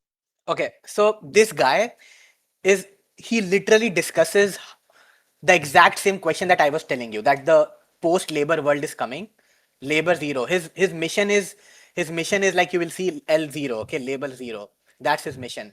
And post-labor economics, when no human needs to do any work, what happens then? Do all the AI companies make all the money? What happens? So he's trying to find all the solutions, the economic, political solutions and everything. And he's creating this movement called Label Zero. And there's other people too, but he's like super good, and I've been following him for a long time. And another idea is this: imagine in a world where, okay, so like again, think about this, okay? Imagine a world where everyone is rich, because AI and robotics make everyone rich, or like everyone is the same social status. Like today someone is a doctor, so they make more money, they have more status. But when no one is a doctor, then how do you derive status? So the idea is, in a post-labor world, the only currency that you have is the currency of respect. And what is respect? Respect is something that people give you when you can do something that they cannot. Okay, so if I cannot do something, but Aryan can do something, so I'll respect him. If I cannot run a marathon, but Aryan has trained and he can run a marathon, then I'll respect Aryan. But if Aryan is born in like a very rich country and he has some good job, and I am born in a poor country and he makes more money than him, then today maybe I'll respect him. But in a post-labor world, that will no longer be there, because everyone will be on the same playing field. So there's an idea related to this, what he talks about. Look at my screen now. So oligarchy is basically like, just see, you will understand. Have dozens or hundreds or thousands of hyper-intelligent agents advocating on your behalf, debating everything that you care about and everything that you need and want. This is inspired hundreds, sometimes thousands of managers. The organization requires delegation, leading and Okay. So what he's saying is that today what we do is that we have a lot of users and there's a representative. Like we elect a politician and politician makes the laws. But imagine if all of us have super powerful AIs that can read the news, that know all our preferences, and they can do the debates and discussions and studies on our behalf. So we do not need to live in a representative democracy. We can live in a direct democracy. Does that make sense? Right? to oligarchy. So Infinite see this agent now. bandwidth breaks this. We move from representative democracy, low bandwidth, to direct hyper negotiation of infinite bandwidth. So right now, the way that the entire world works is that there's a whole bunch of users or citizens or voters or customers, and they all send information up to representatives. So basically, whenever you're unhappy with OpenAI or Twitter or Tesla or whatever, they're one company, and you have product managers and those sorts of things and project managers that are trying to aggregate all of those preferences to make a better product or make better decisions. Same thing for representatives in Congress, same thing for senators in the Senate. And so then this is the competence arbitrage of trying to aggregate the needs and preferences of many people, sometimes hundreds, sometimes thousands, sometimes millions of people, and then you put that into one concrete block of output, whether it's a law or a product or a decision or that sort of thing. However, what we are moving towards, and this is inspired by what Moltbook represents. Now, Moltbook is, of course, a very early example, but if you have dozens or hundreds or thousands of hyper-intelligent agents advocating on your behalf, debating everything that you care about and everything that you need and want to every single other agent in the world, then bandwidth no longer becomes a bottleneck. And this is not only is it massively parallel, each one of them is smarter than you. And so the agent-to-agent direct micro-negotiation then becomes the default way of making decisions and getting feedback. When that happens, then the value of elites today, the aggregators of competence, so strategic, whatever competence looks like, whether it's raw intelligence, strategic incompetence, that's the government, strategic competence or technical competence, whatever it happens to be, that goes away. And so then how do you make decisions? How does the marketplace work? How does democracy work? The entire arbitrage that elites offer goes away. So we go from managers to vision. Okay, so again, just to clarify very simply, what he's saying is like in the future, what will happen is like right now, there are a lot of people who are in strategic positions of power, like politicians, product managers, or let's say Bollywood actors. Because if you want to, like, if something bad has happened and you want the opinion like of someone, you look up to someone. So a Bollywood actor will put out an opinion and people will just go with their opinion. Like, they basically, they are the elites of society and they sit in position of power where they have influence or some money or something. But when that goes away, when everyone is smart, when you have AI, then this thing will go away. So then that time, what will differentiate you? In the 15 years in the future, what will make you a better person than someone else? And that's what he's talking about right now.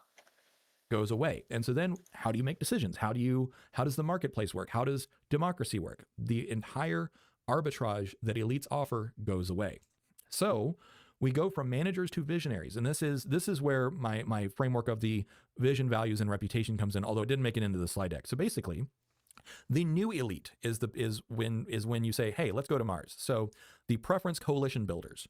When the how execution becomes costless or otherwise equal, and when I say equal, I mean everyone has the same ability to execute. Value shifts entirely to the what, the vision, and the why, which is the values. So that's the vision and values. Power moves from managers, which are arbitrage optimizers, to proposers, the people who are the most inspiring. These are the preference coalition builders, those who can get 51% of the population to say, let's go to Mars. So this is one of the primary things that Elon Musk either explicitly understood or intuitively understood, which is why he bought Twitter. So this is the attention elite. So we're moving from a more technical elite to where it's a vibes-based elitism. So the charismatic elite. Okay, so again, in this future, in 15 years, it doesn't matter what degree you are. If you're a doctor, engineer, whatever, that technological or educated elite thing will go away, according to him. And like in the scenario that I'm describing you, because execution is not a problem. AI and robots will do everything. So what matters is vision. What is your vision of the future? Like what poets do, and how can you communicate it? Can you inspire people and ask them to follow you? Can you convince people? Like, if you can convince people, enough people to go to the Mars, then it will happen. If you can't, then it can't happen, right? So before I leave you with the last exercise for today, I have like one small game, okay, one small final game. It's like super interesting. And the game is this. I'm gonna type right here, actually. Uh,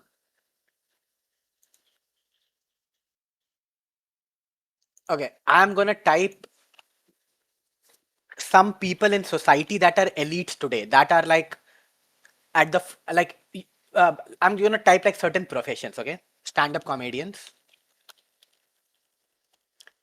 philosophers,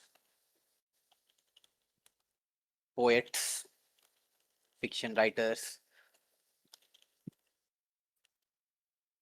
artists, and then we have theologians, basically the religious leaders. Okay, you have politicians. Um, and I'll tell you what your job is very soon. But just think about all of these. Think about their similarities and differences. And then you have entrepreneurs.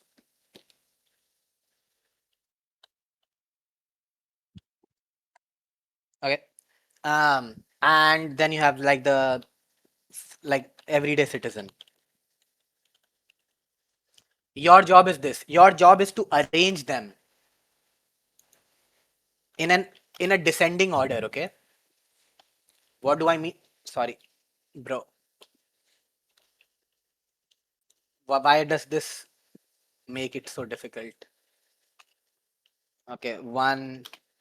So your job is to arrange it in a descending order of who is the most visionary, who can see farthest into the future, and who sees into the future the last.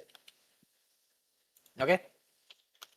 So like basically, if you think of society as like all of these people as certain in a certain place on the spectrum of thought leadership, who drive society forward or predict the future or create the vision for the future. And basically whatever he's saying here in this, like, this visionaries basically who predict the future, create the future, and if you to arrange them historically, what would the descending order look like? Give me the numbers. Like 4, 2, 1, 5, 6, 7, 8, like something like that. Give me the numbers.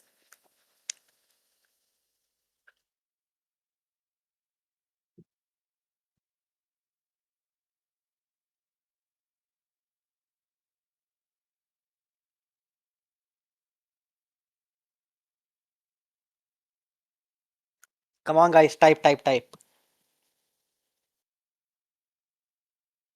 Dark, if you're here.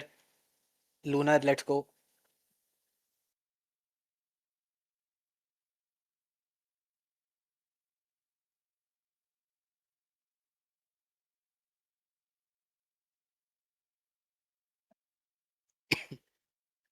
See the screen.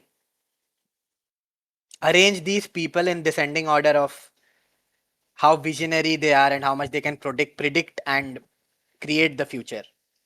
How much they are on the edge of society's thought leadership.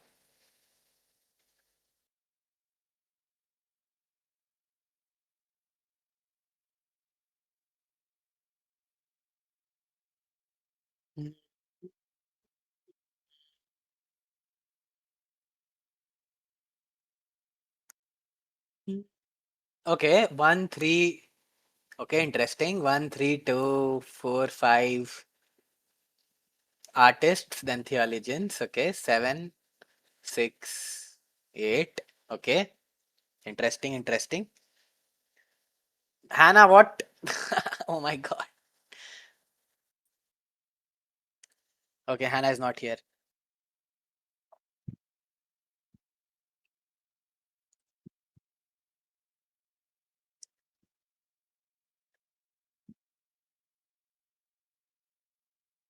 Okay. Oh my God.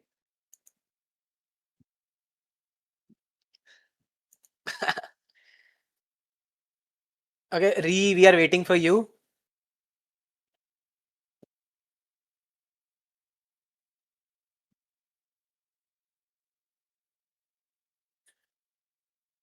Okay, 724 entrepreneurs. Okay, interesting.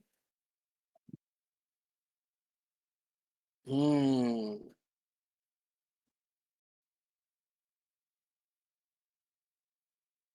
Okay, so I'll come back to this. Let me show you a couple quick videos about it. Okay, forget about Hannah, guys. She's distracted. Yeah, 3541. Okay, wait. 3541. 3541. Okay, okay, we'll come to this. Like, see my screen. Okay.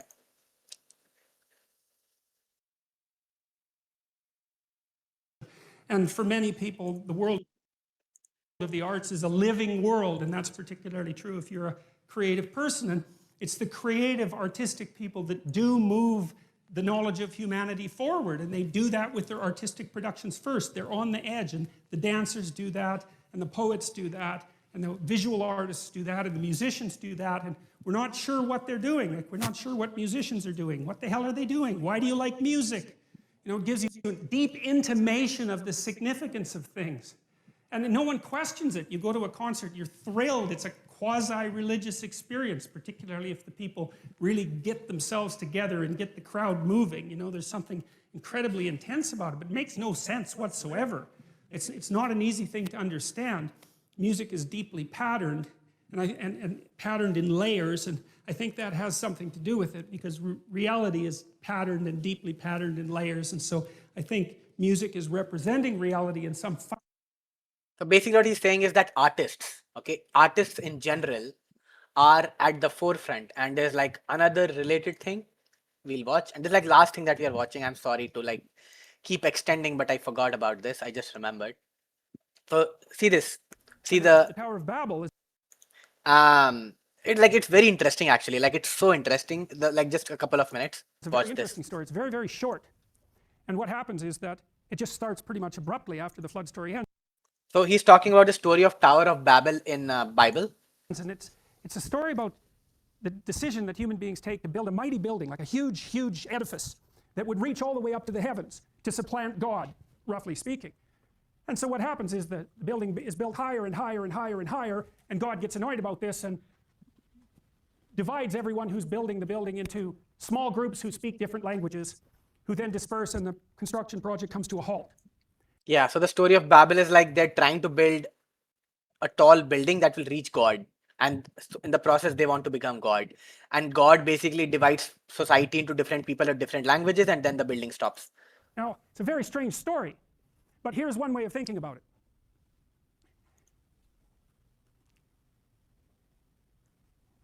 The larger you build a system, the more there's a proclivity to worship it as if it's everything.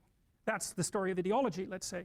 You want to build a comprehensive utopian system that supplants anything transcendent. You want to build it as large as possible so it encompasses everyone. Well, what happens as it grows? Well, it incorporates more and more people, but the people within it. So he's talking like, so what he's saying is that there are some systems that become bigger and bigger till they engulf society. So in today's day and age, there is capitalism, right? The world runs on capitalism. The world also runs on like a lot, like this woke ideology, like, you know, like that also took control a lot of the world. Now it's decreasing, but this woke LGBTQ, like, all of that, like third wave feminist and all that, that's also like the Tower of Babel. It's a structure that's engulfing society more and more. Capitalism represents university, the idea of a career and all that. So today when you're born, like, just so you understand, like till 50 years ago, like colleges, education, careers are not a thing. More than 90% of people just like did some basic education or not even that in human history, and they just like lived normal lives. So this is very new to human history, the idea of capitalism and careers and wokeism and feminism. All of these are again ideas that want to spread in society more and more and more, and then they become to the point that people only begin to worship them as everything, which is wrong, because you can never make a system and an ideology your god. That's what he's trying to say, and that's the story they're more and saying. more different from one another. And so essentially they start speaking different languages. And so the entire project of raising this massive edifice to supplant everything disperses into chaos and comes to a halt. So for example, today capitalism is a system like that, but there's so many people, especially girls who are young, you know, they don't want to study chemistry and physics and like do all the engineering and like computer science. They would rather like like make art, or they would like help in the social structures, or do house chores, or like like do something creative, like something crazy, or like travel the world, or something. Like it's true for both genders obviously, but the point is that more and more capitalism is eating everything. But slowly people are realizing that JEE, that exam, is stupid, so people, less and less people are giving JEE every year, but also because there are less options, right? But this is like true on a global scale. But let's continue. So that's one story. So here's another story. This is a story that John Milton wrote. John Milton wrote Paradise Lost, which is one of the prime literary masterpieces of the last 500 years. Now here's what Milton did. Milton said he was trying to justify the ways of God to man.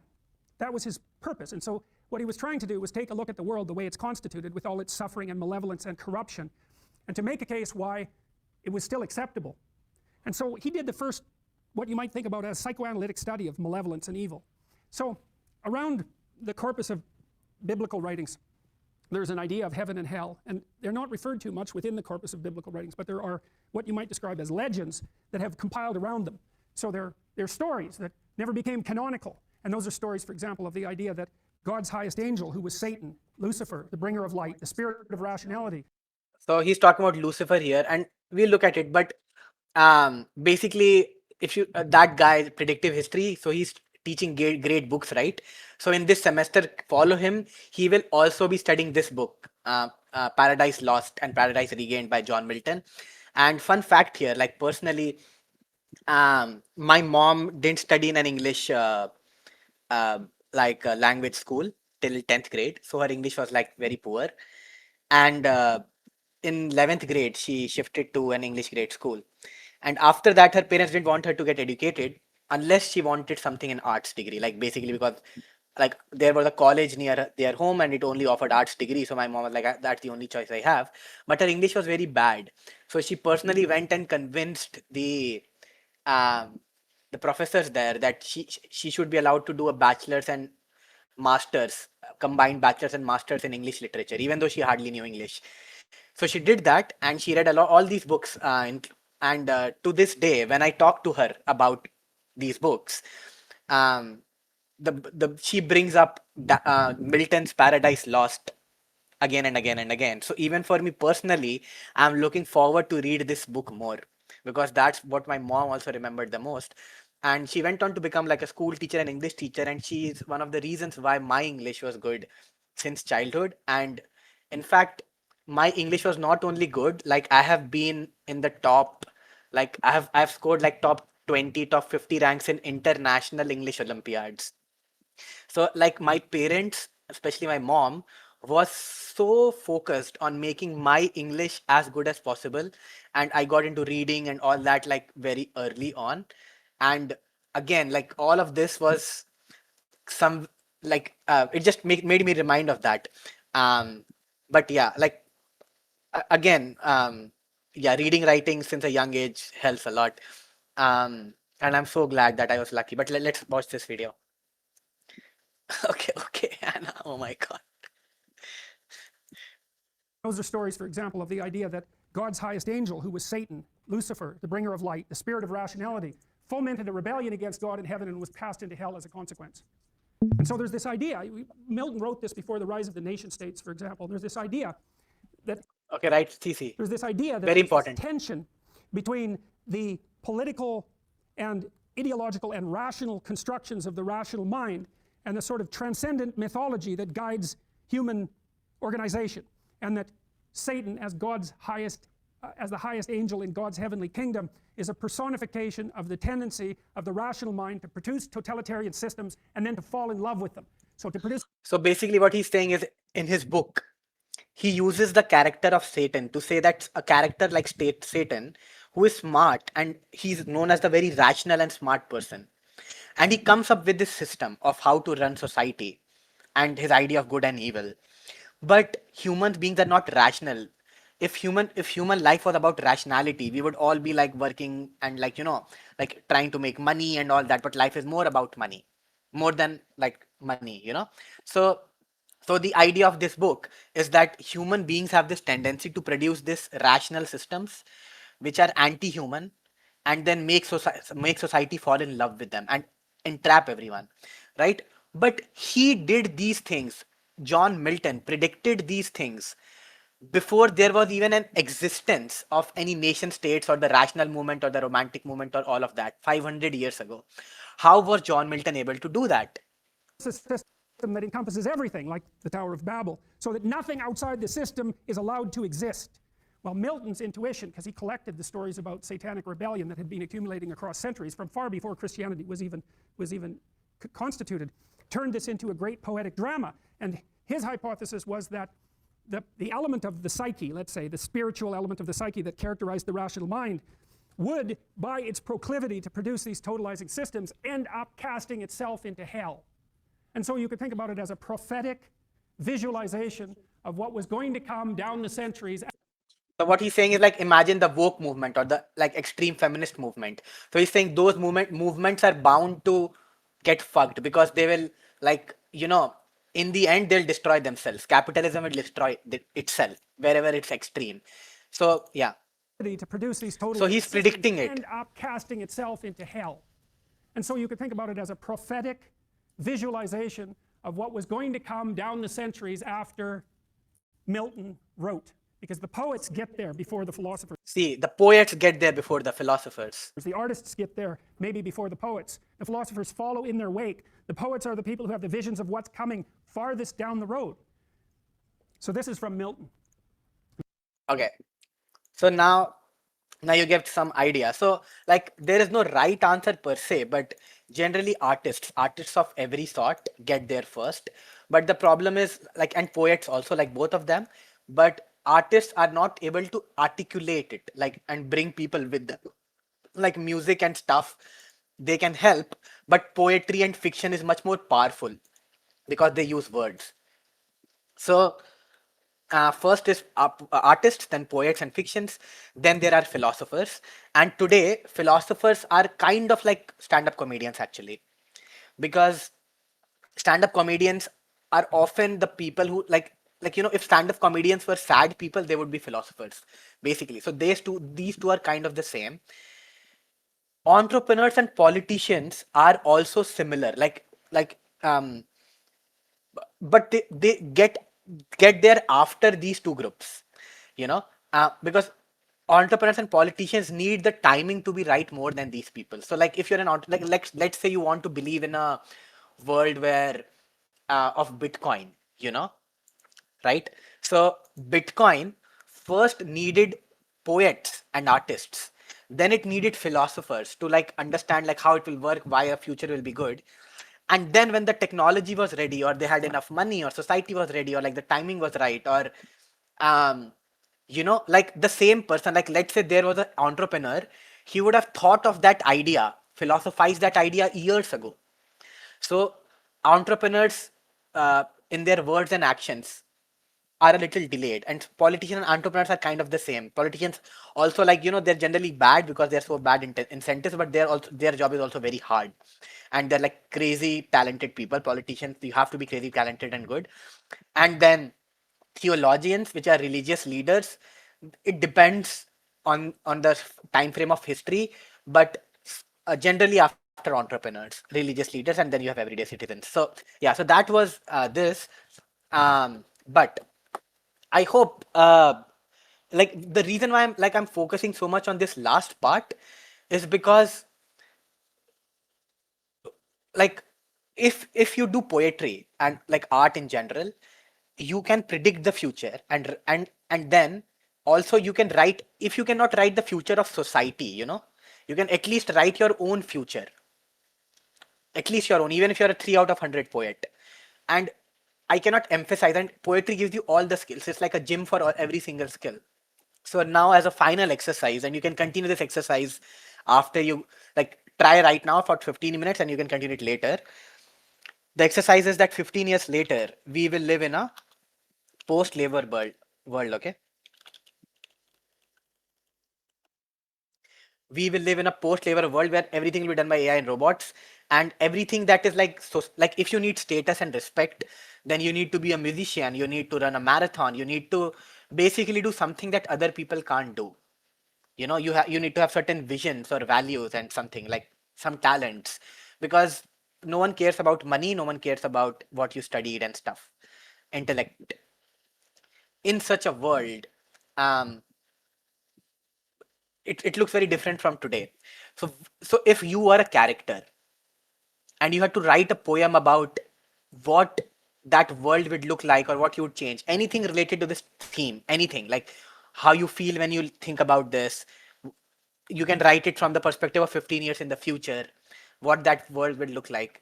Your job is to write a poem where it's based on your own life and your own plans, like or you 15 years in the future or what you will change, whatever it is.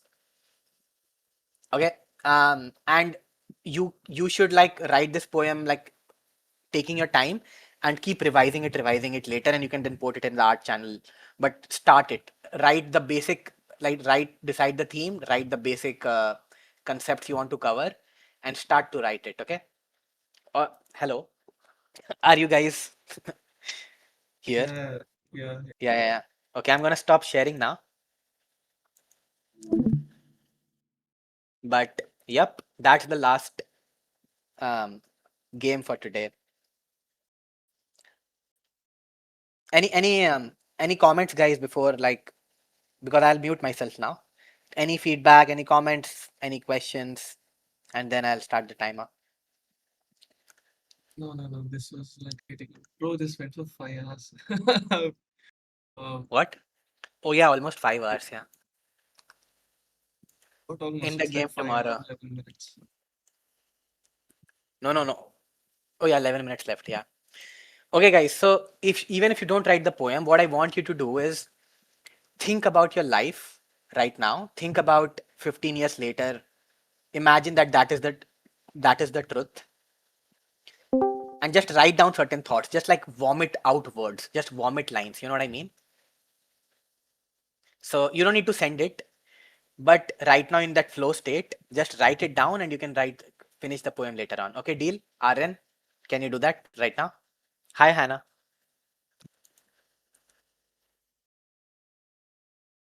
Okay, being healthier than everyone else. Okay. Yeah, but like you get what I'm saying? Like 15 years later, it's a post-labor world. Everything can be done by AI and robots. And the only things that matter are your values, vision, your articulation, and um, things that you can do that others can't do. Like you maybe like a six-pack will become a huge status symbol, or you being funny or you being a musician will become much more important than you being a doctor or something today, or you making more money, right? So in such a world, what will it look like? What do you wanna? How will you change your life philosophy? Like how will you start to live your life differently? So write thoughts about that. Just rough thoughts, okay? Like just like write like random bullet points. You don't need to send them, but you use those bullet points later to write a poem about it, okay? Okay, so I'm starting the timer now for 10 minutes. And yes, great entertainment industry. Everyone would want to play games and stuff. Yes. So 10 minutes, guys, write as much as you can, not in a poetic form, like just word vomit, whatever comes to your mind, and later try to make a poem out of it. Okay, timer has started. 10 minutes.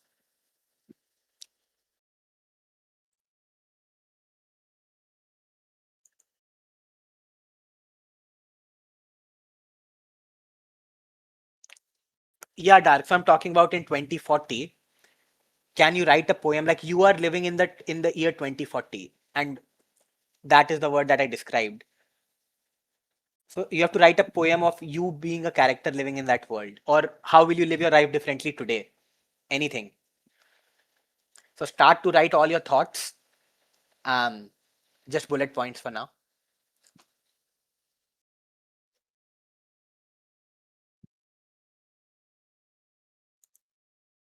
there still will be valuable things dark. Like, if you can run a marathon and no one else can run a marathon, then people will like and respect you for it.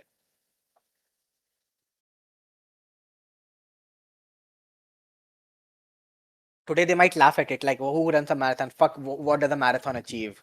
Go make some money. But when everyone has money, then marathon becomes important suddenly. 2040, Hannah, 2040. So we are doing an exercise where, imagine in the year 2040, no one needs to work. Everyone has the same amount of money because AI and robots are doing everything.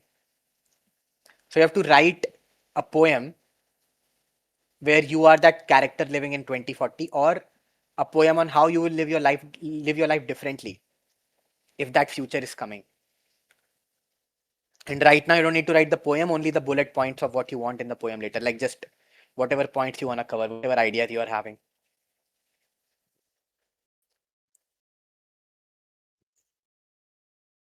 Yeah.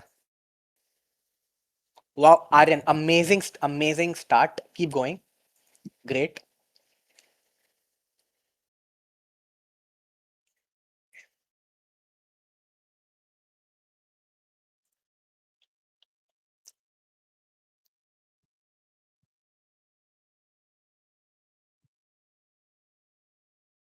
Keep going, Aryan. Let's go. 7 more minutes, guys. You don't need to send it.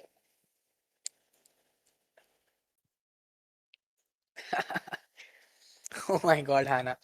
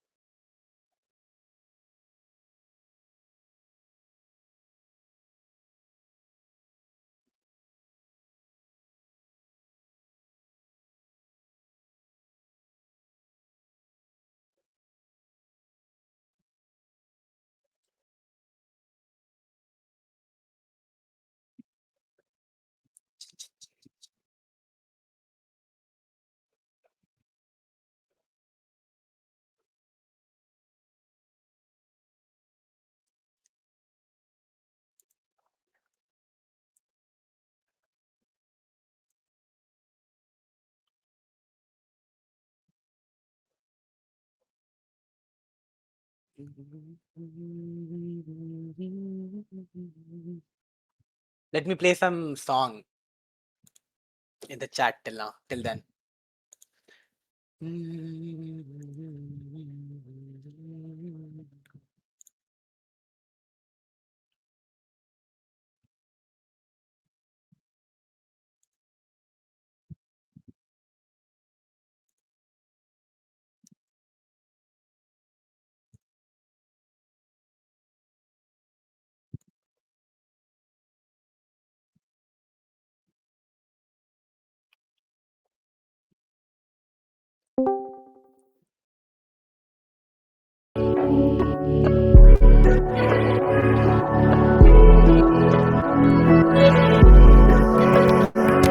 जब वो देखे मुझे थोड़ा शर्माए, कुड़ी हंस के यूं बोली वो खफाए, ये सजा भी सजा ना लगे, जो है लिखा तेरे बारे सब गवाए, तू ना जाने मेरा दिल परेशान है, ये सजा भी सदा ना रहे रे, होने दो जो होता है बस साथ छूटे ना,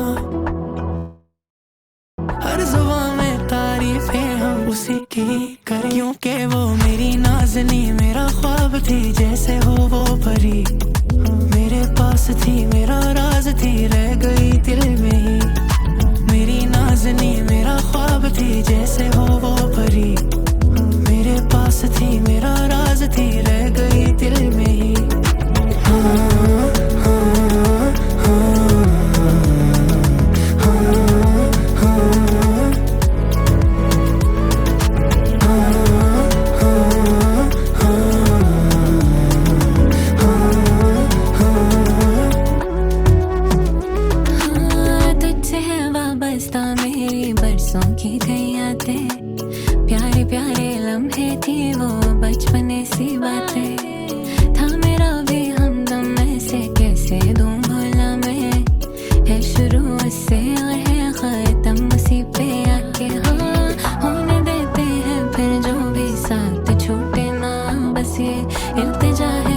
मुझसे बस तू करे पूरे वादे क्योंकि मैं तेरी नाज़नी मेरा ख्वाब भी तू है पिया तेरे पास ही तेरा राज ही रह के मैं ताजिया तेरी नाज़नी मेरा ख्वाब भी तू है पिया तेरे पास ही तेरा राज ही रह के मैं ताजिया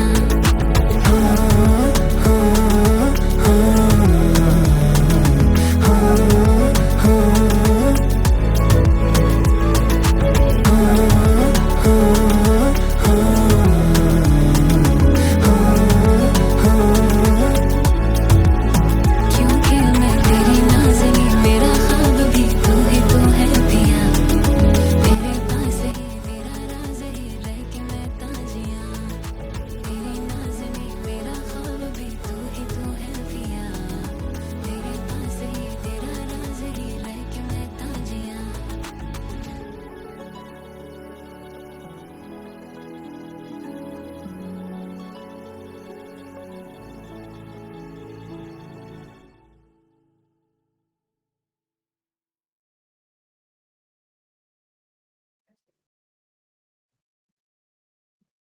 Okay, guys, one more minute.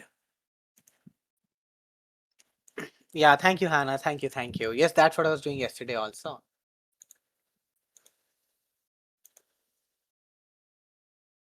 Lol. You just like to have fun, huh, Hannah? Okay, being able to create unique stuff using automation to boost your creativity. Yes, okay. School takes a backseat. Yeah, self-education. Land and patents. Oh, very interesting. Patents. Selling drugs, hacking, smuggling. Okay, Aryan is like, attention would be the, okay, organized crime, bro. Knowledge the currency, knowledge would have been an for being at popular games. Oh, yes, being good at popular games, showing your achievement in an elaborate manner. Okay. Perhaps sabotaging these AI networks would also be unethical. Okay, Hannah, thank you. Thank you for your contribution.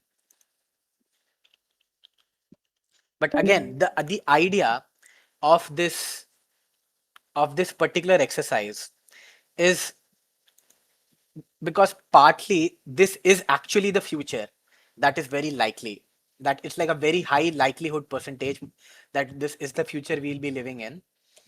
And second is as an exercise for you to develop agency and to lead your life in a certain direction and using the medium of poetry to get there.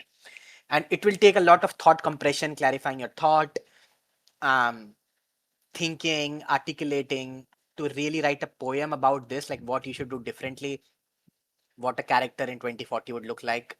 It would use all the skills that we have learned today that poetry does it, including the emotions, all of those skills. And I want you to take this seriously, like very seriously, as something that um, like you do which is close to your heart, because it actually, this type of thinking and exercise is actually something that will make a difference in your life. Teleportation machine. Okay, so now see the chat. So this was the slide I started with,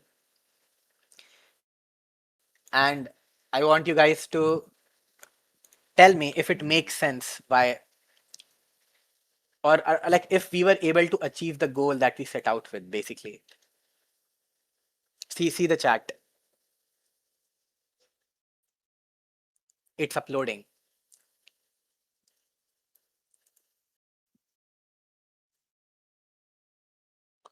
So the title of today's workshop was Poetry Games and Gains, and why you can write poetry and why you should use poetry as a tool, again as a tool for all the skills that we talked about. And then the final quote was like, poetry works on you more than you work on it. Like, I cannot emphasize this enough. Poetry works on you more than you work on it.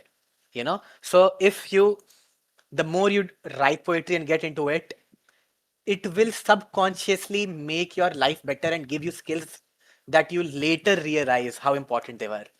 you know so if you put 2 units of work in poetry, it will give you 10 units back. So that's what I meant by this. Poetry works on you more than you work on it. Oh my god, Hannah. Okay. Shut up. Okay. So do you really feel it in the bones that poetry gives you all these like benefits that you can and you should write? Like 18-year-old can write Frankenstein, you can do poetry. People are writing like complicated palindrome poetry in Sanskrit. You can do poetry, simple poetry. And that you can only do 3 out of 100. 10 out of 100 is more than enough to change your life. You don't need to be 100 out of 100 and change the world. If you're 3 out of 100, you can change the life and you can build all those skills. So, yeah, with all my heart, I hope this helps you and this starts your journey of reading poetry, observing things, writing, and building all those skills. And instead of going the unhealthy routes of like crying or something, um, this like a tool for you to become self regulate your hormones, to become articulate and creative and all that. And I also want to write this poem, so maybe I'll write it and post it in art or writing soon. And by the way, one other thing, thank you guys, thank you. So one other thing, I couldn't finish it today, but I was writing the English version of Jhol, that song, Jhol. So I'm like since childhood, I've been writing poetry since I was in third grade, and like Jhol, one is like just writing the English version of a song. Um, but then one is that write the English version so that you can sing it, like so that you can sing it. Okay, so that's what I'm gonna try to do. Um, and funny and funny thing here that most poetry, like you learned about what romance means, right? Like romantic poetry and what are the different components of it. So whatever poems I have written are largely under the category of romantic poetry. Most poetry, like even today, is like the small things in life and the small feelings and individuals and all that. And even I have an Instagram page which is about poetry, and even in that has romantic in the handle of it because it's just so close to me. The masses can do literally anything, but they're too lazy and scared to even start. Yes. So this is a poem. So this is a poem that I wrote, which was based on a song actually. But it's not like uh, it's like an English translation, but you cannot sing it the same way you can sing the song. But I'm writing the English version of the song Jhol, where like literally when I sing that English version, it will be written in a way that it will be like sound exactly similar like the Hindi version. The syllables and everything. So yeah, give me a few days for that. I wanted to finish it by today, but I couldn't.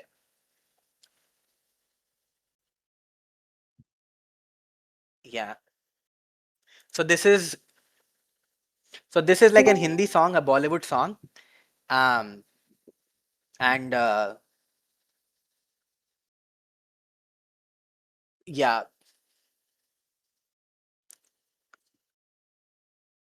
I am blanking out on the name of the song, but yeah. I have a lot of poems. I didn't want to monopolize this session and like just show you guys my poems. I have a poem where where you can read the poem top to bottom and bottom to top and it will be different. Like it has opposite meanings almost, you know. So like if you read it from top to bottom and then like bottom to top, it has oh hi Yashasvi. We are still in the poetry event, Yashasvi. Yeah, I can show that.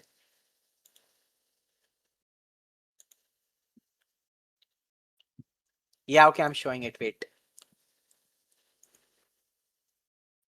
Uh,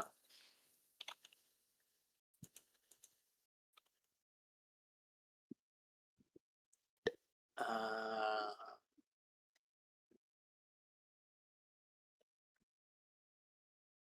where is the well?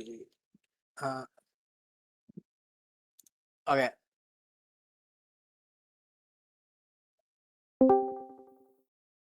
Here you go, guys.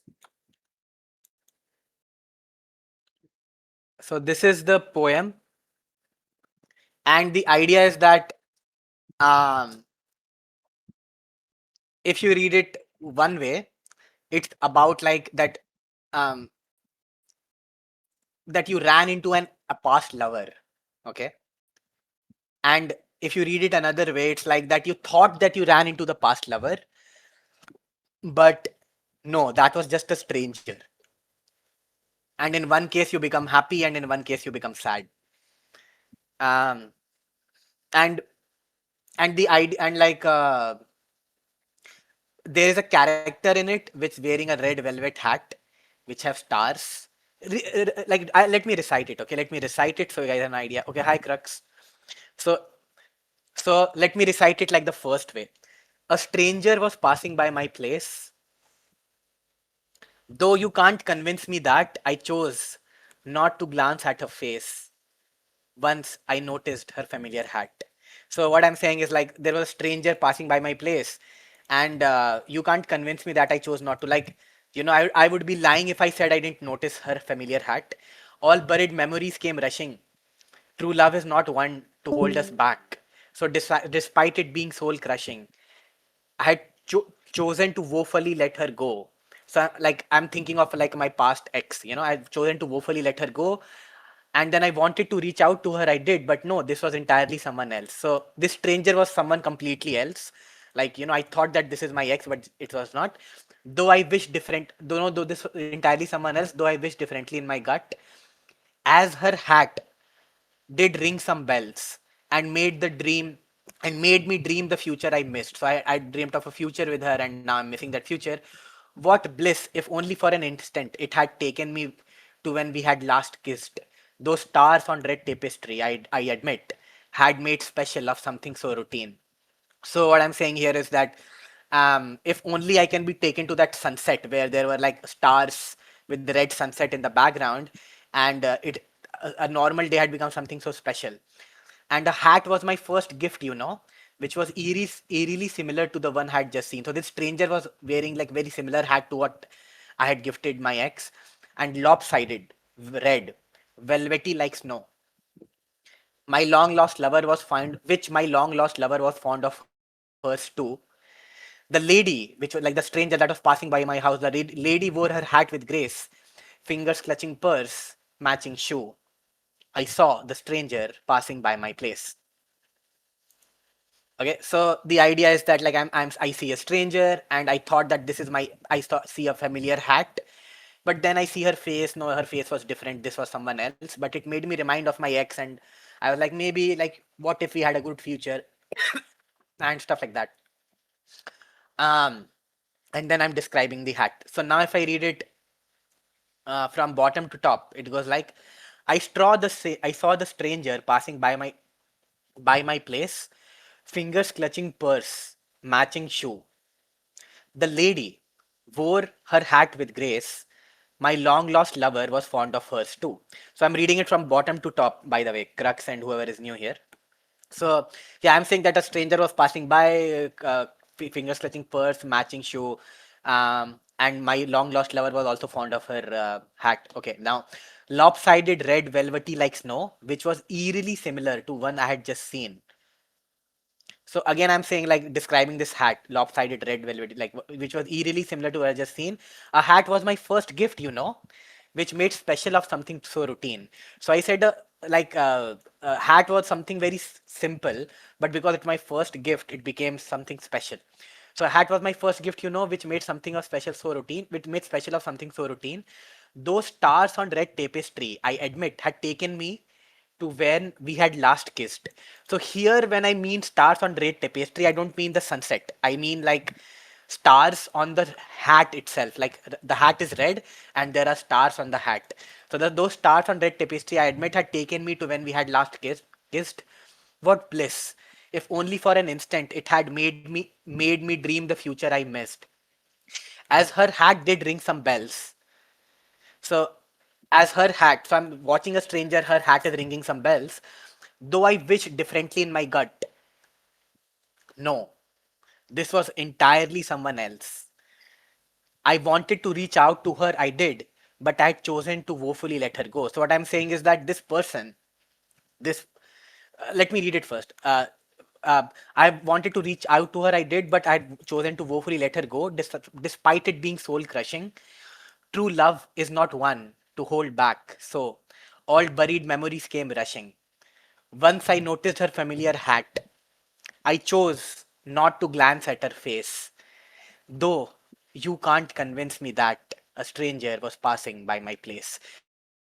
So when you read the poem from bottom to top, what I'm trying to say is that I knew 100% that this was my ex, but it was so painful and so soul crushing that I chose not to see her face. But you can't convince me that a stranger was passing by my place. It was not a stranger, but she was someone else. She had changed as a person. So now I didn't reach out to her. I wanted to reach out to her, but it felt like she had completely changed as a person. This was someone else. And all buried memories came rushing in. So yeah, so this is an example of reverse poetry. It's like still hard. I need to explain a little, but when I put images and stuff, then it's a little easier. Ooh, hi Yashasvi. This is a poem that you wrote. Thank you, Hannah. Thank you. Thank you. Oh, nice.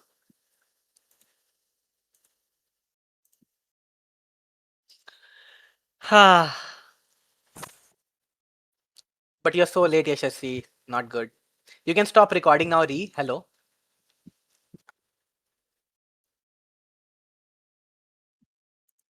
Ree, are you here? Did you sleep? Okay. Yeah. Thank you.